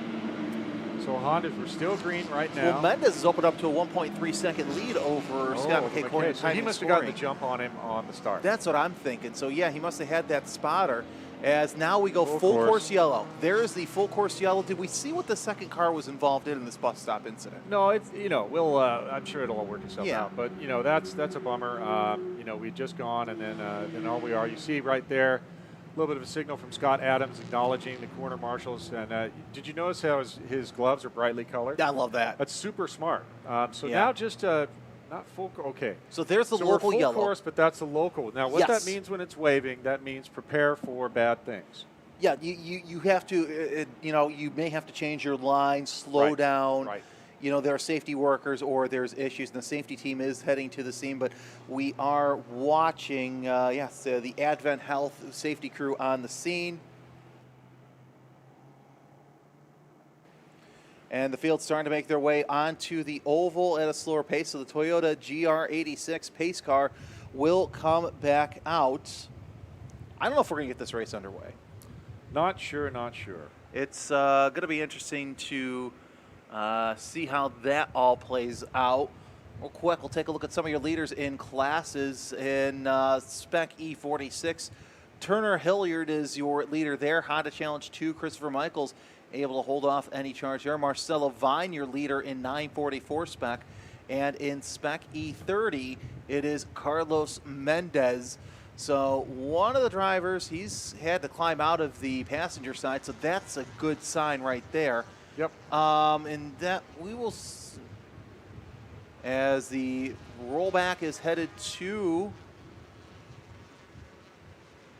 as the 70 of Tim Jennings, it looks like that is involved in there, talking to the safety crew, saying, hey, this is what happened, and Well, I'm okay, boss. yeah, I'm okay. I'm okay.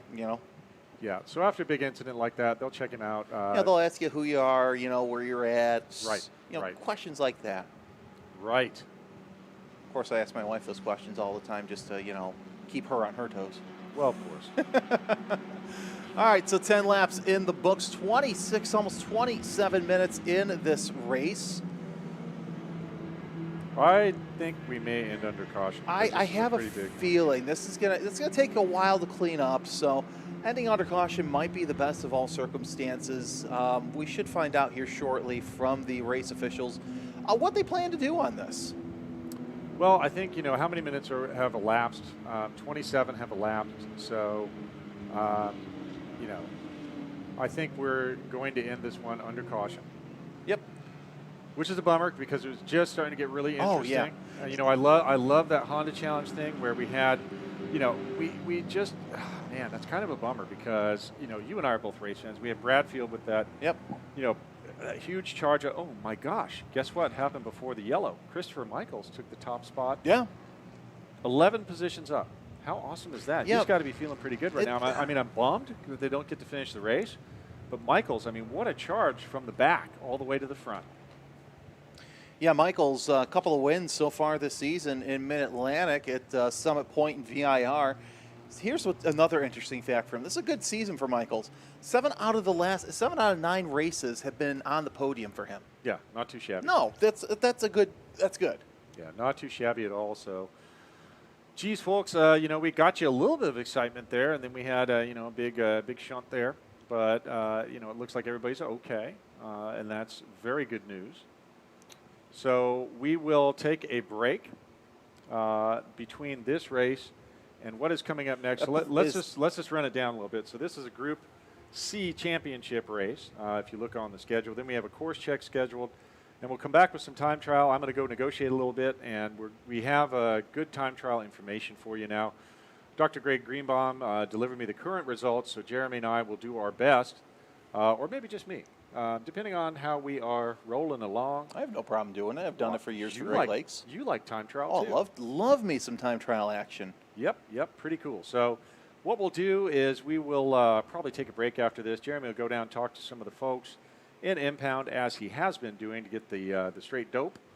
And then we will take a little bit of a break, and then we'll come back with the final, or not the final, but the, hold on. It is the final one. Usually, Heck, man. This is strange because normally we end the day with time trials. We're ending it with championship racing. Right on. That's kind of cool. So this will be the final time trial where they're going to try to better their best times of the weekend. So this morning's session was pretty epic, where it was cool temperatures, dense air, clean track. Nobody had a chance of putting schmutz on the track yet. So it was absolutely perfect conditions for time trial, and we did see a lot of position changes, a lot of what we call going purple, where you set the record for that session or for overall. So we're definitely going to have some things to cover there for time trial. So again, we'll let this one play out. We still have not checkered it yet. I have a feeling next lap or so we will see that. I don't know. We got 15 minutes left, and then but look, we got 15 minutes in a course check. Yeah. So that's 25 minutes of time to work with. I should know this because I was a race director for years. But if your allotted time ends, I wonder if they could extend it into the course check a little bit. That would be great because we've seen some great racing in the, right after the green flag. We've seen battles throughout the front of the field, throughout the back of, throughout the whole field. Right. So if we can get that, green flag time, that would be great. But I understand if we can't because, there's an extensive cleanup, there's this, there's that. So let's see what happens when the Toyota GR86 pace car, see if they're going to be the winner of the race or if they're going to, I don't see the black and white dinner cloth being waved. Not yet. No. I'm cautiously optimistic because it looks like they had one of the 944s. Of course, we got the eye in the sky and can see all the feed cameras, kids. So we have the, hopefully they've already got one of the 944s loaded up. Hopefully the next one gets loaded up. Maybe we go green, white checker. Hopefully. That would be something. That would be something. I mean, if I was Christopher Michaels, I'm sitting there, sacrificing a chicken to Jobu in order to make sure that the yellow stays out until the very end. If I'm Metzner, Ziegler, and Bradfield, I'm hoping, and Reamer and Scott Adams, John Reamer and Scott Adams are right there too. They're all hoping, come on, race director, give me a little more, give me a little more. So the double yellow stays out as, we're hoping that we can get some more racing in, but... So I just got a message from race control. They're going to extend the race time. Okay, cool. As we were just contemplating to try and get in something, green, white checker. So the Daytona crews, as usually, are hustling. So does this mean... Everybody's hustling. So if they're listening to us, does that mean that we can ask them to bring us an adult libation for lunch? I don't do well with scotch for lunch, so, More for me. More Beautiful. for me. Nothing wrong with that. Beautiful, beautiful. I watched a little bit of Anchorman last night with Scotch and all of that. So anyway, folks, we can see on our eye in the sky that one of the 944s is loaded up. We did get a word from our race control that we may be able to restart this one. They're going to extend time. So this is like overtime in any sporting event. They're going to extend time a little bit. So Jeremy and I will be a little bit behind the curve on when the checker's going to fly, but it's not going to go just for the scheduled 45 minutes. They're going to extend and basically, improvise, adapt, and overcome. That's kind of the NASA way. So we will see what happens. I'm still seeing trucks moving around. So. Yeah, it's interesting to see if we're going to, when we're going to get that green. It might be the case of trucks just moving to different locations so everybody, has covered to some point, but I don't know. We could see green this time. Almost looks like the lights are out on, no, they are still on the pace car. There's just so much heat here in Florida right now that you can see, the heat's coming up off the pavement. It's kind of hard to see. And you can see one of the E46s swerved out of line, so he may be getting hot, and he's trying to get some airflow through the rad there. And we see the sweeper also on the course, so there may be some fluids that may have been dropped at the scene. Well, the plan is, as I understand it, to get some green flag racing in, so it may be green, white checker. And boy, that's going to be nuts because it's going to be not even green, white checker, maybe green checker. Yeah. Which is cool. I mean, that way, we all get what we paid for. What's that old line? You paid for your whole seat, but you're only going to use the edge. Yep. And while we're at, since 2002, Toyo Tires has been the official tire of NASA season after season. NASA competitors are rewarded with generous contingency awards and unparalleled support.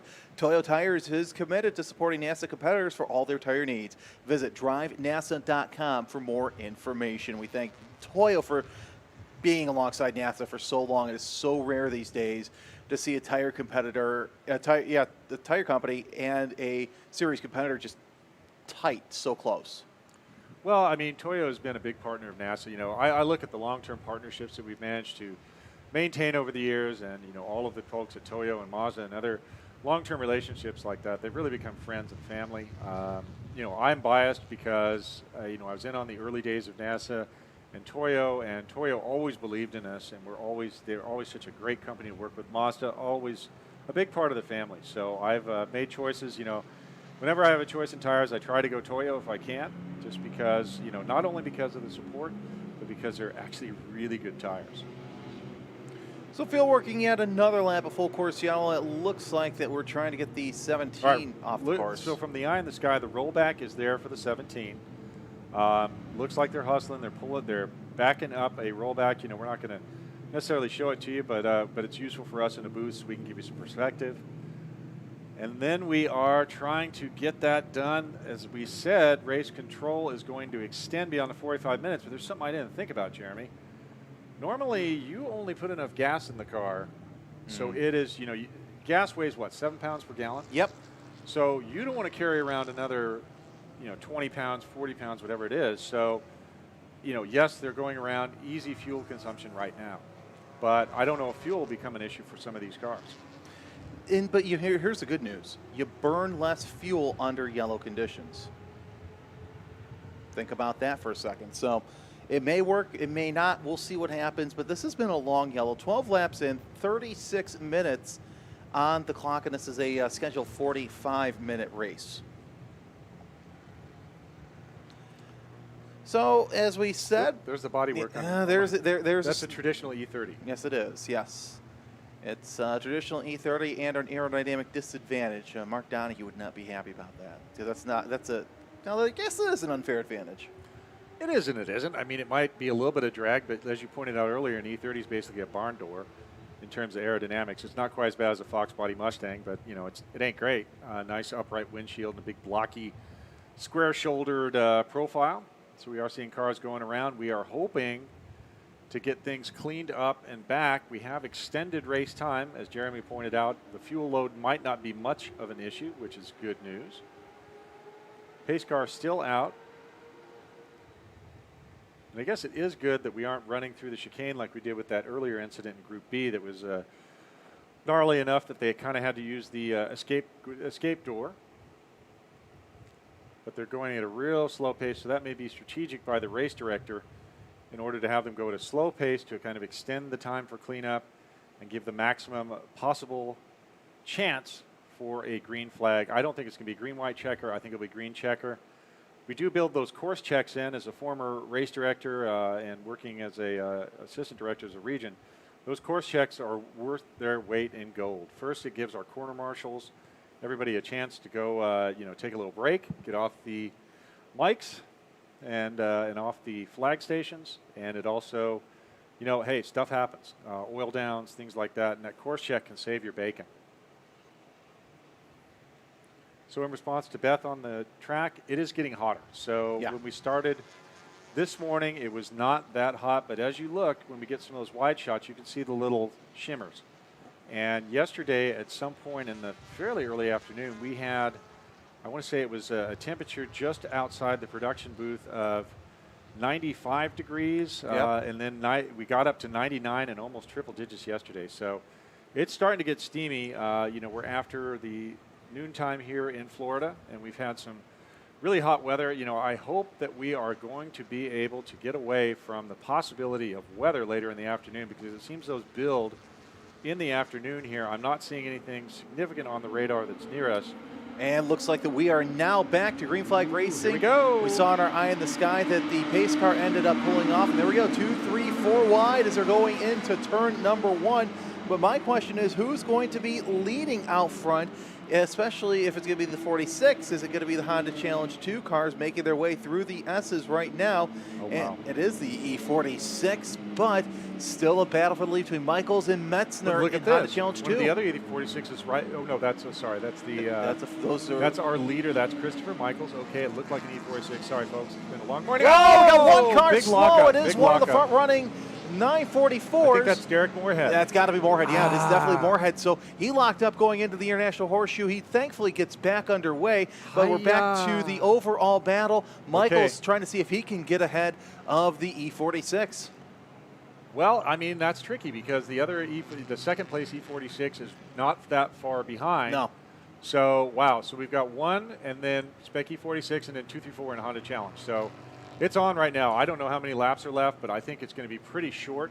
If we look at where we are, we're still under the actual scheduled race time. So not sure what we're going to do. Yeah, exactly. And remember, I was going to go with this. Anyway, Hillard Michaels, your leaders so far as they are making their way on the banking. They were 2-3 wide near the back. See a lot of cars here in this Group C race as Hillard has actually gotten away by about a couple of car lengths as they come down the back straightaway into the bus stop. And it sounds like from race control we are hearing a white flag this time by. So it may be too little too late for Metzner and Ziegler to catch up to Michaels for the lead. But Hillard looks like he's in a class of his own right now in E46. Well, everything cooled down. So cool tires, cool motor. Now you can really send it. Making his way around NASCAR turn 4, Hillard with a great advantage. But I'll tell you what, that pass that he made earlier on in the race, that was something. That was so still this time by the stripe will tell the tale. As we see battles in 9:44 as well, making their way through the bus stop. White flag is out, 1 lap to go. As Hillard going to do all he can to keep Michaels behind him. It looks like DeShong also trying to make his way through the pack, but it might be a little bit too little too late for him. Not sure because he'd have to work his way through those fast Hondas, and I just don't think that's going to happen. They're not going to be pausing at all because that's a battle for the podium. No, because Hillard ran a 13, whereas DeShong ran a 15. It's too little too late for him, but it's going to be interesting to see if Michaels, Metzner, or Ziegler can come through. So we got a slower car off the backside of the road course. We'll keep our eyes peeled for that as the Spec E30 battle heating up as well. So looking pretty good so far as the cars making their way around the road course for the final time at speed. Taking a look at the battle for 7th place overall, 6th place in Honda Challenge 2 between Michael Young of the 501 and Brent Bauer in the 42. Not too far behind him, John Reamer in the 411. All right, folks, so we are coming to the final minutes and laps of this race. As Jeremy mentioned, white flag out. So this is the last lap. Again, this is going to decide the championships in Spec E30, Spec E46, 944 Spec, and Honda Challenge 2. Look at Hillard running the Dale Jr. line through the banking right now, almost scraping that wall, but nonetheless, he's got a commanding lead. It was 1.3 seconds over Christopher Michaels at the line. I think it's gotten a little bit longer that time. So Hillard, Michaels, Metzner, 1, 2, 3, but Metzner, he's a full second behind Michaels, and I don't think it's going to be enough. Something's got to break in Michaels for him to take the spot, but you got to admit, Michaels had to work for it. He's gained 10 spots already in this race, so it's going to be an interesting victory lane here shortly as everybody's making their way across the bus stop, kicking up a little bit of dirt one final time, so the sweepers have a little bit of an extra job when this race begins, and we are checkers. So Turner Hillard comes across the line. He is going to win in Spec E46. Christopher Michaels wins in Honda Challenge 2 with Metzner and Seeger rounding out your podium.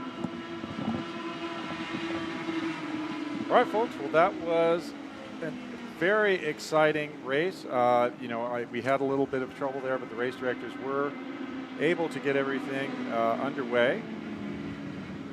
And we had some good racing there to finish it. Again, mad respect to Christopher Michaels for that big charge. 11 positions up from Honda Challenge 2. He came from the back, got up to the front. Holden and Metzner have been a contender all weekend. Scott Adams actually was 4th, but Morgan Ziegler in 3rd.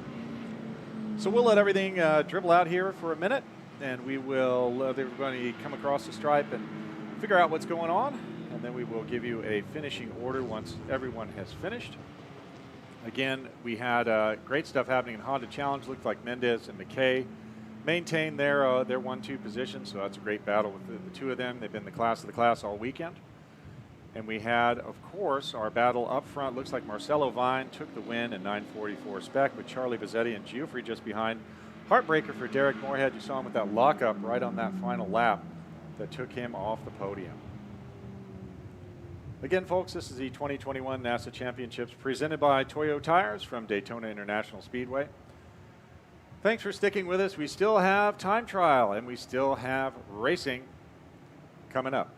So the racing that still is remaining, we have our Group E championship races up next. That's Legends NPO1, ST4 through 6, Thunder Roadster GTS 3, and also our pony cars will finish out the day with AI, AIX, CMC, and Spec Iron.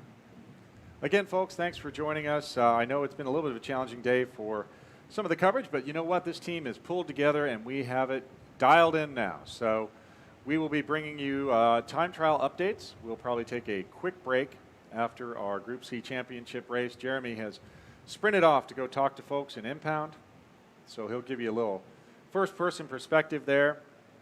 We'll have a short break, and we'll come back with some time trial coverage. I will go and confirm that for you, but I definitely want to give some love to our time trial competitors who have been here all weekend, working hard and trying to get that perfect lap. Again, we had some interesting things happen in our time trial classes this morning with the cooler temperatures. Session 4 was pretty epic. And we had a lot of changes happening there in time trial. So we will see. This is our final session. This is for all of the marbles to see if they can improve. Not sure if it'll happen, but then stranger things have happened because we did see improvements between morning and afternoon sessions yesterday in time trial. So again, we'll have Jeremy Scott coming at you in a few minutes with some words from Impound with some of our winners. And again, thank you for sticking with us, folks. Please visit all of our sponsors for the broadcast. Again, I'd like to give special props to Competition Motorsport and Toyo Tires, Hawk Performance. We have our friends from Inertia Lab. We have our good friends from Track Day Tire. All of them come together to support NASA racers and made this broadcast possible. And also, Deechworks, our fuel injection experts.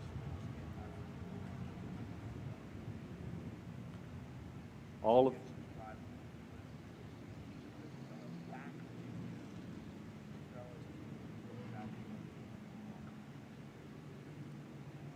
All right, folks. So it looks like all the regions that were represented here, a lot of them are getting big wins here. It's interesting because we shift West Coast, East Coast. Sometimes we end up in the center of the country. And good old Mid-Ohio, one of my favorite Mid-Ohio sports car course, near and dear to me. That's where the championship started, I believe, in 2006. And now we're at the World Center of Racing, Daytona International Speedway.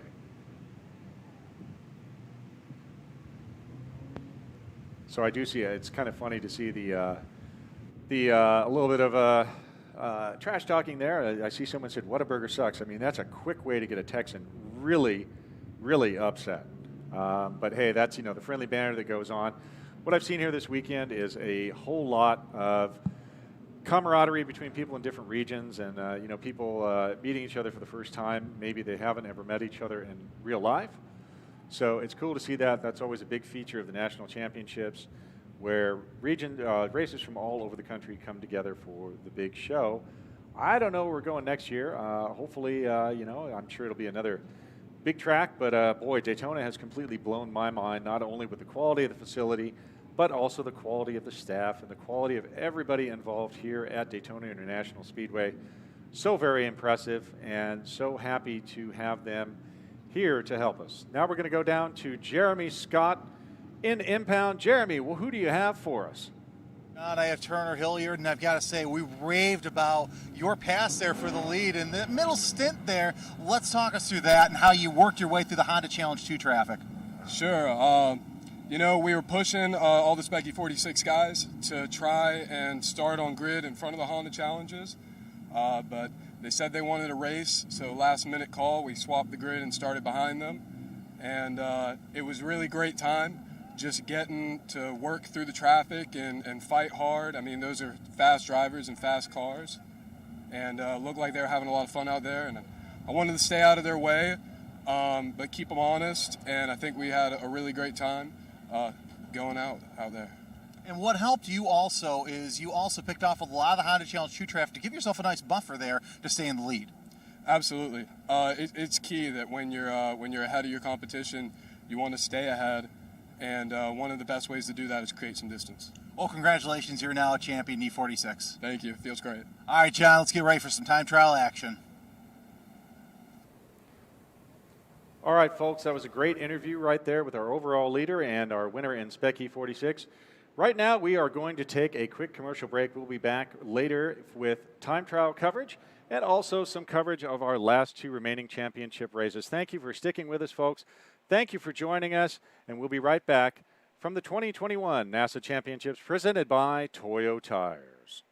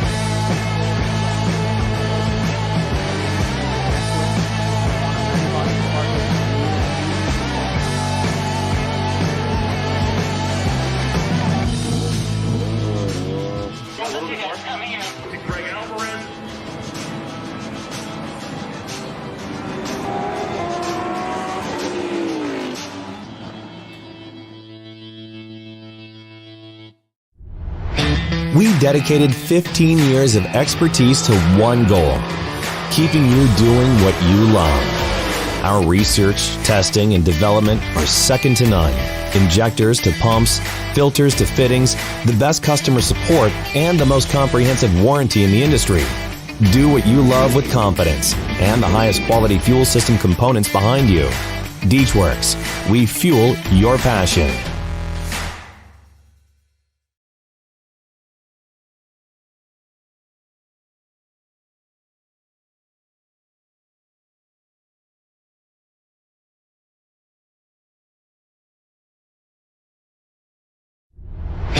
We dedicated 15 years of expertise to one goal, keeping you doing what you love. Our research, testing, and development are second to none.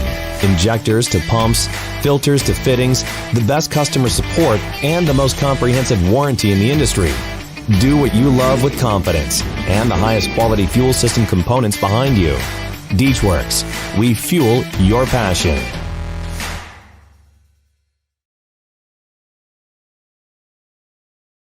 If you're like me, you've tried a dozen of these bitter drinks that stay in your system for 1 hour, even though they promise you much more. Dino's Energy Drink, the light, crisp taste, so smooth and refreshing, loaded with vitamins and nutrients. Dino Energy Drink, imported from Italy, tastes fantastic and will give you the energy you need to get through your day. Dino's Energy Drink, let Italy show you what great taste is.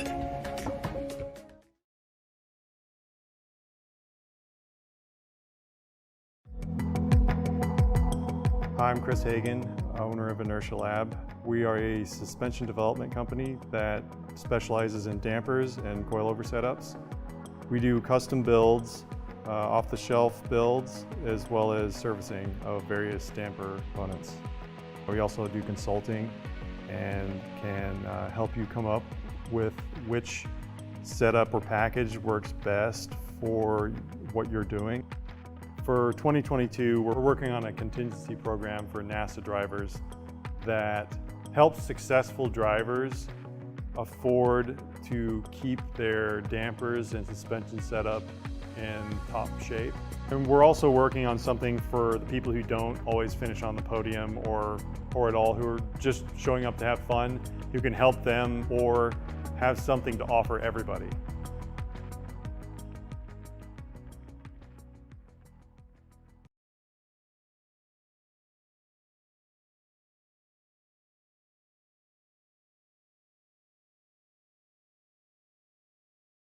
Standard brakes are good for standard jobs.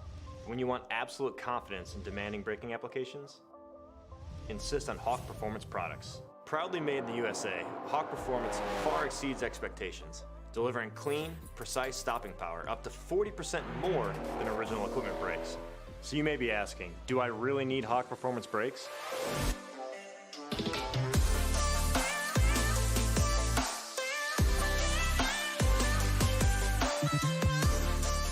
Well, if you're into street performance and bolting on massive horsepower, the extra stopping power is a must. If you drive a truck and pull or carry heavy loads, Hawk will give you the power to safely bring your rig to a stop without breaking a sweat.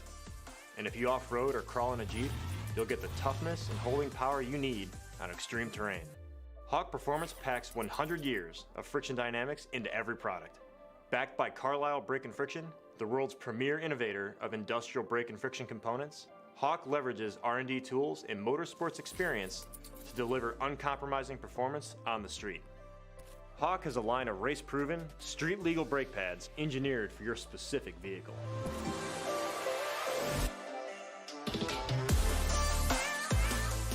The HPS 5.0 high-performance street pad pulls out all the stops for big horsepower muscle cars, tuners, and European sedans. The Performance Ceramic line redefines clean, quick stopping power for modern sports cars. The LTS line is engineered for light and full-size trucks, SUVs, and Jeeps, offering superior fade resistance, strong bite, and long pad life on any terrain. And the Super Duty line delivers confidence when faced with the demands of bringing a heavy camper, boat, or work trailer to a stop. Pair any brake option with our Talon high-performance street rotors, and you've got an edge on the street and off-road. There's no reason to settle for less. Choose pads that are race-proven and street-legal. Find the Hawk Performance brake dealer near you at hawkperformance.com.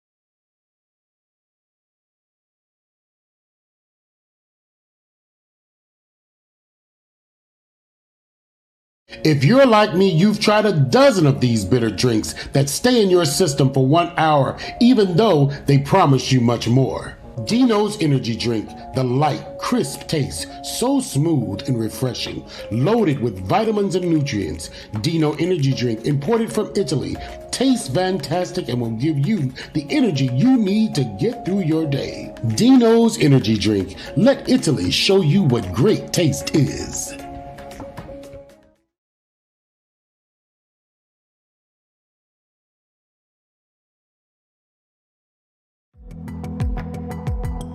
Hi, I'm Chris Hagan, owner of Inertia Lab. We are a suspension development company that specializes in dampers and coilover setups.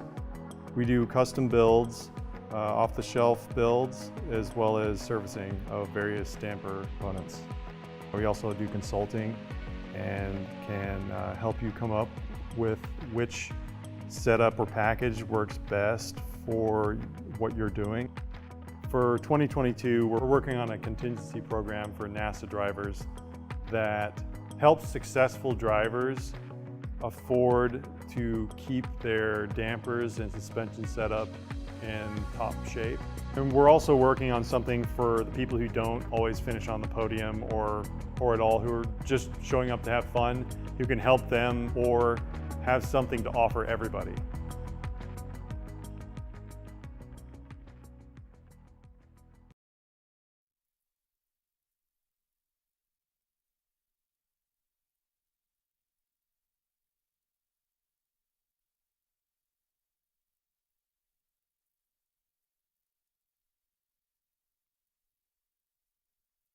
Welcome back to the World Center of Racing, the Daytona International Speedway. I'm Jeremy Scott alongside John Lindsay. It is time for time trials, their final session of the day. All right, Jeremy, yes, they are out on track, and we are happy to bring you time trial coverage right now. I'm going to run down the results that they had achieved so far before this final time trial session. TT1, Johnny Miller was on top with a 155.340, then Frederick Harris a second with a 157.240, then Matt Wilson 157.498, Joe Kellerman 157.940, Dylan Girding 158.050, Steven Seiler 159.571, TT3 Joey DeMoss 204.508, Duncan Connor 206.081, Fulton Haight with a 206.452, Grant Ellis 206.462, Thomas Atterbury 207.970, and Mark McKay with a 211.215. Next up, TT4. Scott Adams is on top of that class with a 206.218 that he notched this morning. So he is just behind, or he's followed by David Farrar, just a tenth slower at 206.326. The Team Kids Racing for Life,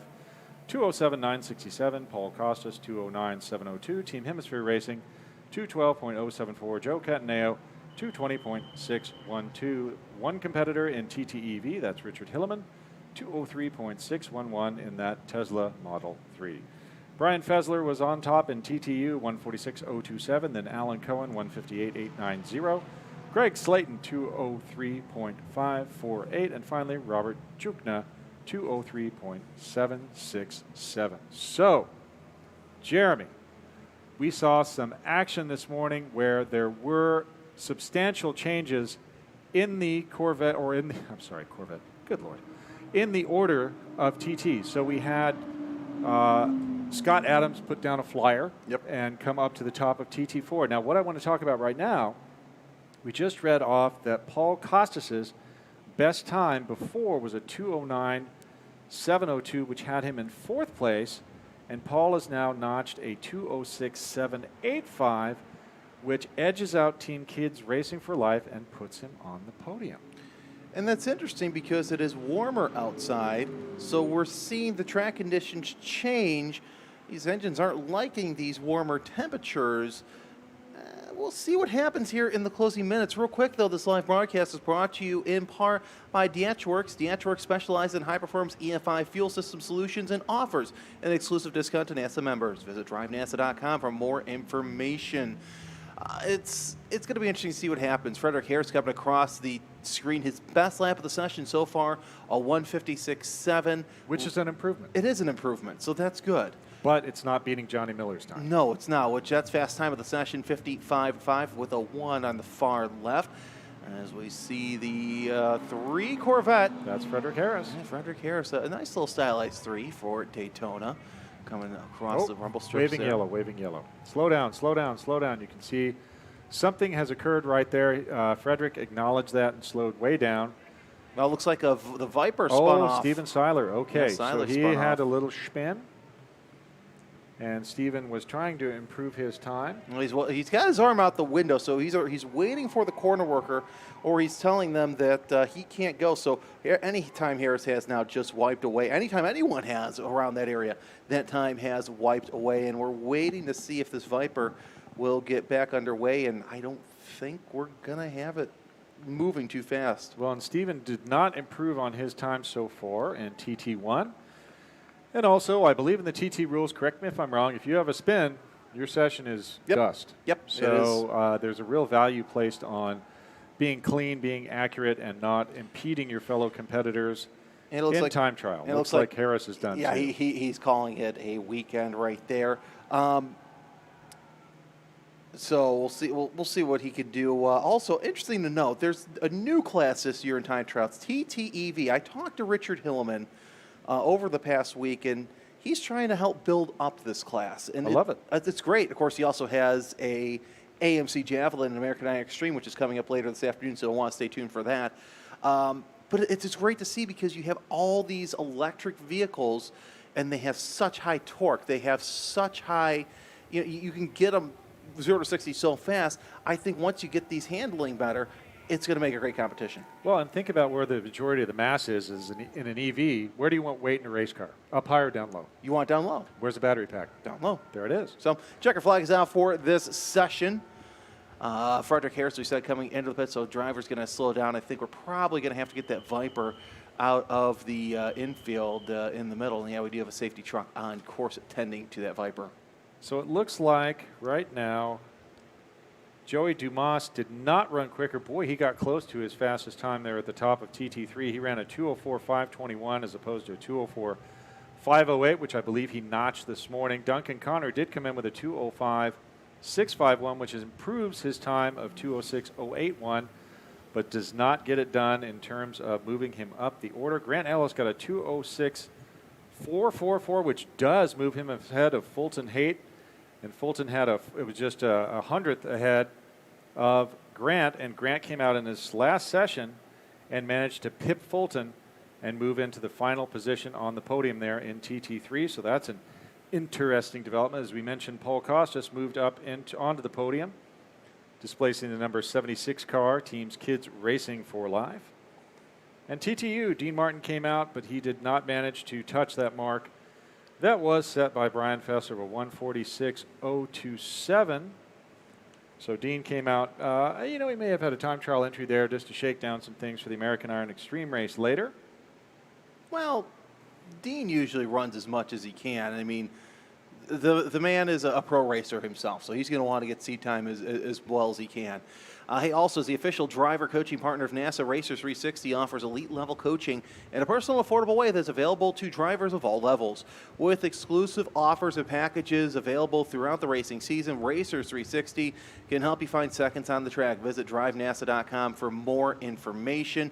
And I've got to say this, Dean Von Moltke, one of the nicest people in motorsports. I'm so glad that this operation has taken off.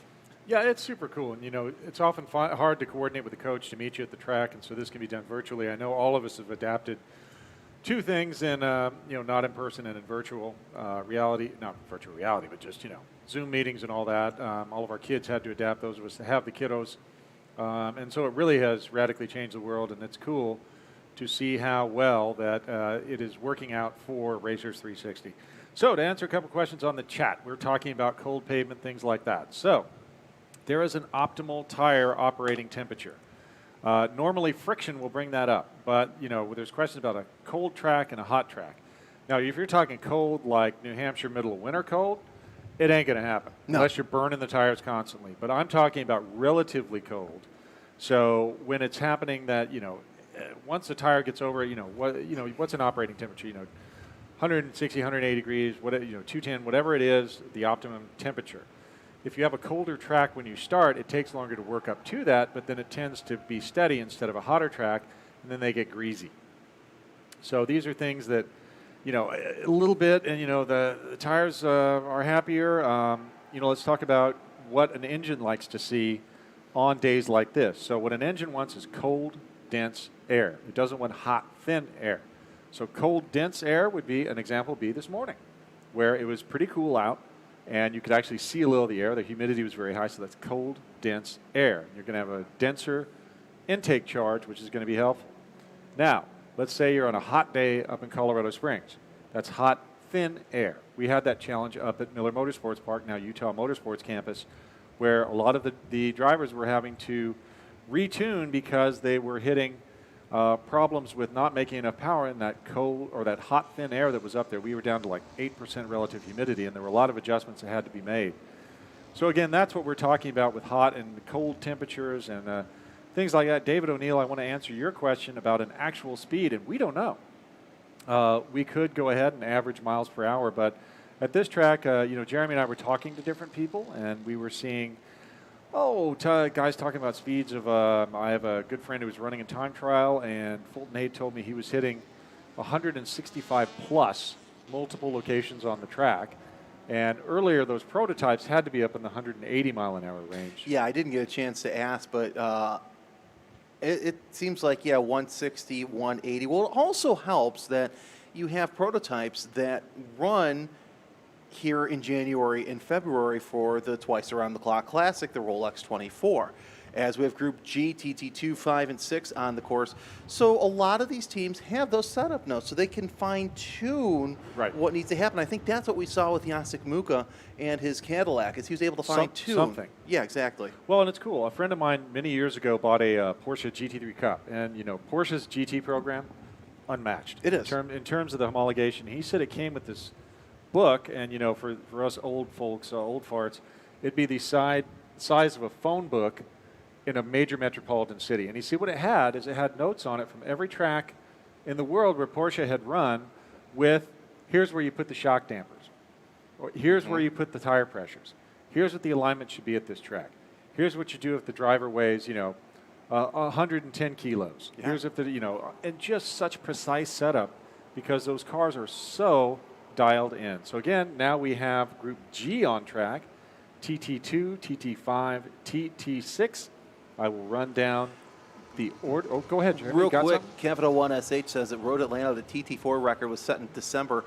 It was 35 degrees outside. I can remember some early Great Lakes season races where I would look out the broadcast window and it would be snowing. Right. But still, tires get time to work. The nice dense air. Okay. TT2 and Alessandro Sinsoli's on top right now, 156.482. Then Dylan Brown, 156.578. Then Grambau, 158.187. John Tafem-Gian, 158.636. Chris Tedder, 201.390. Judd Gardner, 203.041. Michael Jordan, 203.352. Jim Barnes, 204.860. Randy Terry, 205.265. Michael Earhart, 205.595. Derek Fletcher, 207.680. Michael Tomani, 209.053. Mike Sukar, 210.122. Team Bosselman Motorsports, 210.464. Steve Loudon, 213.845. TT5 on top, Lucio Deacep, 209.230. Then Joe Cataneo, 214.627. Pat Garrett, 215.874. Randy Kinsey, 223.059. TT6, Mike Brasini on top, 224.787, followed by Xavier Calderon with a 225.450. So cars on the course for their first flyer of their final session of the weekend. We'll see what these cars can do. The timing line is at start-finish. Now, some tracks it is different from start-finish, but more times than not, it is at the start-finish line. And it can be, because I know at tracks that I raced at in the past, you really had to know where it was. Yeah. Because if, there's a chalk mark on the ground that says start-finish, but the timing loop is a little bit past that, if you lift and you're in a close battle, boy, you just gave it away. Yeah. So we saw the first car out. That's Dylan Brown in the 73 as he comes around the circuit. He'll come across the line here momentarily. We'll see what kind of time he lays down in that Mustang as cars are making their way around for their precious final laps around the circuit. As we do see a Porsche. That is the 044. That's going to be a Michael Jordan. Not that Michael Jordan. No, I've met that Michael Jordan before, actually. Except the problem is he's still a two-wheel guy, not a four-wheel guy. Right on. Dylan Brown, 57.6. That's his best. That's the best time of the session so far. Obviously, first lap, we see that Mustang, the beautiful orange Mustang, making its way around the International Horseshoe. I love that Cobra decal that's right there on the side. Super cool. I mean, it's amazing what you can do with wraps these days. I mean, yeah. In the old days, that would have to be custom paint and all of that stuff. Gosh, I'm old. And yeah, so that is pretty impressive. We'll see if they can do better times than they did before. So far, not yet. Since Soli and Brown were down in the 56s, Ben Grambow is a 58 right now, 094, which is actually an improvement for Ben. So maybe Ben is going to find some speed here and go ahead and challenge Dylan Brown for that second position. Maybe Dylan finds something for Alessandro. Nota bene. Alessandro is not out right now. So he's taking a dice and giving him a roll and saying, hey, man, no one's going to beat my 56.482 that I threw down. So that's a strategy thing. Maybe Alessandro is staged in pre-grid waiting to hear, if anything, bests his time. And what I find is interesting, too, in time trial, usually you'll see, like, guys do 2-3 laps. That's it. I'm done. Real quick, Dino Liuzzi, energy drink is known for its delicious taste and minimal use of the unhealthy additive taurine. As a proud supporter of the live broadcast, Dino Liuzzi is offering an exclusive 10% discount and free shipping on Dino Liuzzi energy drinks to NASA members. For more information, head over to the Fan Zone and look for the Dino Liuzzi booth. I might have to head there during lunch. Yeah, it's been an interesting day. I mean, I'm kind of bummed about some of the full course yellows, but it's been great racing all the way around. Again, there is Mr. Dylan Brown roaring around. And, someone I had noted, did you see the top of the wing there? It had that interesting mounting thing. That's called a swan neck. And you see that on the new 992 GT3 that just came out. And apparently, I learned something the other day, that it's to clean up the air back there. And I've noticed that the first time I actually noticed that was from a good friend of ours, Scott Good, who does some engineering. Good Arrow. Yeah, he was, Good Arrow with that was the first time I saw that swan neck engineering. So it was pretty cool. Looking at Randy Terry right now in that beautiful C8 generation Corvette. Randy, so far, his best time before was a 2:05, and he's at the 2:10 mark. Shoot, I'd go out just to get more time. I paid for all of it, might as well use it. Yeah, exactly. So, and how many times are you going to say, hey, especially if you travel across the country, how many times are you going to say, hey, I drove on Daytona? This one time at Daytona. Okay, 57.2 out of Dylan Brown just shown on the screen. It's still not his best. Oh, hey, and I see that wing. That's my good friend A.J. Hartman that runs an American Iron. That's one of his wings. And those things are so super strong. I've seen pictures from A.J., and I've learned a lot from him about carbon fiber work and things like that. But I saw a picture of him standing on one of his wings on the back of a C5 Corvette. Oh, my Lord. Super strong. Wow, yeah, it's a lot of downforce that pulls down. That's actually an old Trinkler Catania car right now going into the road course portion. I believe that's it. Makes sense, because that's probably Joe. Yeah, it's probably Joe Catania. Yeah, so I used to be the regional director for the Arizona region, and Joe and his daughter would come run with us, and pretty awesome that she went on to great success. Oh, I'll tell you what, Sarah did. When Sarah came onto the scene, she really got catapulted. Of course, what didn't help her early on was she was one of the first drivers to develop that Mini. Right. So that kind of held her back a little bit. Which was cool, and they raced that in some of the NASA championships. Yeah. But there's Joe Catanera with Sarah. Really cool. His daughter, again, great father-daughter team, which is super awesome for me, as a father of a daughter. Yeah. So I love to see Sarah's success. We even talked to Shea Holbrook earlier. Now, talked to Shea. Now, interesting factoid. When Shea was a teen driver, I was at Mid-Atlantic for an event doing my national director inspection tour stuff, and they needed another race director to help out.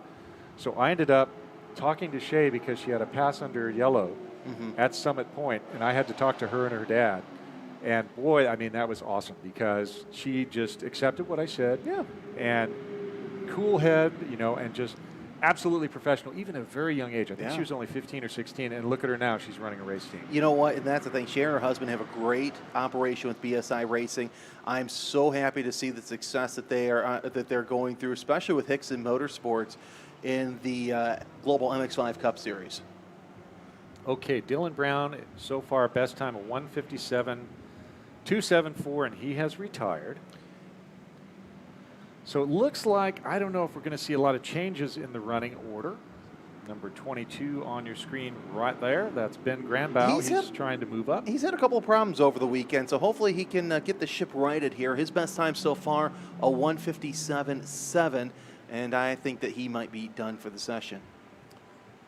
Not sure. That's number 163, Pat Garrett there. Pat's best time so far was in the 2:15, so he hasn't managed to improve on that, but he's out there absolutely sending it. Good for Pat. And there's Catania pulling off the course. All right, so Joe's back in. And we got the number 11 on the circuit. That's in TT2. That would be Mike Sukar. Best time for him was a 2:11.8. Actually run this past time by. All right, so Mike had a 2:11.8, you say? 2:11.8, no, that's not best. It looks like he did a 2:10.1. Okay. And that would have been in session 2 yesterday. Okay. So we are seeing that, there's certain golden sessions, right? Yeah. So yesterday's session number 2 was great. Session number 4 this morning. This is session 5, kind of the end of the show. And we did see some changes there in our previous group. But we really saw a lot of changes in the morning session in time trial.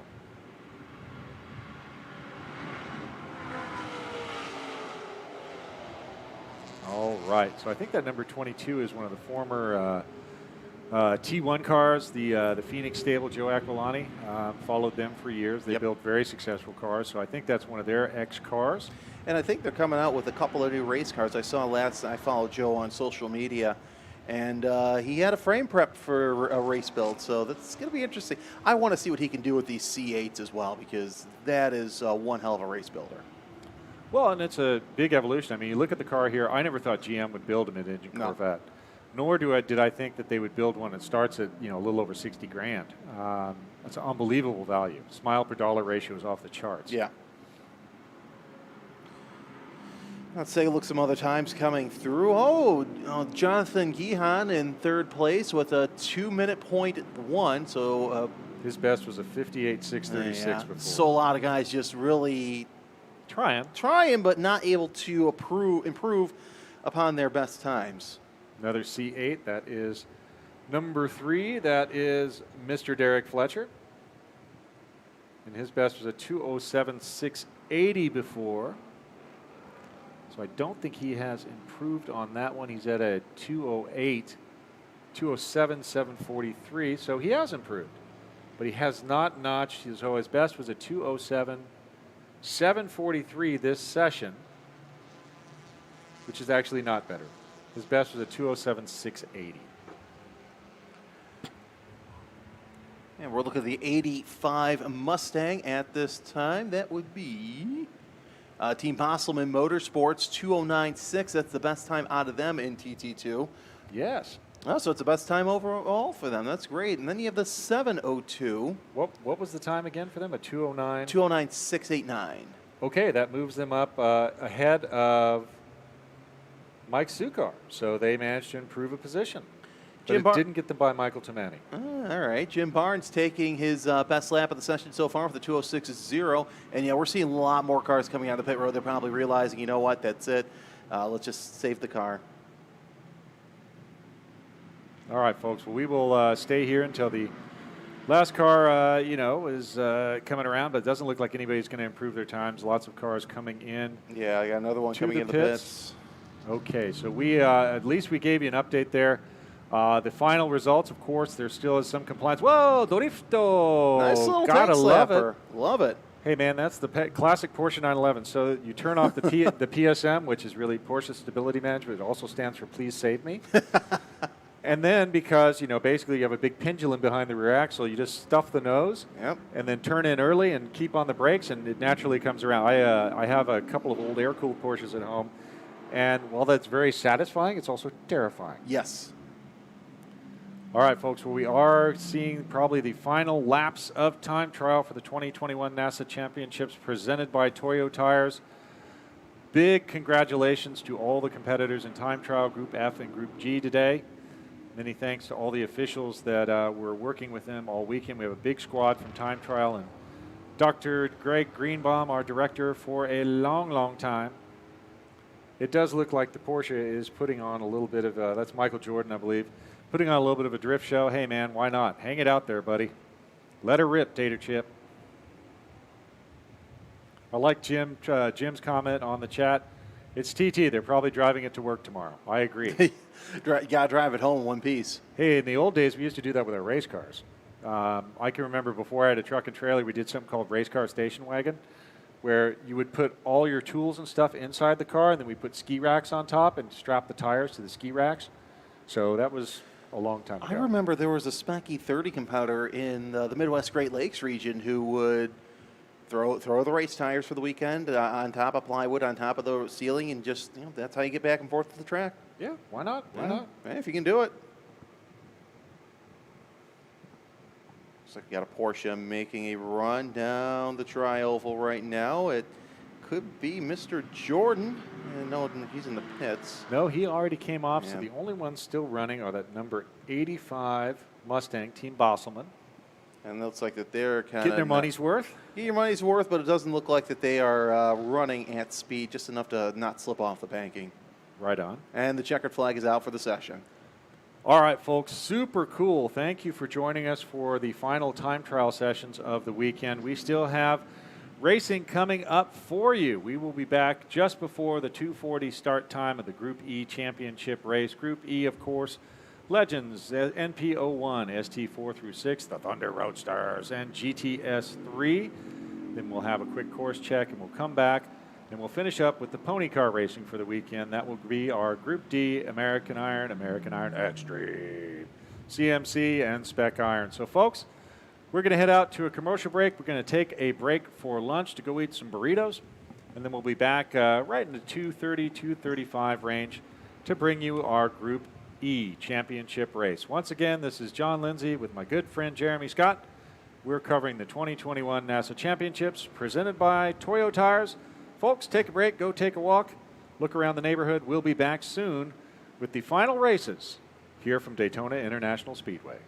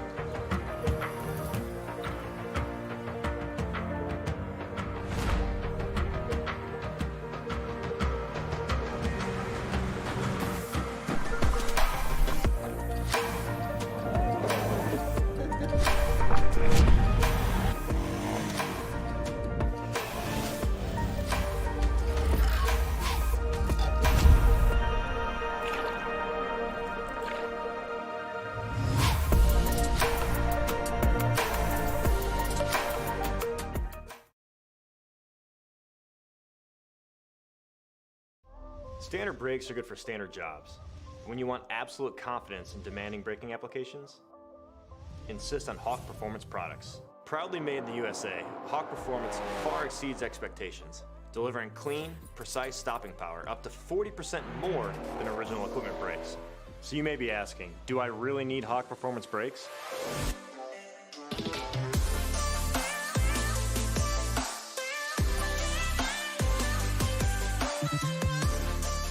Well, if you're into street performance and bolting on massive horsepower, the extra stopping power is a must. If you drive a truck and pull or carry heavy loads, Hawk will give you the power to safely bring your rig to a stop without breaking a sweat.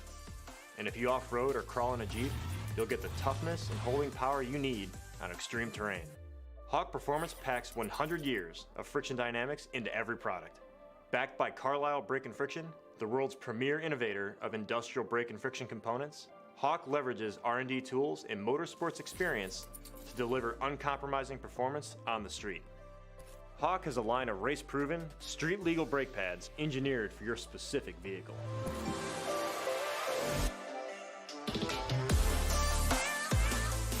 The HPS 5.0 high-performance street pad pulls out all the stops for big horsepower muscle cars, tuners, and European sedans. The Performance Ceramic line redefines clean, quick stopping power for modern sports cars. The LTS line is engineered for light and full-size trucks, SUVs, and Jeeps, offering superior fade resistance, strong bite, and long pad life on any terrain. And the Super Duty line delivers confidence when faced with the demands of bringing a heavy camper, boat, or work trailer to a stop. Pair any brake option with our Talon high-performance street rotors, and you've got an edge on the street and off-road. There's no reason to settle for less. Choose pads that are race-proven and street-legal. Find the Hawk Performance brake dealer near you at hawkperformance.com.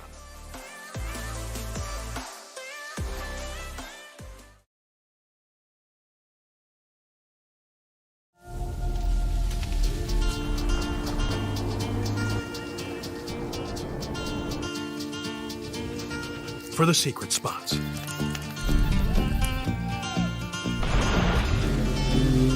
Pit stops. And unknown destinations. For the nomads. Nesters.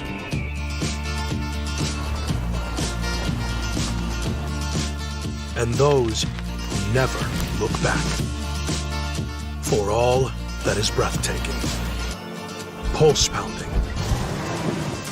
and unforgettable. We live by these words. The tougher the tire, the easier the escape.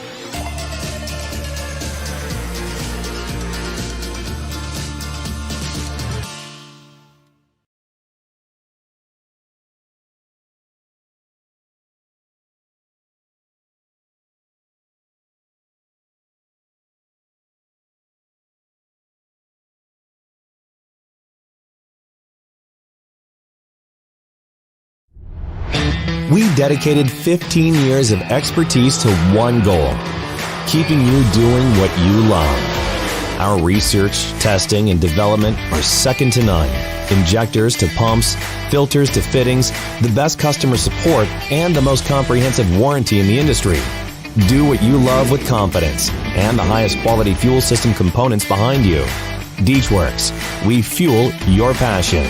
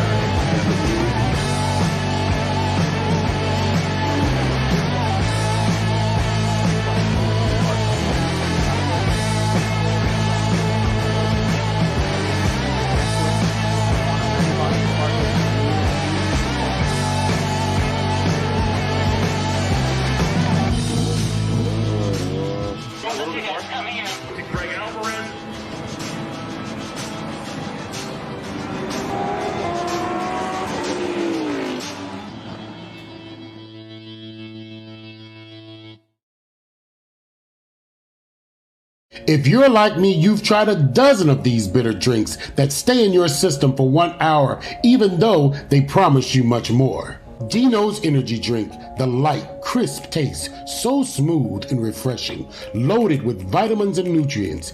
Dino Energy Drink, imported from Italy, tastes fantastic and will give you the energy you need to get through your day. Dino's Energy Drink, let Italy show you what great taste is.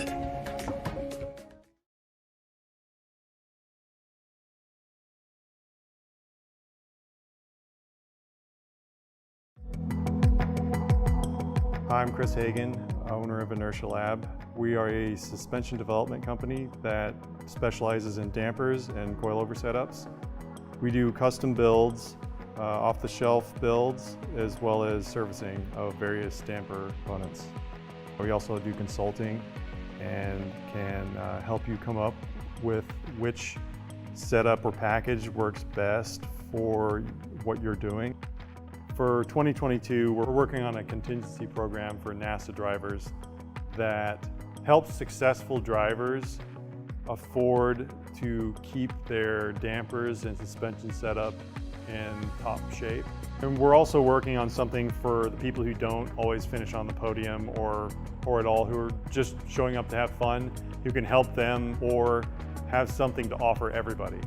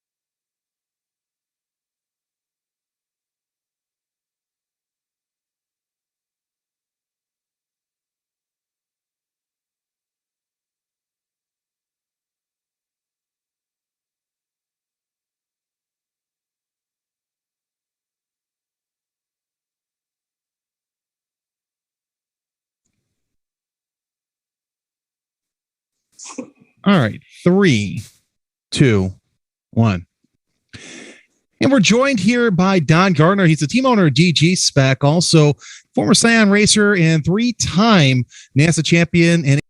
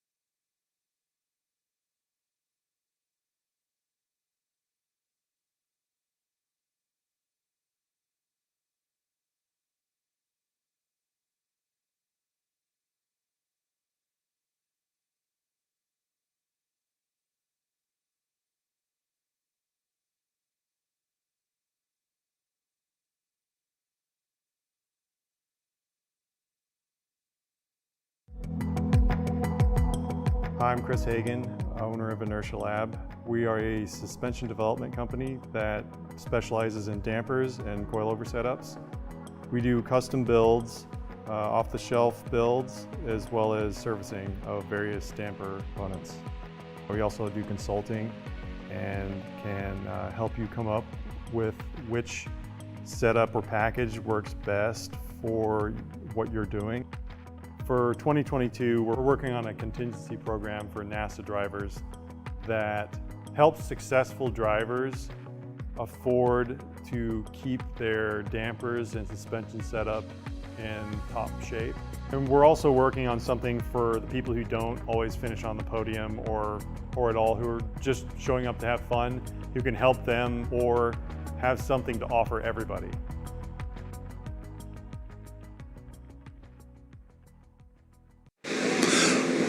Five races down, 2 to go here at the Daytona International Speedway, the World Center of Racing. Welcome back to Championship Sunday here for the NASA Championships presented by Toyo Tires. I'm Jeremy Scott alongside John Lindsay. And it's time for the Crown Pounders, John. Actually, no, it's not.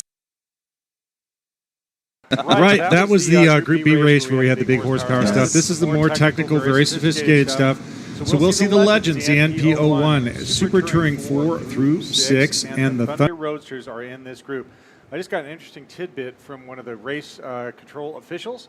Apparently one of the Thunder Roadsters has a smaller tank, and they can't make a 45-minute race. So number 72 in Thunder Roadster is going to have to make a pit stop for a splash. Interesting. That's an interesting bit of story. And really, you're going to want to watch the Thunder Roadsters because they're going to put on one heck of a show. I've actually spent a little time in the Thunder Roadster paddock, and they have told me that it's going to be anybody's game at this point. And there's several champions within the Thunder Roadster community that I think will be there at the end. I mean, we've got James Wheeler, who's flat out dominated the Great Lakes region.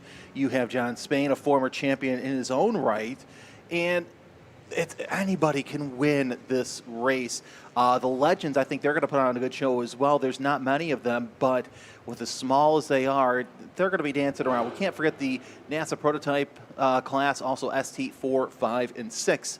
Will all be featured in this race. Now, the cars are on the banking, headed towards the bus stop. We're just moments away from the green flag. Again, thank you for joining us here on YouTube.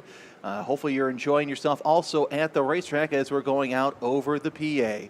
All right, so our two camera cars for this race will be in Waddell, number 84, and Barak Ozgune, 34X.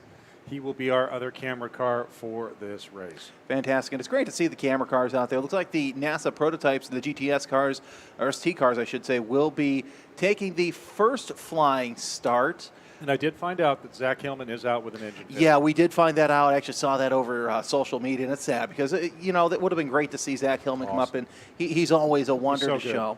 You see the four Legends cars, and then behind them are the pack of Thunder Roadsters. Oh, man, that's going to be a race. It's going to be a race. I think it's going to be another draft fest like we've seen with Spec Miata.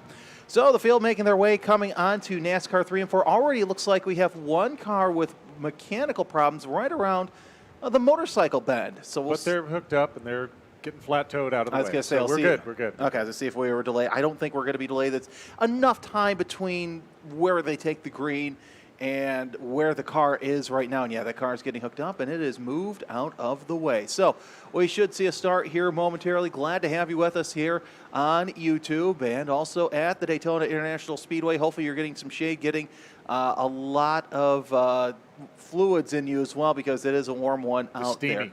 there. Very steamy. Soupy to say the least. All right, folks, so we are going to have big battles throughout. We are green. Here we come. There's the start. And we are off for our Group E Championship race in the 2021 NASA Championships presented by Toyo Tires. So the first wave is underway, and that is the NASA prototypes. They're making their way into turns 1 and 2. As we see the prototypes looking pretty good so far. There's only 3 of them, but I think they're still going to go ahead and put on a good show. Looks like the 34th Tony Bracco in the nice... There's Randy Mueller. Yeah, That's Randy the front Mueller. Of it. Okay, Randy Mueller and Mare Regan right there. Yep. That's the top of your ST field. So Randy Mueller looking pretty good. Here comes the Thunder Roadsters for their start of today's race. Our eyes are on the field as they start to pick up speed, and now they are green for their race As we see 3 wide already at the back. That's the battle for 5th place. A little bit of bump drafting as the field's making their way into turn number 1. And now we are side by side heading into the road course portion of the program. A little bit of an error. Randy Mueller and Mayer, they're in the GTS 3 class. So we'll see if Mueller can make it 2 for 2 today. And a little bit of a bump and move there. Big And drift. Yep, 327 with the drift there. And the 061. Yep, so they come around there. Thunder Roadsters making a 2-3 wide throughout the whole pack right now, as they are so far clean and green. That's Shane Denny, the 225. An interesting story about Shane. He is the GTS3 points leader in Great Lakes, but he crashed his car over at National Corvette Museum Raceway, or National Corvette Museum Park. So he got in the Thunder Roadster, and that's what he's been competing in ever since.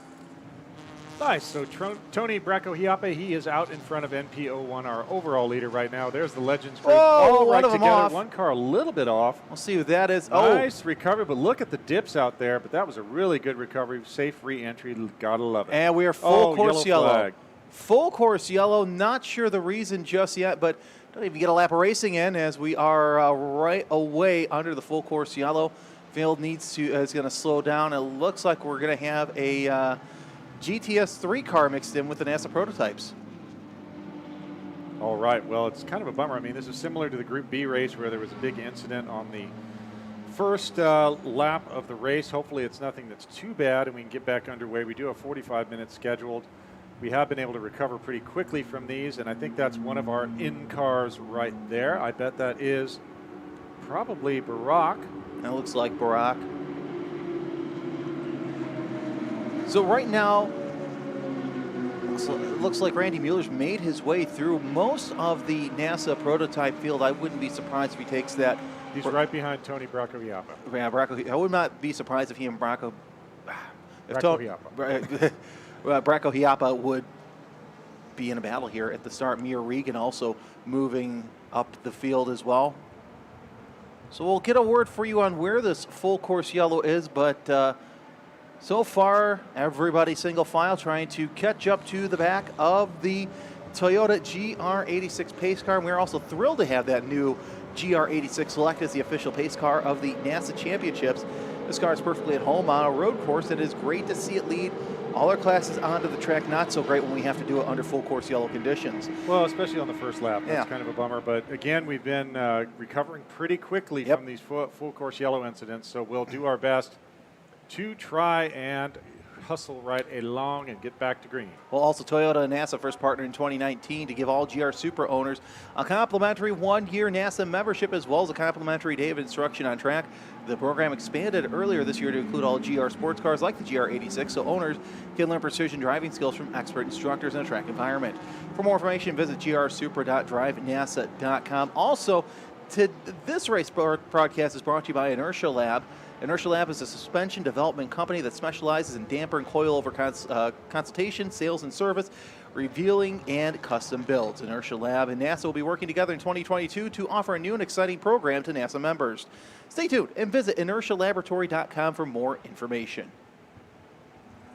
All right, we've got some requests for some top threes there for folks. You can also get this on racehero.com, but what the heck, we're here, we'll do it for you. Randy Mueller is the top in GTS3 with Mayor Regan right behind him, and then Michael Gershonik, Legends, Bobby Christensen, then Bobby Pugh, the Bobbies, and then Brian Pogue. That's your top three in Legends. NPO1, Tony Bracco-Hiape, then Robert Mesner and Mark Abaze. Super Touring 4, Barack Osgune out front, then Scott Adams, Elijah Thompson. That's your top three in Super Touring 4. Super Touring 5, Nick Barbato, then Charles Ford and Carlos Mendez, who had that big win in Spec E30. Super Touring 6, Charlie Bizzetti, who was P2 in 944 Spec, and Xavier Calderon and Marcelo Vine, our Thunder Roadster top three. Jason Oler in the lead in that numbered 101, followed by John Spain and James Wheeler in that bright yellow Thunder Roadster. That's your top three in all the classes running right now. Again, full course yellow. Well, Bracco-Hiape has only run one weekend so far. It was looks like Thunder Hill in June. He won both times, but it's interesting to see him out near the front as well. I'm interested to see how he handles this restart. We saw how he handled the start last time, got a little bit of a jump on the rest of his competitors, but he's got Randy Mueller behind him. He's a multi-time national champion.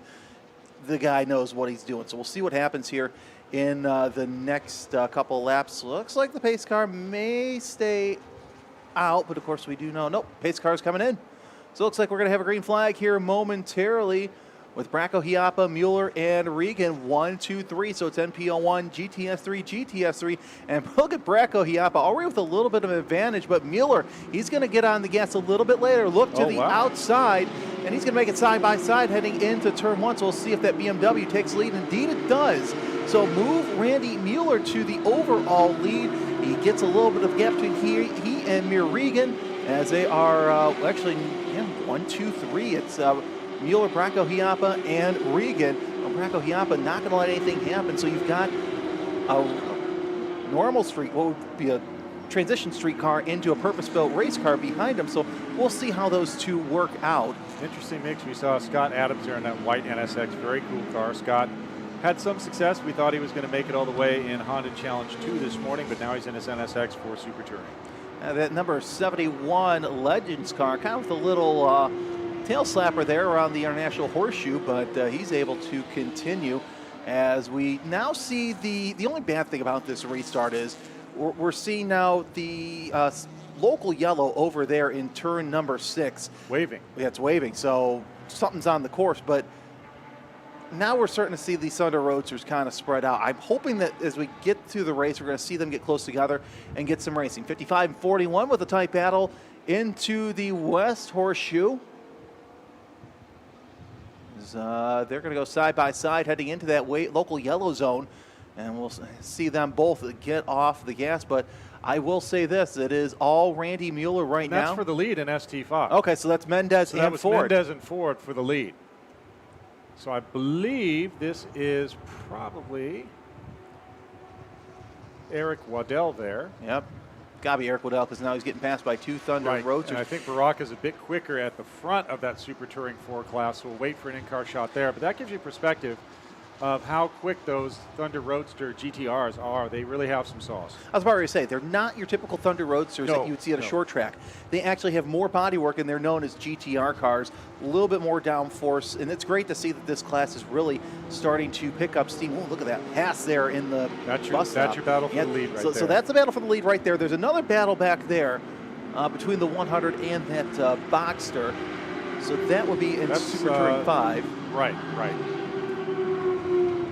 Super Touring 5, the 100 is Kagri Yilmaz, who I know has really struggled with a lot of issues. So that's probably Kagri and I believe Wayne Thompson. Seems to be a lot of issues out of that camp. So I know that Jay Andrew, who hopefully will be in this next bit, look at his battle for position. I know Bolander was there. It looks like Wheeler was in that battle as well. Back to what I was talking about with Yilmaz. I know Yilmaz has been chasing issues. Jay Andrew was chasing some issues.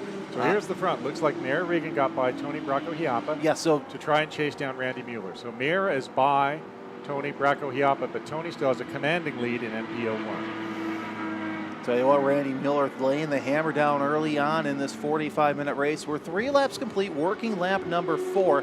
Onto that Thunder Roadster battle we were watching earlier. It's Redukel, Scatman, and Brian Bolander. That's the battle for 5th place in Thunder Roadster as that just comes into picture. Now Lee's picture. Now we take a look at another battle in GTS, and that looks like it is... I believe that is... That looks like Bizzetti. 944 with Bizzetti, so that's ST6. I think it's Marcelo Vine in a different car and Charlie Bizzetti. So poor Bizzetti can't get around Vine again.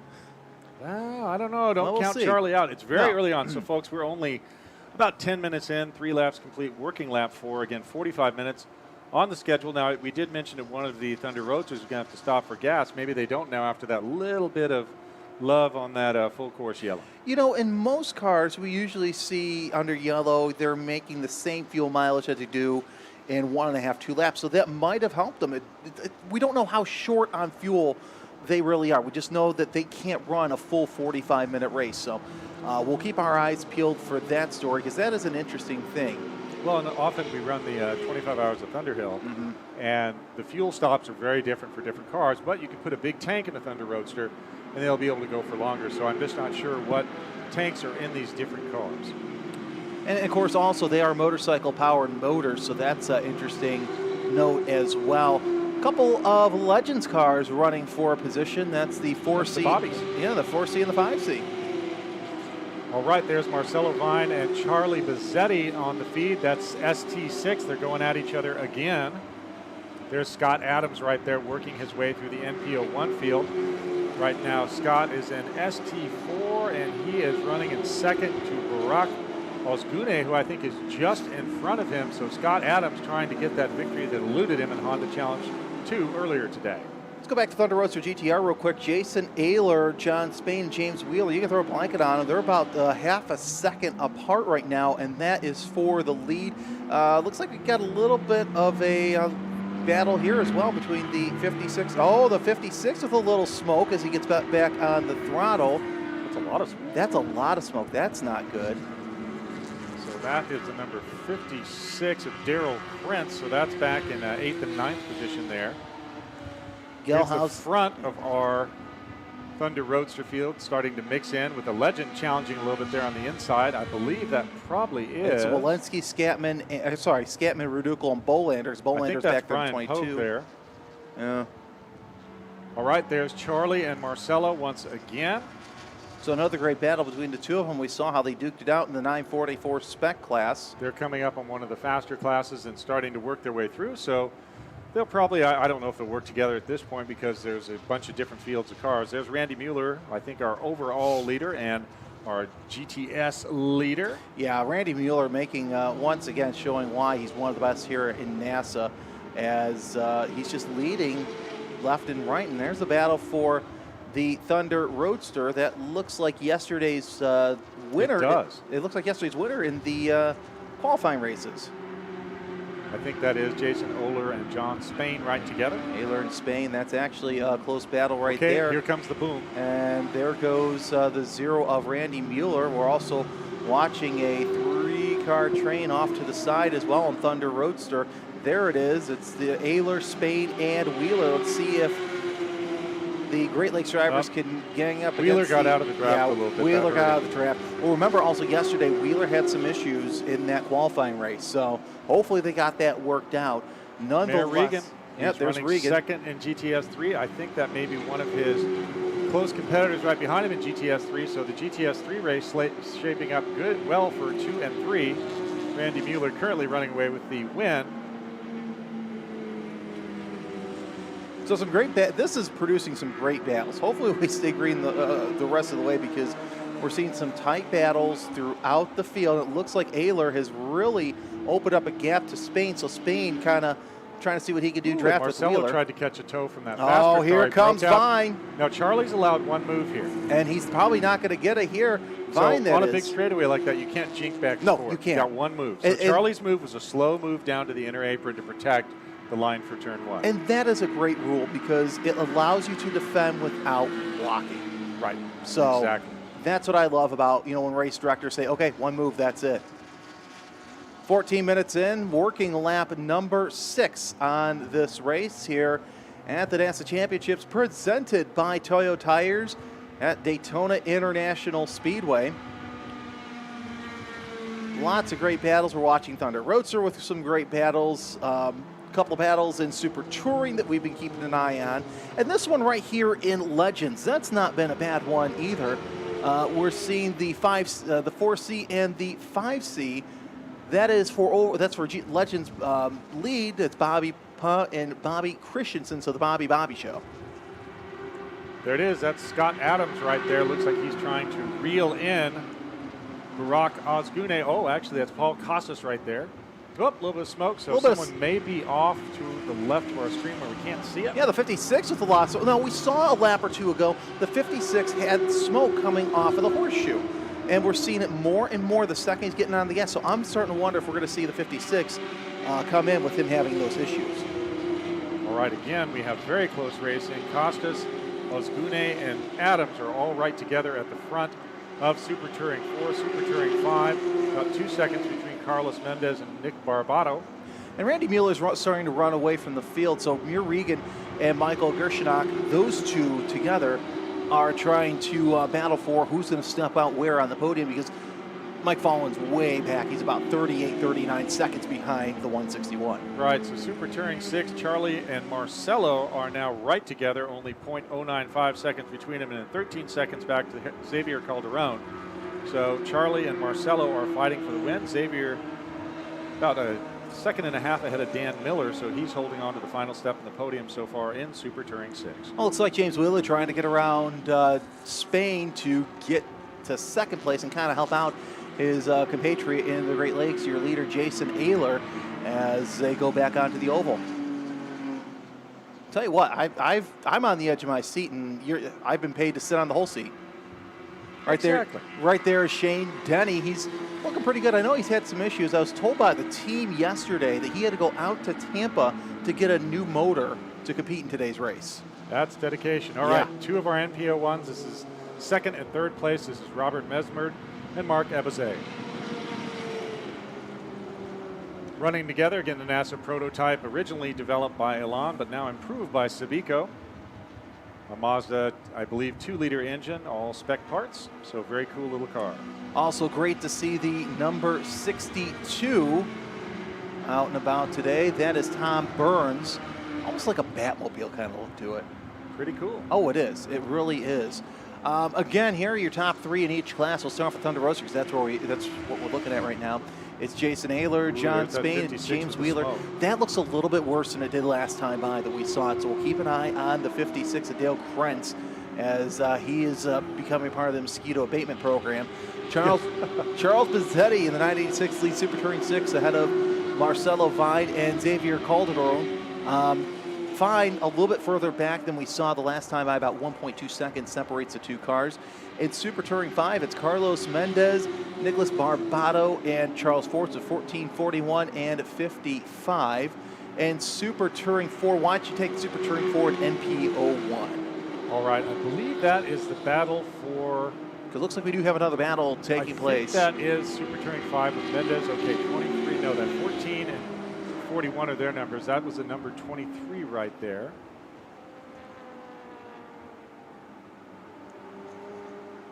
As we see Shane Denny once again.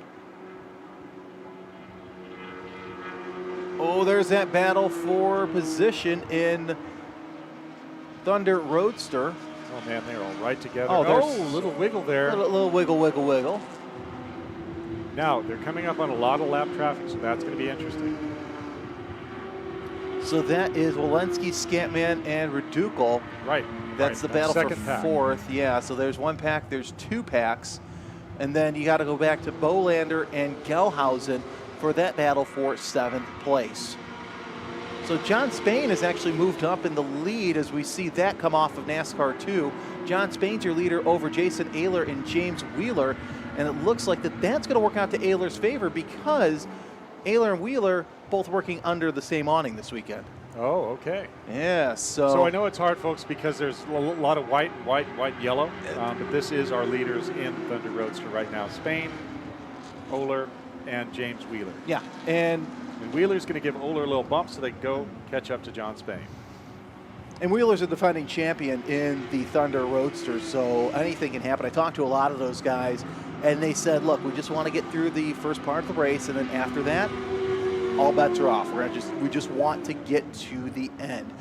Battle for overall position right now. That's obviously out of class if that NPO1 was in class. Here we go. Battle for the lead in Thunder Roadster GTR. Ayler looks to the outside, not going to make anything happen Spain just closes yet. Up nicely. He did. We got a spinner there in turn number 5. That's a 62.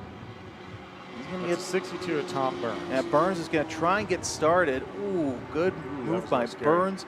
Yeah, you start in the line. There is Scott Adams again in the NSX. So Scott Adams right now is in, okay, that's got to be the 13 of Paul Costas that was just in front of him. So that was 2 and 3 that you just saw, the Corvette and the NSX.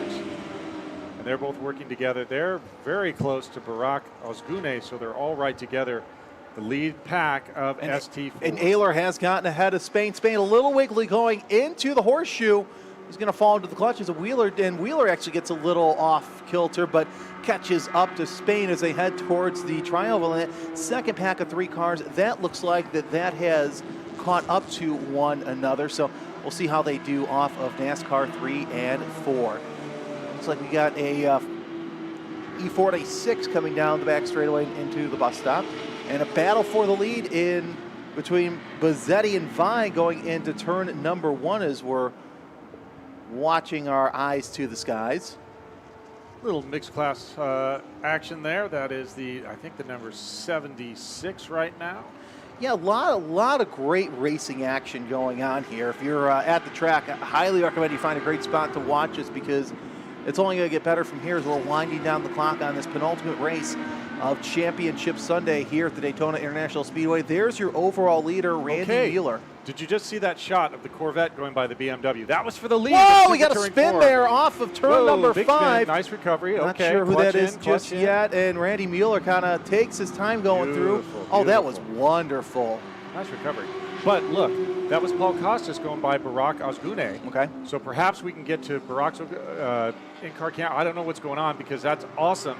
So Super Touring 4 is turning into quite a battle. There's the Thunder Roadster. Yeah, Thunder Roadster GTR Jason Naylor taking the defensive line into turn number 1 ahead of Spain. So it's 101 over 47, and really got James Wheeler sitting back there. Is he going to stay with? Is he going to try and stay with Ayler if he falls back, or is he going to try and go forward himself here in the closing stages? All right, that was number 227, Robert Mesner, and number 27, Mark Abuzaid in the prototypes working through some lap traffic.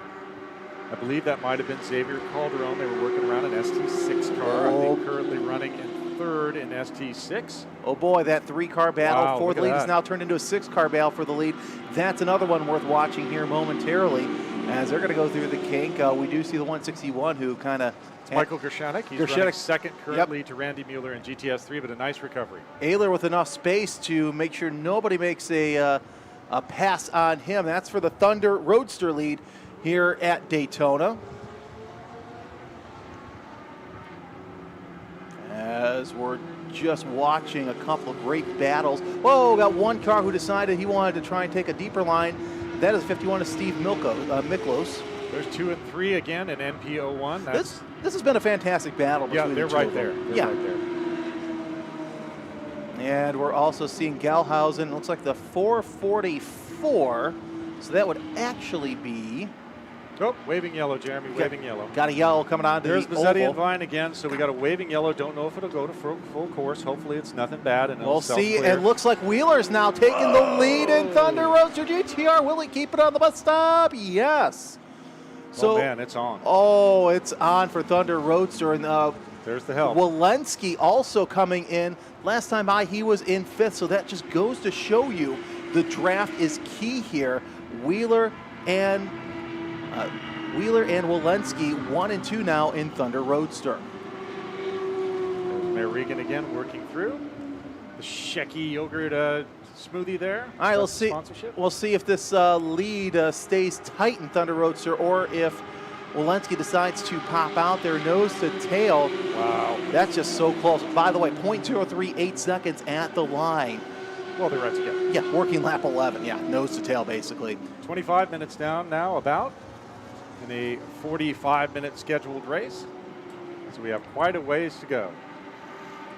Plenty of action. If this is your form of entertainment, well, guess what? We're providing it for you now. I'll tell you what, this has been such a great race, but in Thunder Roadster, we're seeing a great race on a couple of the ST classes as well. We're watching Shane Denny once again in the 225. And I've got to say, it's interesting talking to Shane and saying, you know, what's the difference between GTS and a new leader actually? Oh, no, it's not a new leader. It's weird. You see so many white cars, you see so many yellow cars, so many fluorescent cars. That's a 6-car battle for the lead. We got to talk to him. Yeah.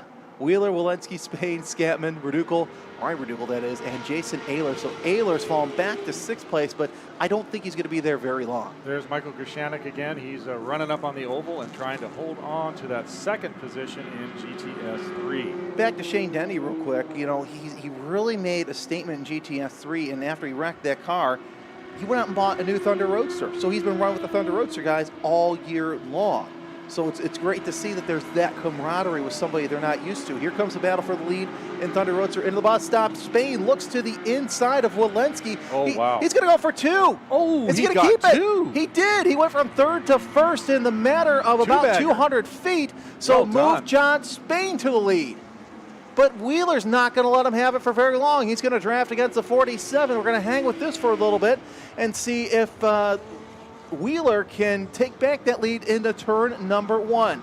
Nose to tail, they come onto the off the banking as we're seeing cars battle for position on the road course. Here they come off of NASCAR number 4. Wheeler trying to do all he can to get in those mirrors of Spain down the start-finish line. Moves Spain to your lead so far, and Wheeler's going to pop out. Was it too early? Might have been a little too early as he can't just get there. Oh, no!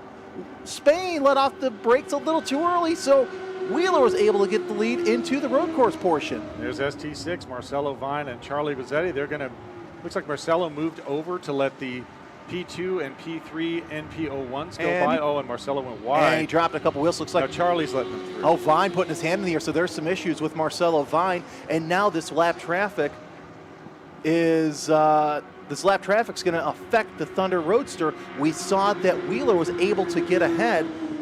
And oh boy, is this going to be fun.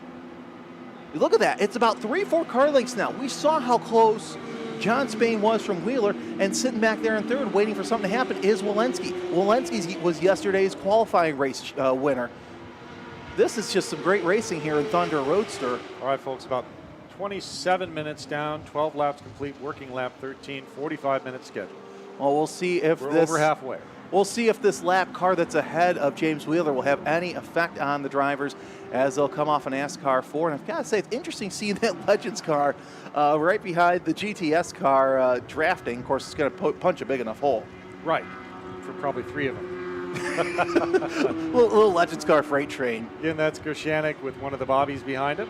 Here's the first time I ever saw a Legends car race. It was one Robert Stout that was behind the wheel. You talk about somebody who can wheel a race car. Oh, he's also a jumpy truck winner, too. Nice. Oh, yeah.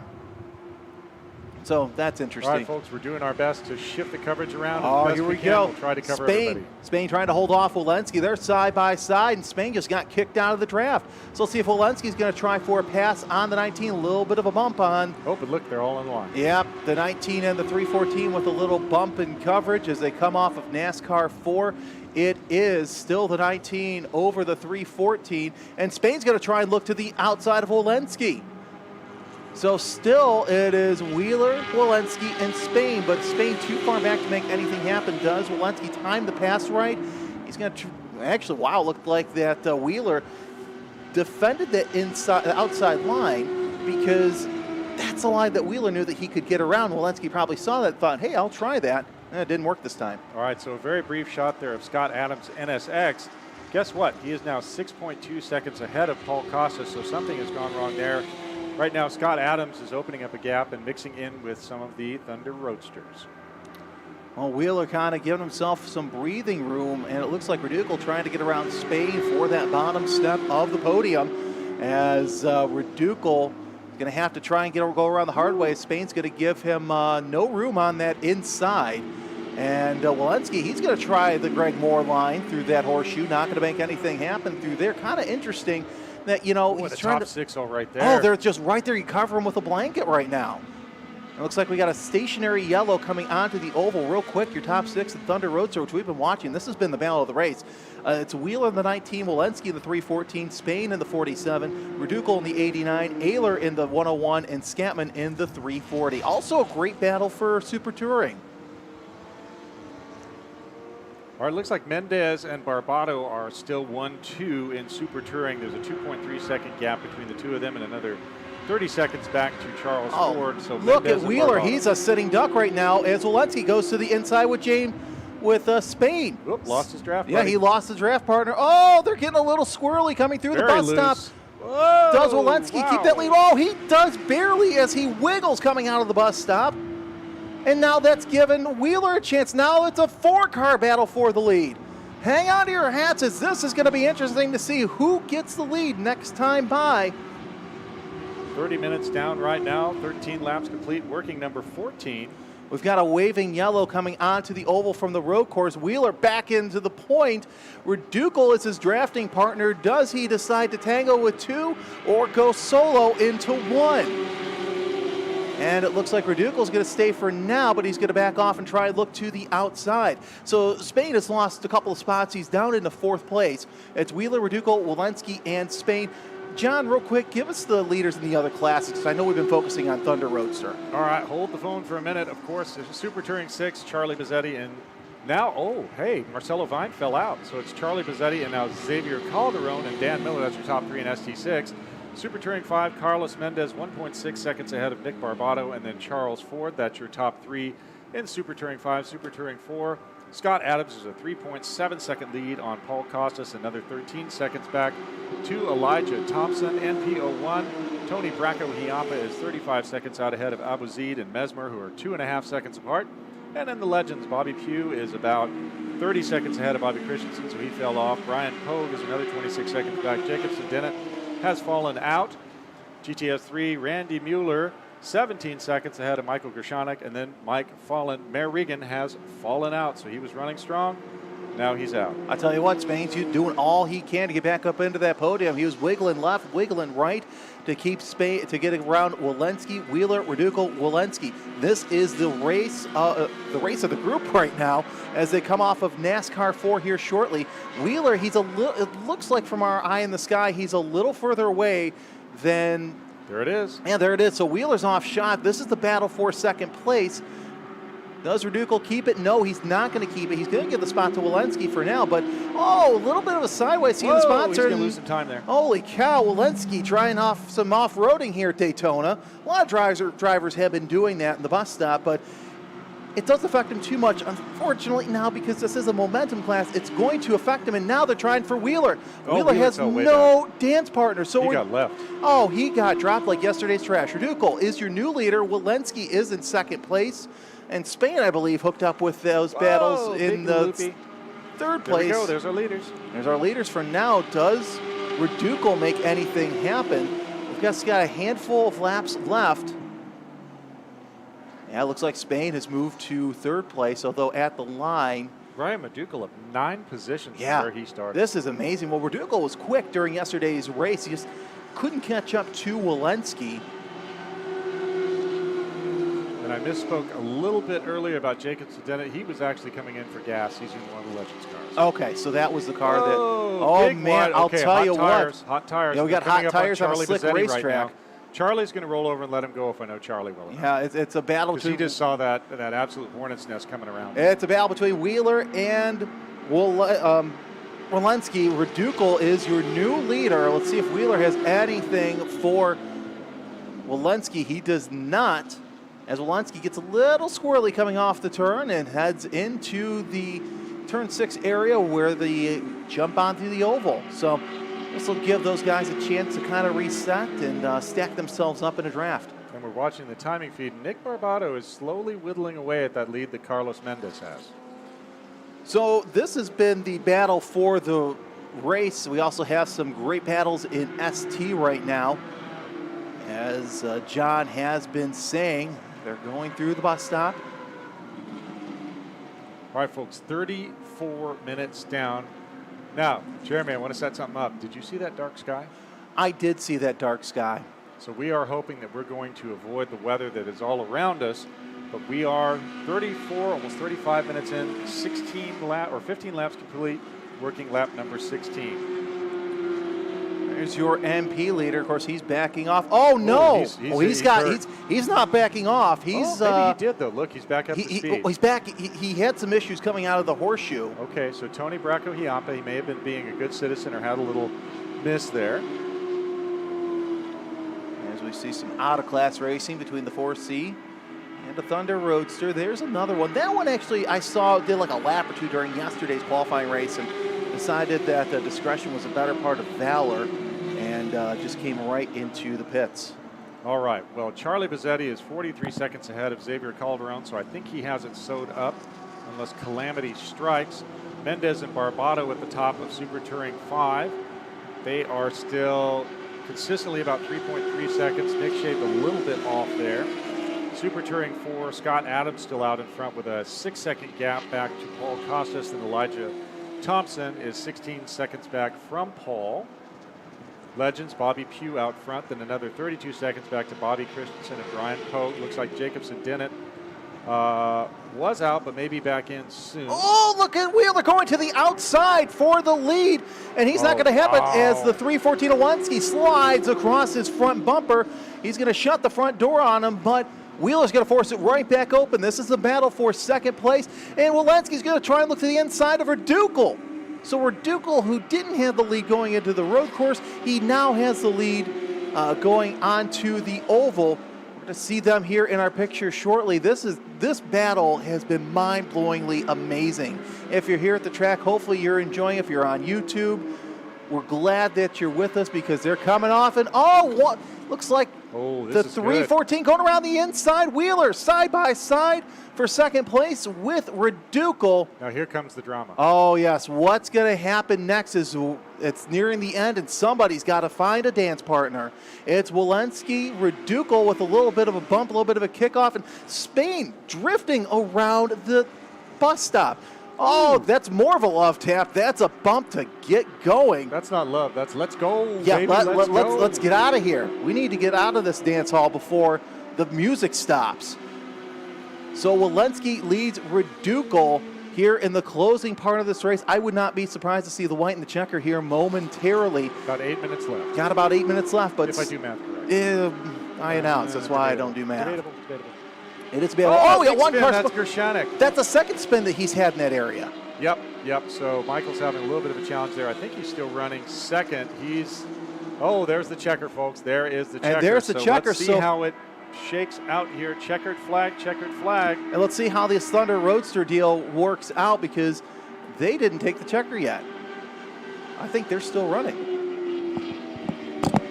All right, folks, so we are waiting for the final results here. All classes to come across the line. Jeremy Scott is going to head down to Impound to talk to some of the folks that were just in this race.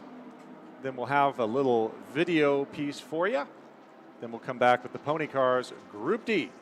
It's going to be American Iron Extreme, CMC, which is Camaro Mustang Challenge, and Spec Iron. So we'll let everybody get across the line here, and then we will read out your finishing order for you. But a great race. Thunder Roadsters putting on quite a show. Randy Mueller putting on what can only be best described as a clinic, and good racing all throughout. Congratulations, I believe, to Scott Adams. Came way up in Super Touring 4. Well, he was only at one position from the start, but still very strong performance there. I know he was frustrated with not getting the top steps in Honda Challenge, so Scott came back and redeemed himself.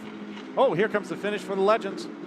This is going to be something. Oh, wow, they are 4 wide with lap traffic in front and a little jink back, a little jink there. Actually, they're in the bus stop right now, so they haven't got the checker yet. A spin in the Thunder Roadster field. Oh, my gosh, complete chaos, folks. Complete chaos. Let's see how this shakes out. It's far from over. Wow. There are your lead in the Thunder Roadster class. This is it. This is for all the money. They are trying to find the right position. Wheeler right there, Walensky and Verdukel all together. All right, we'll try to get a shot of the line. Wow, that was some super big drama. Let's see who takes it at the checker in Thunder Roadster. Wow, right together. I think that was Walensky with the win, then James Wheeler, then Verdukel, then John Spain, then Jason Oler.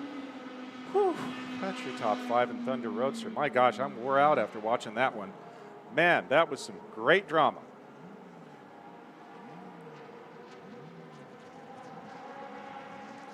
All right, folks, that was our Group E race. Thanks for sticking with us here. That was ST4, ST5, Thunder Roadsters, and the Legends, and NP01. And GTS3. Looks like everyone is just about across the line now, so I'll go ahead and give you the finishing order. GTS3, Randy Mueller with a commanding win. Then Michael Gershanik recovering from a couple of those spins. Good job, Michael. Mike Folland is the third place. Mayor Regan was running strong but ran into trouble and finished fourth. Legends, Bobby Pugh out front, then Bobby Christensen, Brian Pogue, Jacobson, Dennett. NPO1, Mark Abuzid ended up taking the win with Robert Mesmer just behind, so there was something wrong with Tony Bracco Hiapa's car, and he ends on the third step of the podium. Super Touring 4, Scott Adams was the man, then Paul Costas, Elijah Thompson, Patrick Kroll, William Sundin, Andrew Bichet. Barakas Gune fell way down after running up at the front, then Mark Burke and Eric Waddell. Super Touring 5, Carlos Mendez with another win. Congratulations to Carlos, potentially 2 titles taken home this weekend. Then we've got Nicholas Barbato, not far off. Kagri Yilmaz, who came back from mechanical failures to take the final step on the podium there. Patrick Tararouge, then Wayne Thompson, Frank Garcia, Charles Ford, Jason Searcy. Super Touring 6, Charlie Bazzetti gets another win in the book. He's one of NASA's most successful champions. Then Xavier Calderon, my friend, is on the second step of the podium in ST6. Good job, Xavier. Then Dan Miller, Matthew Benazik, and Marcelo Vine, who was running at the front with Charlie, had something go wrong and fell out. Thunder Roadster GTR with a super exciting finish with all that argy-bargy in the good old bus stop. Alex Walensky with the win, then James Wheeler, Ryan Redukel, John Spain, Jason Oler, Glenn Chapman, Brian Bolander, Scott Hawking, Steve Niklos, Joseph Cordura, Shane Denny, Tom Boyd, Philip Gallhausen, Gerald Douglas, Daryl Krentz, and Tom Burns, and Douglas Marshall. That wraps out your Thunder Roadster field. See the Thunder Roadsters there all kind of celebrating together. That was a great performance from them. Enjoyed watching all the cars there in this group. Up next, we will have our Group D and final race for the weekend. That is going to be our pony cars with American Iron Extreme,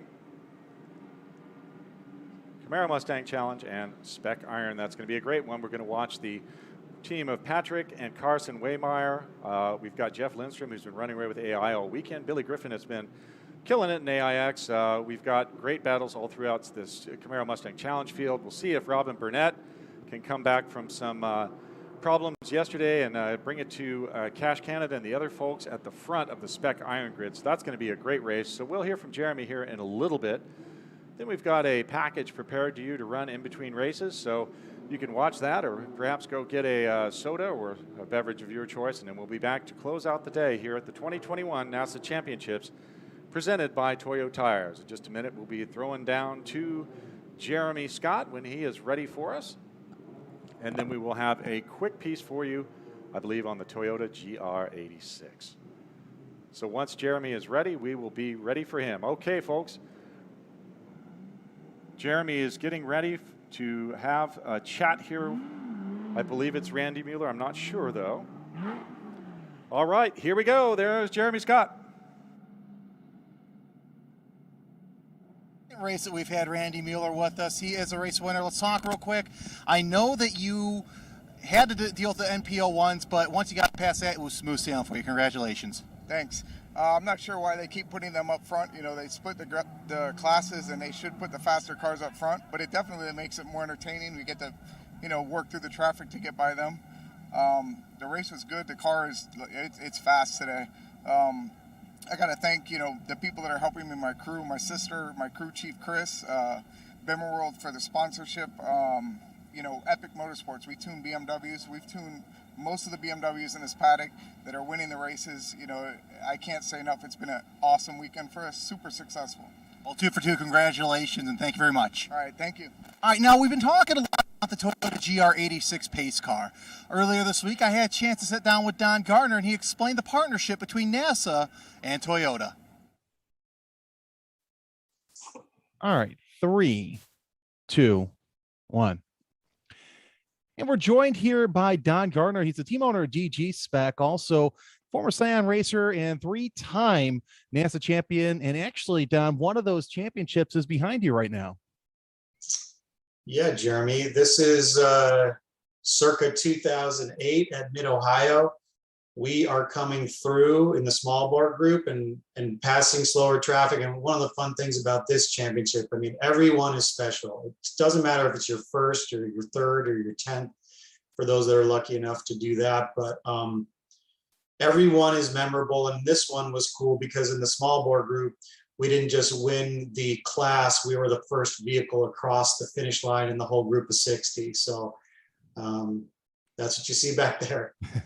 Yeah, I remember that paint scheme, especially from the World Challenge days as well. So that's always a great memory. But we're here to talk about the 2022 GR86. It was announced this summer that it would be released to the public. And actually, Tuesday, we found out that it would pace the field this year at the NASA Championships presented by Toyo Tires.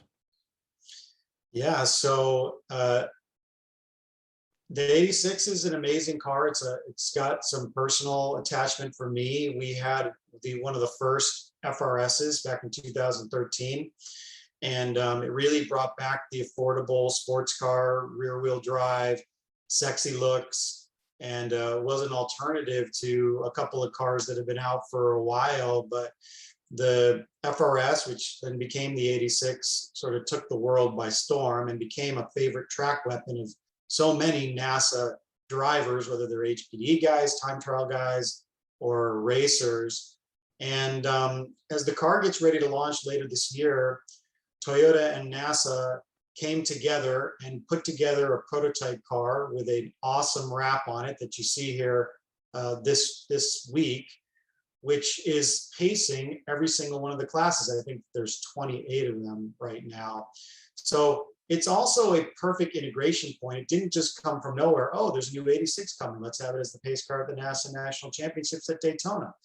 It's a perfect integration for the fact that Toyota had started a couple years ago with a program that is industry leading in terms of having Supra owners, whenever they buy a car, they receive a 1-year NASA membership and a free HPD day at tracks all over the country. So that's a very unique owner benefit. It got renewed in 2021 for 4-cylinder and 6-cylinder Supras. It got renewed for Supra for 2022, but it morphed from a Supra benefit program into a GR sports car benefit program. So now every Supra sold for 2022 model year and every GR86 2022 model year will also come with that 1-year NASA membership and that free day of HPDE. Super unique program. And again, like we like to talk about, we're not just selling a sports car, we're selling a sports car experience. And both of those alone are over 300. It's a $300 value at least. So because you get the membership, you get the 1 year, 1 day of track time, I should say. So it's a great value. It could be $600 if you go to COTA, if you go to Daytona. I mean, it's getting up there into the high hundreds, depending on where you're going. So regardless, it's a great value for anyone looking, because chances are somebody's going to take that to the track anyway. Might as well get them involved with NASA. Yeah, I mean, it's a very interesting program because you do have the people you're talking about that are people that are already going to do it. But our survey results tell us very clearly that nearly 2 out of every 3 Supra owners that take their car to take advantage of this benefit have never been to a racetrack before with their car, ever. So this is a great pull to keep the sport alive, to bring new blood into the activity, and to get people to really appreciate what an amazing product Toyota has out there, and to live what frankly is a lot of their dreams. Some people loved the Mark IV Supra, but at the time that they grew up admiring it from afar, they didn't have the money to buy one. And now, many years later, when the return of the Supra happened, they can live that childhood dream all over again, but this time for real. And being able to get it onto the track on top of just buying the metal becomes a dream come true for so many of these guys and gals. Now, will existing NASA members also be able to take part in this promotion? And so if you're an existing NASA member, the way that it basically works is Toyota will extend your NASA membership for another year. You won't have to pay that next year's fee. And they will allow you to go if you want to do advanced, let's say if you're an HPD4 level guy or you're a time trial guy, you can also take advantage of that single day on Toyota. So if you're already planning to do it anyway, Toyota's just going to pay for that for you. Let's talk about the specs of the car. What makes it different from a base model 86? Okay, well, the pace car is basically there are two models that will be sold later this year. One is the base, the other is the premium. So this is one that is a premium, or for all intents and purposes, a prototype that simulates a premium's look and feel, which is the 18-inch wheels and tires, sticky tires, and 18-inch wheels that are wider than come on the base, as well as the duckbill spoiler. And then frankly, the wrap turns it into the pace car with that Gazoo Racing or GR white, black, and red graphics. And then in addition to that, it's fitted with the light bar, which of course it needs to do its pacing duties, along with the radio equipment to communicate with everybody that the pace car driver needs to communicate with. Other than that, in terms of the brakes and whatnot, it's completely stock. Let's also talk about how fans can find out more information about the GR86 and even all the cars that are involved in the NASA promotion. And so if you're looking to find out more about the GR86 or the GR Supra that are involved in this owner benefit program, you can just move over to toyota.com and click on each of those individual models. I think that there may even be a quick blip about the program there. And then once you buy it, one of those vehicles, you get the information to go to a special program site. You receive a special email and you get a unique GR86 or GR Supra owner packet in the mail that has all sorts of glossy and awesome stuff in it, which basically takes the normal NASA membership packet and dials it up to 11. Now, this is a fantastic partnership between Toyota and NASA. First of all, how did that become a part, how did the two become together, and where's this going in the future? Yeah, so it is truly a blue sky or a sheet of white paper program that really just started from an idea to say we need to provide people not just with the sports car that they can buy, but with a sports car experience.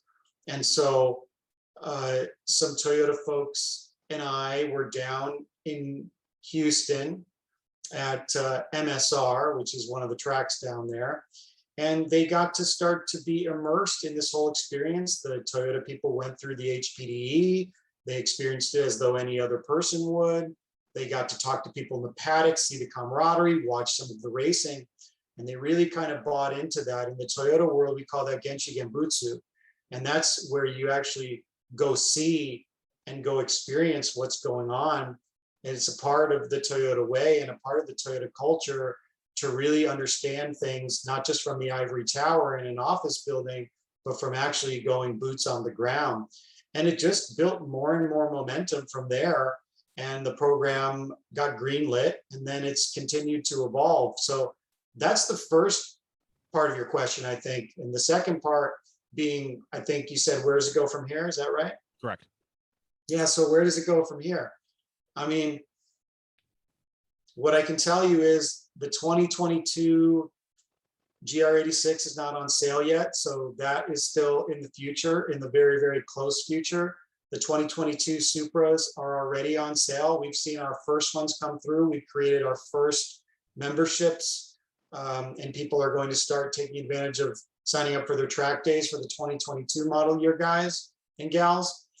And then where we go from here, I mean, our hope is that as a GR program, that GR cars and 86s and Supras in 2023 and beyond are also included. But I will just add the caveat to that, that it's certainly not committed to just yet, but everybody at Toyota is continuing to keep a keen eye on this program, which will now go on 3 years in a row of strong performance and engagement, and look to see what happens in year 4 and year 5. And I can't speculate on the specifics of what it looks like, but right now it's a very successful program.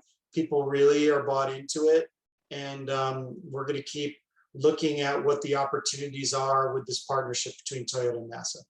Well, that's fantastic to see, because anytime we can get more people to the track to experience what it's like being on track, I think that just helps the sport as a whole. 100%. As I mentioned, almost 2 out of every 3 of the Supra owners have never driven on a track before. So we do have new blood, and ultimately we need new blood to keep the sport alive, to keep the activity going. And so it's important for the sport, but frankly, it's also important to these people. The comments that we hear in the free response section of our surveys say that it's totally changed their world, that they sign up for the next one as soon as they can, or that they've never knew what their super was capable until they got it on the track, or that it's going to make them a better, more aware driver on the street. So there are so many ancillary benefits to a program like this. If you are a track rat that's been going to the track for years, it may not seem that novel. But for most of the population, because those are the 1/10 of 1%ers, this is a real opportunity. And it might just be a one and done experience, but the program is really built to encourage people to come back. And if the NASA regions do their job to reach those people and make sure that they're doing more than one outreach to remind them, hey, you said you wanted to come back, here's another opportunity, I'm sure that a significant percentage of these folks will end up becoming a part of the NASA family. So that just benefits everybody involved. All right, that works.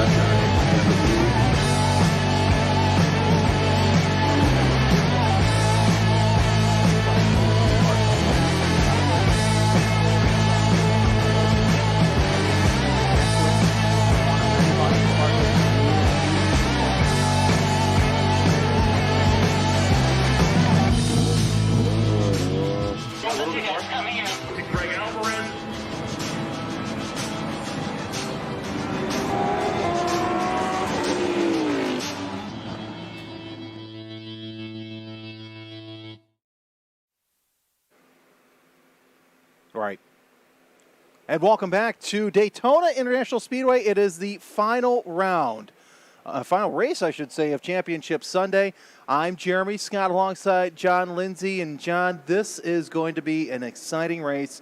It's the Ground Thumpers, American Iron Extreme, Camaro Mustang Challenge, and Spec Iron. That was kind of a funny shot right there, the guy on the scooter going by with the cone on his head. That's my friend Tony Lukowski, who's been managing the dyno all weekend. He has fascinating choices in haberdashery. Yeah, it's, well, nothing wrong with that. At least he can be able to be seen easily, nonetheless. But great work by all the officials, all the corner workers, the safety crew members, and also our race directors, too, who are actually up in that tower at the World Center of Racing. So we're just about ready to get set for our final race of the weekend. Thank you for joining us this weekend on YouTube here at the racetrack of the Daytona International Speedway. And we really want to thank Daytona for allowing us to race here at this Palace of Speed. All right, folks, there is the World Center of Racing. Now, the class that's coming up is near and dear to my heart because it's American Iron Extreme, Camaro Mustang Challenge, and Spec Iron. Now, Camaro Mustang Challenge is what brought me into NASA because I saw it run, and, brace yourself, a long time ago in the 90s, I saw them run at the Pomona Fairgrounds in L.A. Oh, wow. Now so I saw them run there, and then I saw a CMC car out there, and I was just like, oh my gosh, someone's taken a 5-liter Mustang, a Fox body, made a race car out of it. I didn't know about A Sedan, I didn't know about SCCA, I didn't know about anything back then, but boy, I saw cars that looked about like what I was driving at that time. Got really excited. I ended up just keeping my 5.0 going through college, founding member of the Trojan Sports Car Race Car Club, or Trojan Sports Car Racing Club, go SC, fight on Trojans. And then slowly but surely, Ryan Flaherty and I came into the NASA family, and I would say American Iron, the concept came around about 2000, so that's, oh good Lord, 21 years ago.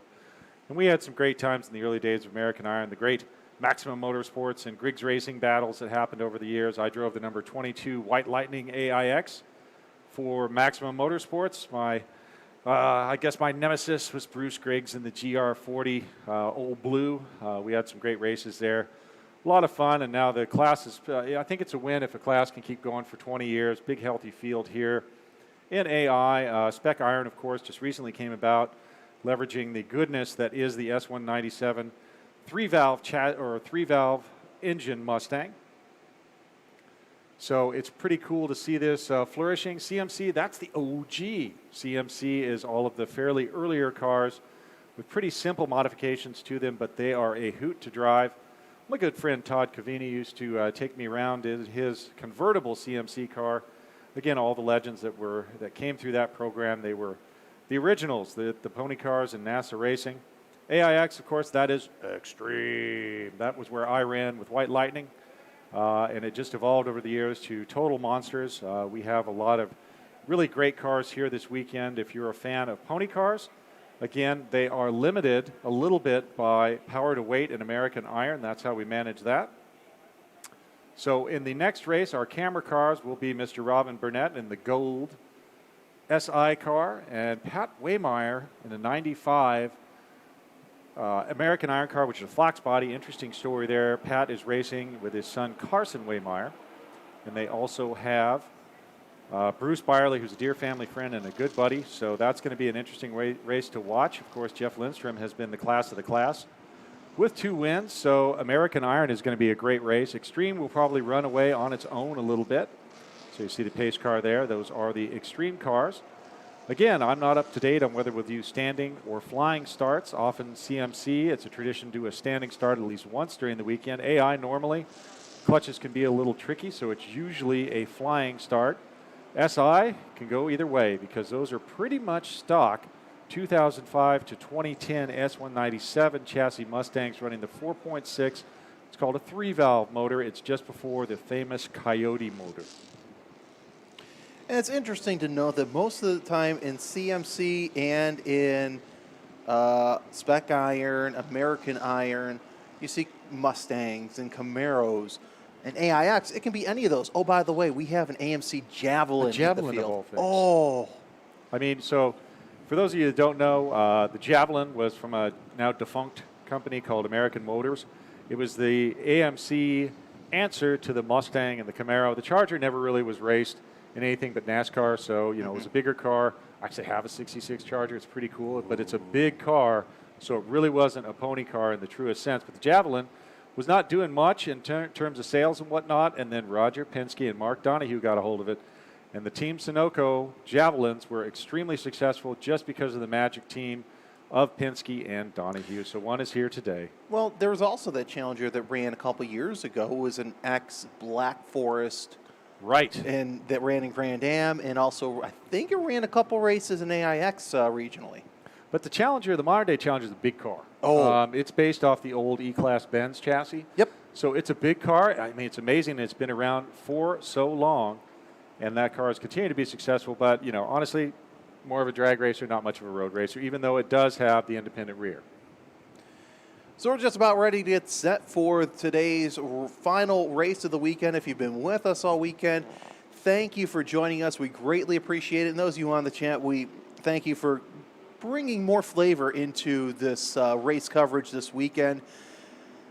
Once again, I'm Jeremy Scott. John Lindsay joins me now, and we are just about ready to get set for the final race of the day. Group D, American Iron. American Iron Extreme, Camaro Mustang Challenge, and Spec Iron. 45 minutes. Right now you're seeing the Spec Iron, and then that is CMC right there. Again, a nice mix of 3rd gen, 4th gen F-bodies, and Fox bodies, and SN95s. I don't think the S197 is legal yet. I'm not sure for CMC. I should have read my rule book. But mostly the older school pony car chassis, man, and those are even getting expensive and hard to find. Oh, yeah. Especially the Fox body market. It's gone completely bonkers. Eyes on the starter as we are set to go green flag racing here shortly. And there it is. The green flag is out. Billy Griffin with the lead over Richard Hilleman. That's Team Railsnake Electric if you're watching on the Race Hero timing and scoring. Of course, that is not an electric AMC Javelin. Richard did let me know of that as the field making their way across 1 and 2, heading into the air. Oh, a little bit of a wiggle by one of the Mustangs. That was Dean Martin. Yeah, Dean Martin, who got a great start. I'm not really surprised Dean got a great start, but nonetheless, second wave green flag as well. So American Iron now underway. Let's see how long it takes Dean Martin to catch Billy Griffin. That's Billy Griffin is the rabbit to the wolf, Dean Martin right now. So as they go into the West Horseshoe, we do see American Iron there going into the International Horseshoe. Spec Iron has taken the green flag, and we'll see CMC here momentarily do the same. So each class taking its own different wave. Richard Hillman doing his best to hold on to third place over Michael Knob as the field making their way in out of the kink. There's American Iron right there. All right, That's there a was great Pat battle. Waymeyer and that Fox with the blacked out headlights. Jeff Lindstrom That's for third right there. is ahead right now. Okay, so they are all bunched up right together. Carson Ooh, a little Waymeyer's wiggle in there. that red Fox body Mustang. And again, I want to add a little drama to the mix that we have weather not too far away. So we are going to try to do our best to get a full 45 out of this and beat Mother Nature. But again, only fools and tourists predict the weather in Daytona Beach. Yeah, so if you are at the track, we do ask you keep your eyes onto the skies because if lightning gets a little too close, we will unfortunately have to shut down. Now the CMC field making their way. Hey, look at that! Who's second? Is actually running fourth or fifth. I think that's Hunter Leidick. So Yeah. Hunter Leidick is actually racing a borrowed car. So that is a great story that Hunter has, and an example of the sportsmanship that absolutely runs throughout CMC. Oh, that's Carson. A little bit of an off-course excursion. We are full course yellow. already. Boy, So- Carson was off pretty hard there in the bus stop. So something happened Well, there. hey, You whoa. know, We may be off camera, but still.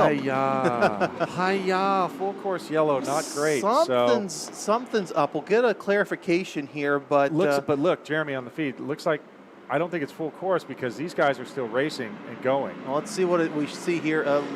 Yeah, I do see double yellows. Okay. Also, in some of our other cameras, we are showing Someone the may safety have, you know vehicles. what, someone may have not seen There it. is somebody off there, looks like, around turn number 2, but Got we it. do see the 43 Michael Knob coming around the course. It was an orange Mustang that was off the course with a safety vehicle. So, you know, I would imagine these guys are probably running 60, 70% speed just to catch up to the pace car.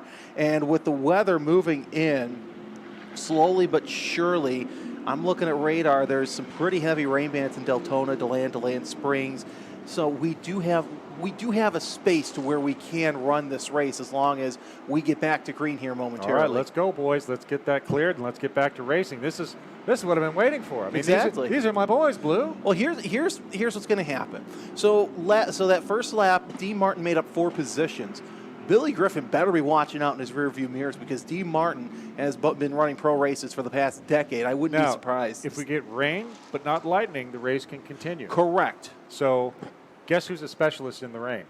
Oh, that'd be Dean Martin. Yes. Yeah. So he may get himself, I believe he already has an American Iron crown, so he may get an extreme crown here. So we see right there a waving yellow and a white flag. That's saying, hey, big danger ahead, and the white flag can either indicate a slow vehicle or emergency vehicles on course, which I think, given what you saw, Jeremy, it's emergency vehicles on course. There's good. There's our CMC field coming around. So bummer. Again, we get the first lap, something happens. Hopefully we recover as nicely as we did in some of the other groups, and we're able to get a bunch of green flag racing in because, man, this is my favorite. And you know what? These American Iron guys, they know what they're doing. They know what they're about.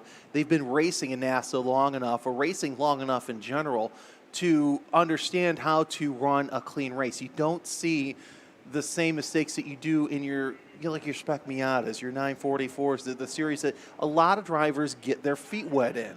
American Iron are drivers who have that experience of racing and trying to save the car. So I wouldn't be surprised if this is our one and only, depending on the weather. Yeah, and you never know.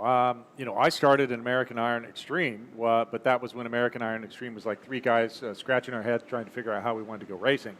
But yeah, it is a deep end of the pool because these are not easy cars to drive, and they are high horsepower, and they're not very forgiving. So, honestly, if I was getting into pony car racing, I would look first at CMC and Spec Iron. Yep. Because those are forgiving.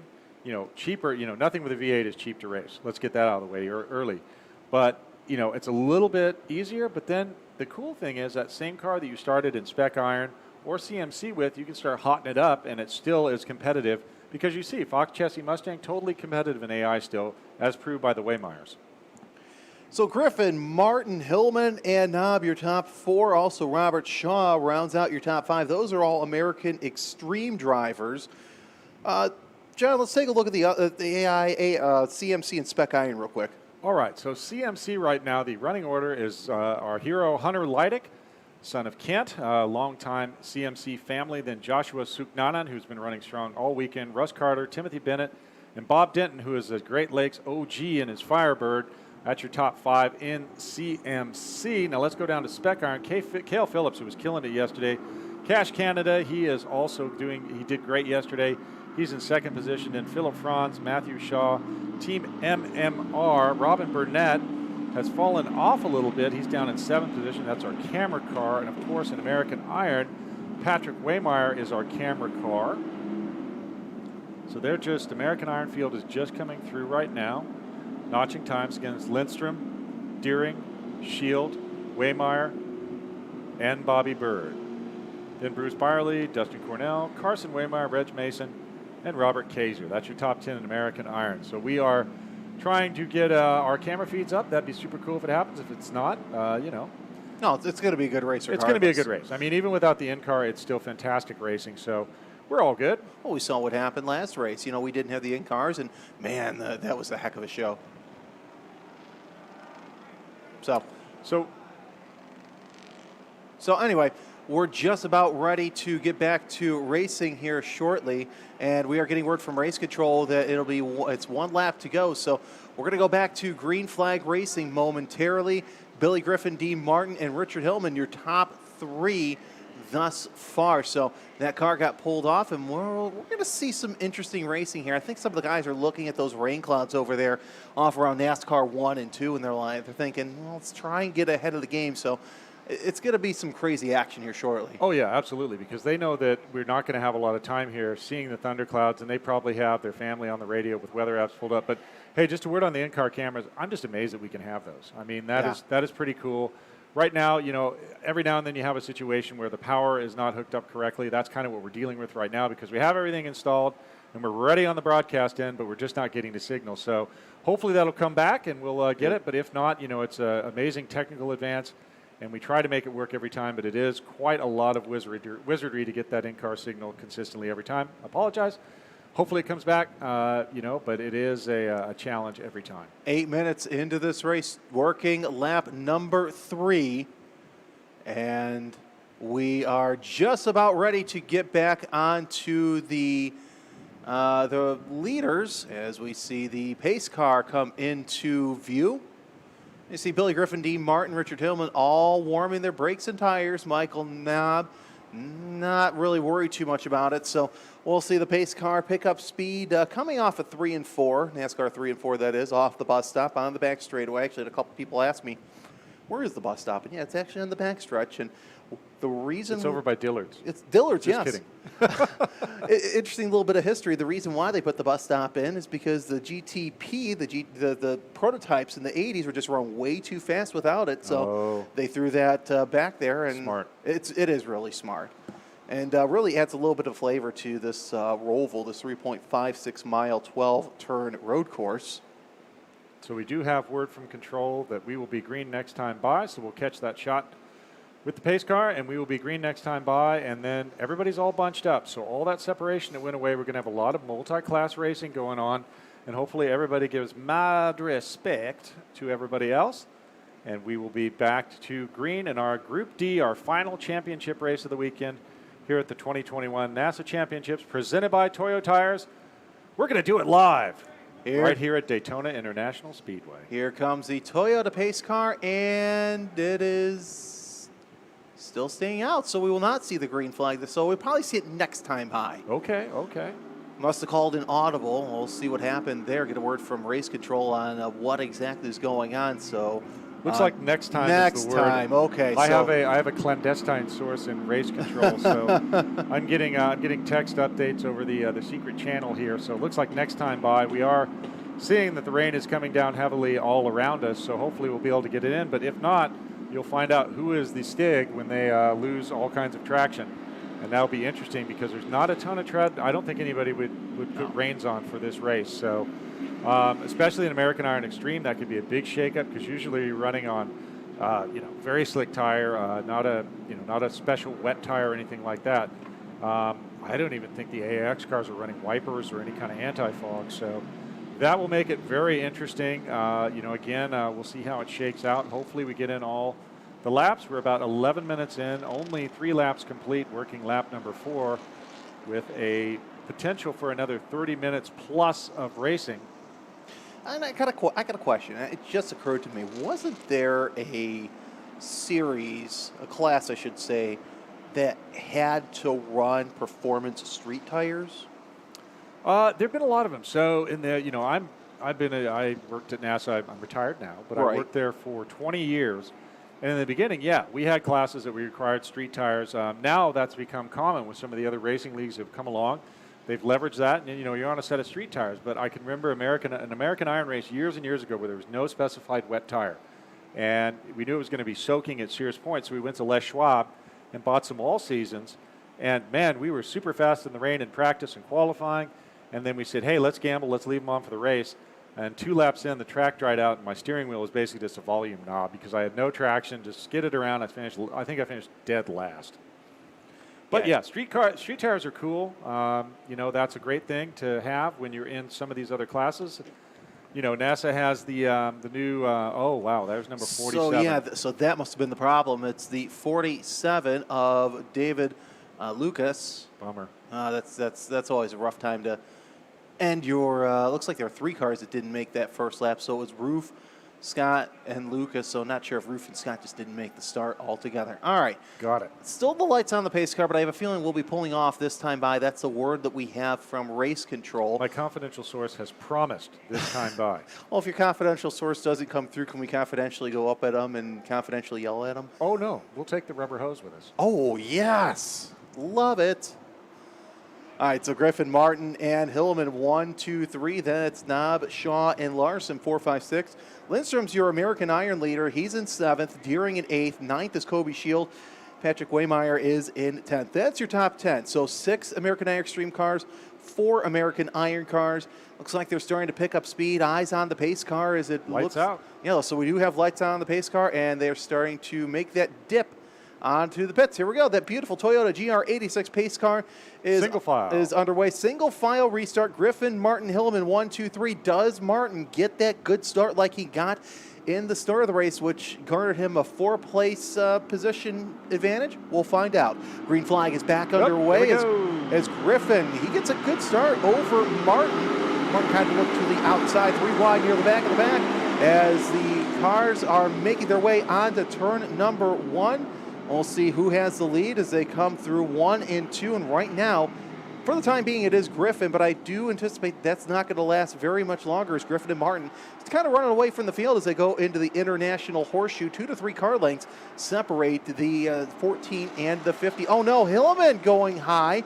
Looks like he might have some issues. I know they were chasing some issues. I don't know. Maybe he was just letting all the battles that are going on go through, or you're right. He may have had an issue and he just decided to pull over and let the huddled masses through there. Dean Martin making a nice aggressive move there. I was going to say, that was a nice deep break into the West Horseshoe as 1 to 2 car lengths separates the 2 cars heading towards the banking. It's still Griffin over Martin, and you can almost see the whites of the eyeballs in the rearview mirror of Billy Griffin. 2, 3 wide for American Iron at the back. They're hustling and bustling. Spec Iron looking pretty good as well as the cars make their way onto the banking for the second time at speed. We're seeing Griffin with a nice little advantage at the line. It's 0.4 of a second. I think it's probably close to that. Looks like Griffin is able to get on the horsepower just a little bit earlier and get on the brakes. Not as deep as Martin, but Martin has lost some advantage. It's interesting to note and see if the car's going to come to Dean Martin. I think it will because he is just a legendary shoe. Yeah. And I think Billy Griffin's Mustang, I may be incorrect, but I think it's in GT4 spec. So it has a little more sauce than your typical AIX prep Mustang. It's a little more sophisticated, but hey, it's Dean Martin. So he has had more time in pony cars racing than anyone I can think of. Maybe Boris said, but he doesn't do that anymore. He's just kind of a hot shoe in NASCAR when they do the road course races. So Billy Griffin is going to have his hands full. Oh, we got one car slow. It's the 6 I think in that's CMC. Bob Denton. I'm not sure. No, Denton's a 70. The 6 in CMC, though. Look like he's been having some problems all weekend Jim Mayer. long. Jim Mayer. Jim Looks like Mayer. Jim Mayer is slow. May come in. Something has gone horribly wrong there. Okay, folks, these are AI cars right there. Well, there's an AIX back there, too. It was a 43. That was our... Here's our leader, Jeff Lindstrom, in AI. Let's see who he's being chased by. Yeah, Michael Knob was one. Shield. That's Kobe Shield and Pat Waymeyer. They're all right there, so that's a little bit of a shift. Wes Deering was up in the mix earlier, and now Lindstrom. I mean, you can just see how he is picture perfect running the school line. Here comes Dean Martin trying the outside.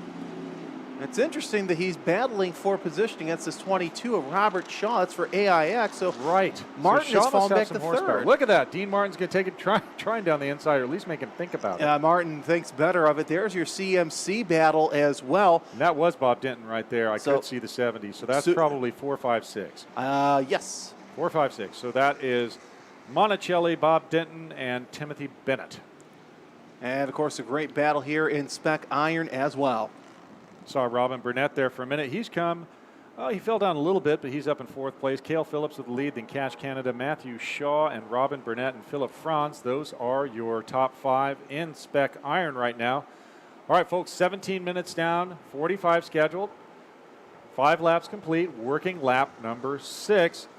Playing a little of a gamble. You can see a rain light's already on there. That's what that is. It's not some kind of special tail light. It's a rain light. And I like how it flashes when you It brake didn't as seem well. like he had any tail light. It seemed like that was the sole tail light, honestly. So maybe somebody got into went over to their trailer and robbed the tail light off the trailer. I thought it was a rain light at first. There's Robin Burnett right there. He is with Matthew Shaw, I believe. So Robin may have gotten up there for position. Look at Robin handle that car, man. It was probably about 10 degrees hung out, and he never lifted. And that's not a surprise. Robin Burnett, one of the stalwarts of the Great Lakes region, looking really good so far, though, holding off for position as he goes through NASCAR 1 and 2. Battle for the lead, but for American Iron Extreme between Billy Griffin and Robert Shaw, 14 over 22. Dean Martin's fallen back just a little bit. You saw him come through the picture, and interesting to see what happened. I know that he rented out a car to an American Iron competitor that was having some issues. And another car off. One of our CMC cars is coming off right now. I do believe that is the 14. I see something dragging, Jeremy. Yeah, that's definitely a muffler dragging. That's Nick Grossman. Okay, no, is that a muffler or drive? Anyway, it's irrelevant. Regardless, he's all right, here's our leaders in American Iron right there. They are all right together. Waymeyer putting up a charge there.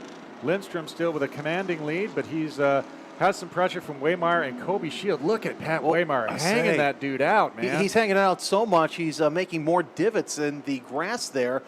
So Waymeyer would be smart to just hook up with Shield and catch up to Lindstrom as they head on to the oval. So it's 68, 98, and 95. And we'll see how these competitors do here in the next couple of minutes. I know that we're seeing some darker clouds moving in, so hopefully we make it. I think, look at Waymeyer using the draft right there. Fox bodies are not aerodynamic. He's going to try to put a move on Kobe Shield here. He knows he's got to get it done. I'm sure he has. Oh, Shield with a little wiggle going into the brake zone. Yeah. They're a little bit closer in the bus stop, but that's the advantage is going to change as Lindstrom's going to be able to get on the gas a little bit sooner. And yeah, I mean, if I was Kobe Shield, I would be new battle for the lead. That's for American Iron Extreme. Move the 22 of Robert Shaw to the lead over Billy Griffin. Wow. That was interesting. Billy Griffin's been the class of the field, American Iron Extreme, but Shaw now making his way to the front. He's made up 4 positions. Back to the American Iron battle between Lindstrom, Shield, and Waymeyer as they come down on the straightaway. Oh, Lindstrom going high. Is he kind of baiting Shield? But yeah, Shield, he is. He was just, He is. you know what, that may have been, what's he going to do if I do this? Exactly. That's what I said. Well, let's see what happens. Well, let's see what happens also in the infield portion of the program as Shield trying to get that lead in American Iron through the road course as we are seeing cars go through the oval. And it looks like from our eye in the sky, yeah, that lead has just tightened up. So Lindstrom, Shield, and Waymeyer, you can put a blanket over them, and any one of them could come out into the lead. Headed towards the kink. Lindstrom trying to do all he can to hold off his two competitors in Shield and Waymeyer. Now, this is the battle for the podium spot regardless. Right. Lindstrom just happens to have the lead. And that's the battle for fourth place between Byerly, Deerling, and Cornell. You can also throw Carson Waymeyer into the mix, but tell you what, this American Iron battle is looking really good. Well, and I'm impressed that we're seeing rotation in the AIX field. Shaw is actually putting a little bit of distance on Griffin now. Yeah, so that's about 10 to 12 car lengths separating the two cars. And look, D. Martin, he's sitting back there and waiting for something to happen. So Martin's still in the podium position, but you're seeing the other three competitors, they're further back in the AIX field. All right, folks, about 21 minutes down. We are going to reset the lap count. We're going to be on lap number 8, working lap number 8 laps complete, working lap number 9. Hopefully we can squeeze everything in before the weather hits. Hey, look at this. All right, a little CMC action there, just side by side. I just checked timing. Jay Andrew, after missing yesterday's qualifying race, has made it out. And so great to see the 61 Jay Andrew. Unfortunately, he is in 9th, but he's made up 4 positions already. Well, after a motor change, that's pretty impressive. Yeah, no, that is. Engine change, sorry. Engine, motor, engine. Potato. 99 to the 428 looking good as they're going through NASCAR 3 and 4 right now. And the 43 also a little high. Battle for the lead in American Iron. Whoa, Kobe Shield just put a move on Jeff Lindstrom. Give that to Kobe Shield for there's now. Cash Canada right there. That is the front of the Spec Iron field right now. Cash Canada just got into, yellow flag. And we're back to yellow flag racing. Oh, no. Wow, but Cash Canada pulled it off. Oh, that was a good pass. P3 to P1. That was a good pass. And Byerly still sitting in 4th place as we are hearing that this is a full course yellow for weather.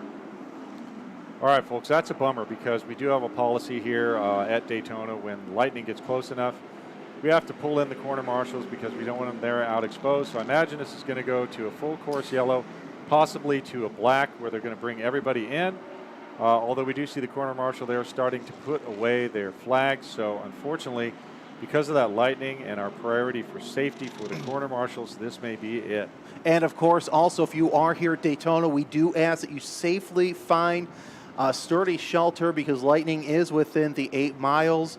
Once again, if you are here at the Daytona International Speedway and you can hear our voice, please find yourself some safe shelter at this time with lightning within 8 miles. Ooh, man, if I'm Kobe Shield, I'm kicking myself in the butt No, he got it. He did get that move. Yeah, so if I'm Lindstrom, I'm kicking myself in the butt for not making that move. And how about Cash Canada? Okay, that was a great move by Canada as well. So look at that right there. Yeah. Kobe Shield is, if we end like this, Kobe Shield takes the win, then Lindstrom second, then Waymeyer third. Yeah. Wow. We've had some great, for what little racing we've had some great racing throughout this whole field. Period. Yeah, it's amazing. I mean, man, I would have wanted to see a full race just because I dearly love hearing the thunder and not that kind of thunder. But the V8 thunder, not the Mother Nature thunder. And these are near and dear to my heart because this American Iron is my baby. I came up with some other real stinkers like, let's see, Spec Focus. Oh, my Lord, Spec Focus. The Vet Viper Challenge, that was mine. I've come up with some real stinkers, but, hey, American Iron was a big winner. 20 years later, it's still here. And so I do have confirmation from my confidential source that they are going to end the race. I'm so sorry, folks. We wanted to bring you the whole race here. Hey, at least we got some cool stuff in. Congratulations. I mean, look at the moves that happened at the very end. I don't know if they had someone in the weather station saying, if you're going to do it now. Just send it because the weather is coming. So, okay, folks. Well, I just want to offer some final thoughts here. We're going to watch this end up, but again, a massive thank you to all of the officials that were here, both on the NASA and the Daytona side. Massive thank you, of course, to all of our sponsors that made the broadcast possible, all of our broadcast staff, of course, that make Jeremy and Will, not Bill, and I sound real good. So it's an honor to be able to work with all of these folks, and it's an honor to be able to be retired now from NASA and just the guy with the golden voice. So I like to tell myself I'm believing my own press releases. But again, looks like we are done.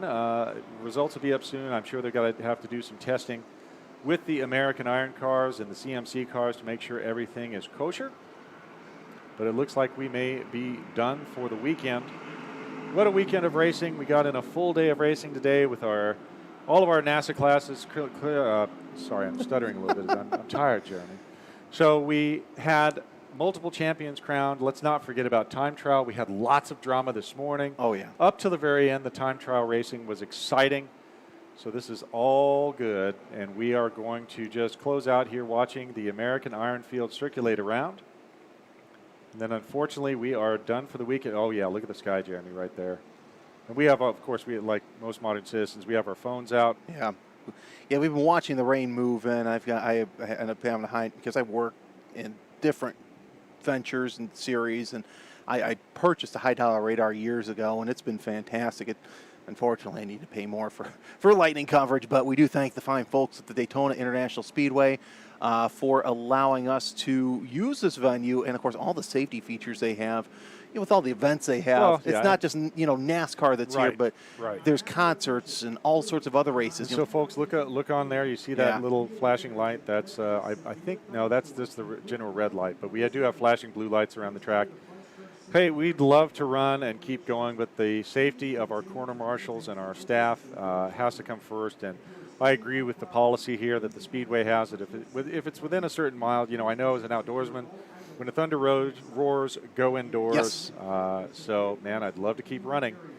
But I tell you what, we are focused on safety. I think that's Bob Denton right there. Love to see that shot of him. I've known him for a lot of years. Also, Kent Owens, of course. We miss his Kent wingman. here. We miss Kent here. Yeah, Kent is awesome. Again, we would love to keep going and close on a little bit more of a positive note. And there's the checker coming out over the timing system. So we are indeed finished with our final race of the weekend. Well, it was a shame to see this race end up under yellow flag condition, but nonetheless, like I said, we got to do it for the safety of the competitors. But the competitors, the corner workers, you, the fans, once again, if you're here at Daytona, we ask you, please find some shelter, get in a safe location, and everybody's going to exit from pit road. So Colby Shield is your winner. Jeff Lintz in American Iron, in American Iron Extreme. It's Robert Shaw, Billy Griffin, and Dean Martin. All right. So Spec Iron, let's just run down the whole order. Yeah, go ahead. Let's start from the top. You gave us American Iron Extreme. I'll give you American Iron. Colby Shield with the win, then Jeff Lindstrom, Pat Waymeyer, Bruce Byerly, Wes Deering, Dustin Cornell, Carson Waymeyer, Bobby Bird, Reg Mason, Robert Kaiser, Cameron Graysberry, Brady Berman, Russ Lane, Charlie Bosselman. You already gave us American Iron Extreme there. CMC, Joshua Suknanen. Okay, he recovered and took the win. Then Russ Carter, Hunter Leidick taking the final step of the podium. Bob Denton in fourth, and Frank Monticelli. Timothy Bennett, Brian Tillett, Matt Goodrich, Sean Stern, Jim Mayer, Brendan McClune, and Nick Grossman. Hey, right there for the win. It looks like it wasn't Cash Canada that had the win in Spec Iron. May have been the timing system there with something going on. Cale Phillips with the win, then Matthew Shaw, Cash Canada, Darren Mock, Robin Burnett, Philip Franz, Team MMR, Joe Plachaki, Jay Andrew, Rich Ragnar, Patrick Roof, Jason Scott, and David Luases. Okay, Jeremy, but I bet you can't do any impound interviews because we're all supposed to be inside right now. So yeah, I don't think we can. So it's a shame because it's always great talking to the competitors, but nonetheless, safety comes first. John, it's been a pleasure to join you today. Any final thoughts? Final thoughts, I'm always thankful for these weekends. Yeah. It is a huge effort. Officials, racers, families, everyone comes from all around the country to converge on one racetrack. It's been all over the country. These last, I think the first one was in 06, so 15 years of NASA championship racing, and I want to say this was one of the best weekends we've had. So happy to be here, so happy to have the opportunity to do it, to work with all of my friends and also see all of my friends on the racetrack. So to all of you out there, we are going to close the 2021 NASA Championships presented by Toyo Tires. I'm John Lindsay for Jeremy, Scott, and the entire crew. We want to thank you for being with us this weekend, and I encourage you, if you have any interest at all in getting on track, please check with your local NASA region because we'll be able to get you on track. All right, folks, safe travels and be well, stay safe, and we will see you next year at the 2022 NASA Championships. Take care. Goodbye.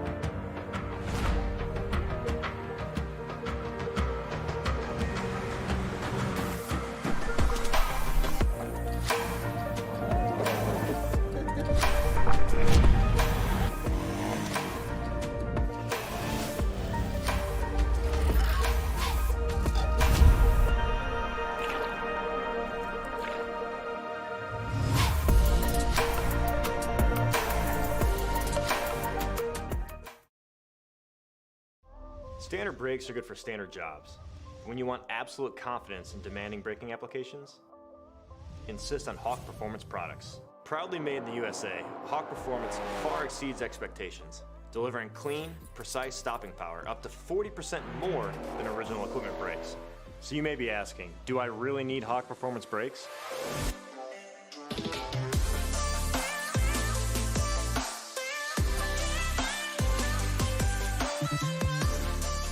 Well, if you're into street performance and bolting on massive horsepower, the extra stopping power is a must. If you drive a truck and pull or carry heavy loads, Hawk will give you the power to safely bring your rig to a stop without breaking a sweat. And if you off-road or crawl in a Jeep, you'll get the toughness and holding power you need on extreme terrain. Hawk Performance packs 100 years of friction dynamics into every product.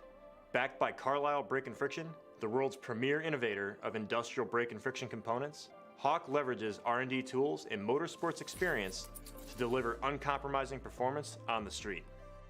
Hawk has a line of race-proven, street-legal brake pads engineered for your specific vehicle.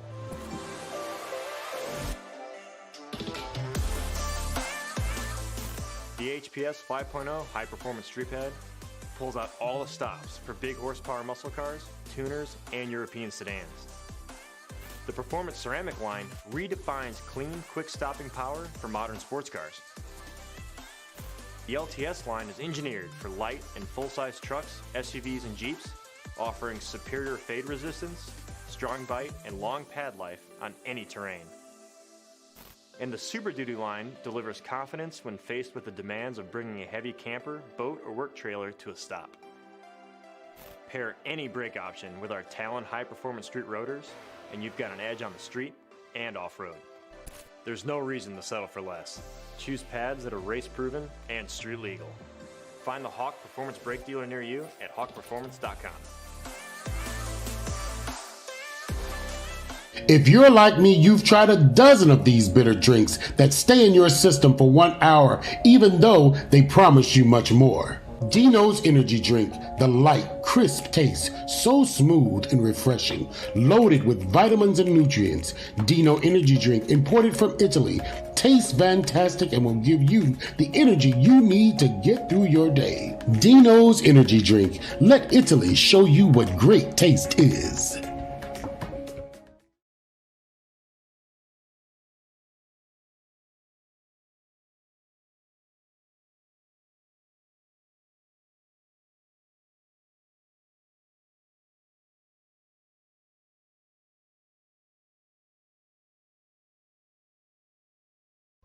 Standard brakes are good for standard jobs.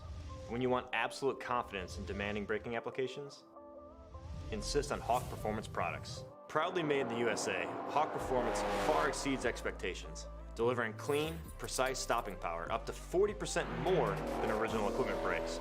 So you may be asking, do I really need Hawk Performance brakes?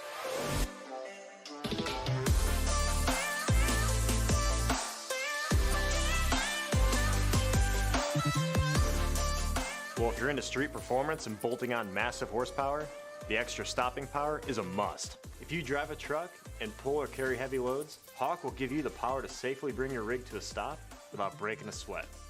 And if you off-road or crawl in a Jeep, you'll get the toughness and holding power you need on extreme terrain. Hawk Performance packs 100 years of friction dynamics into every product. Backed by Carlisle Brake and Friction, the world's premier innovator of industrial brake and friction components, Hawk leverages R&D tools and motorsports experience to deliver uncompromising performance on the street. Hawk has a line of race-proven, street-legal brake pads engineered for your specific vehicle.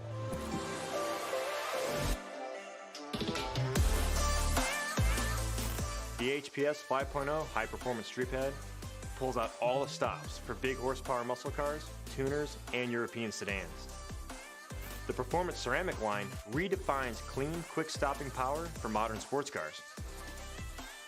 The LTS line is engineered for light and full-size trucks, SUVs, and Jeeps, offering superior fade resistance, strong bite, and long pad life on any terrain. And the Super Duty line delivers confidence when faced with the demands of bringing a heavy camper, boat, or work trailer to a stop. Pair any brake option with our Talon high-performance street rotors, and you've got an edge on the street and off-road. There's no reason to settle for less. Choose pads that are race-proven and street-legal. Find the Hawk Performance brake dealer near you at hawkperformance.com.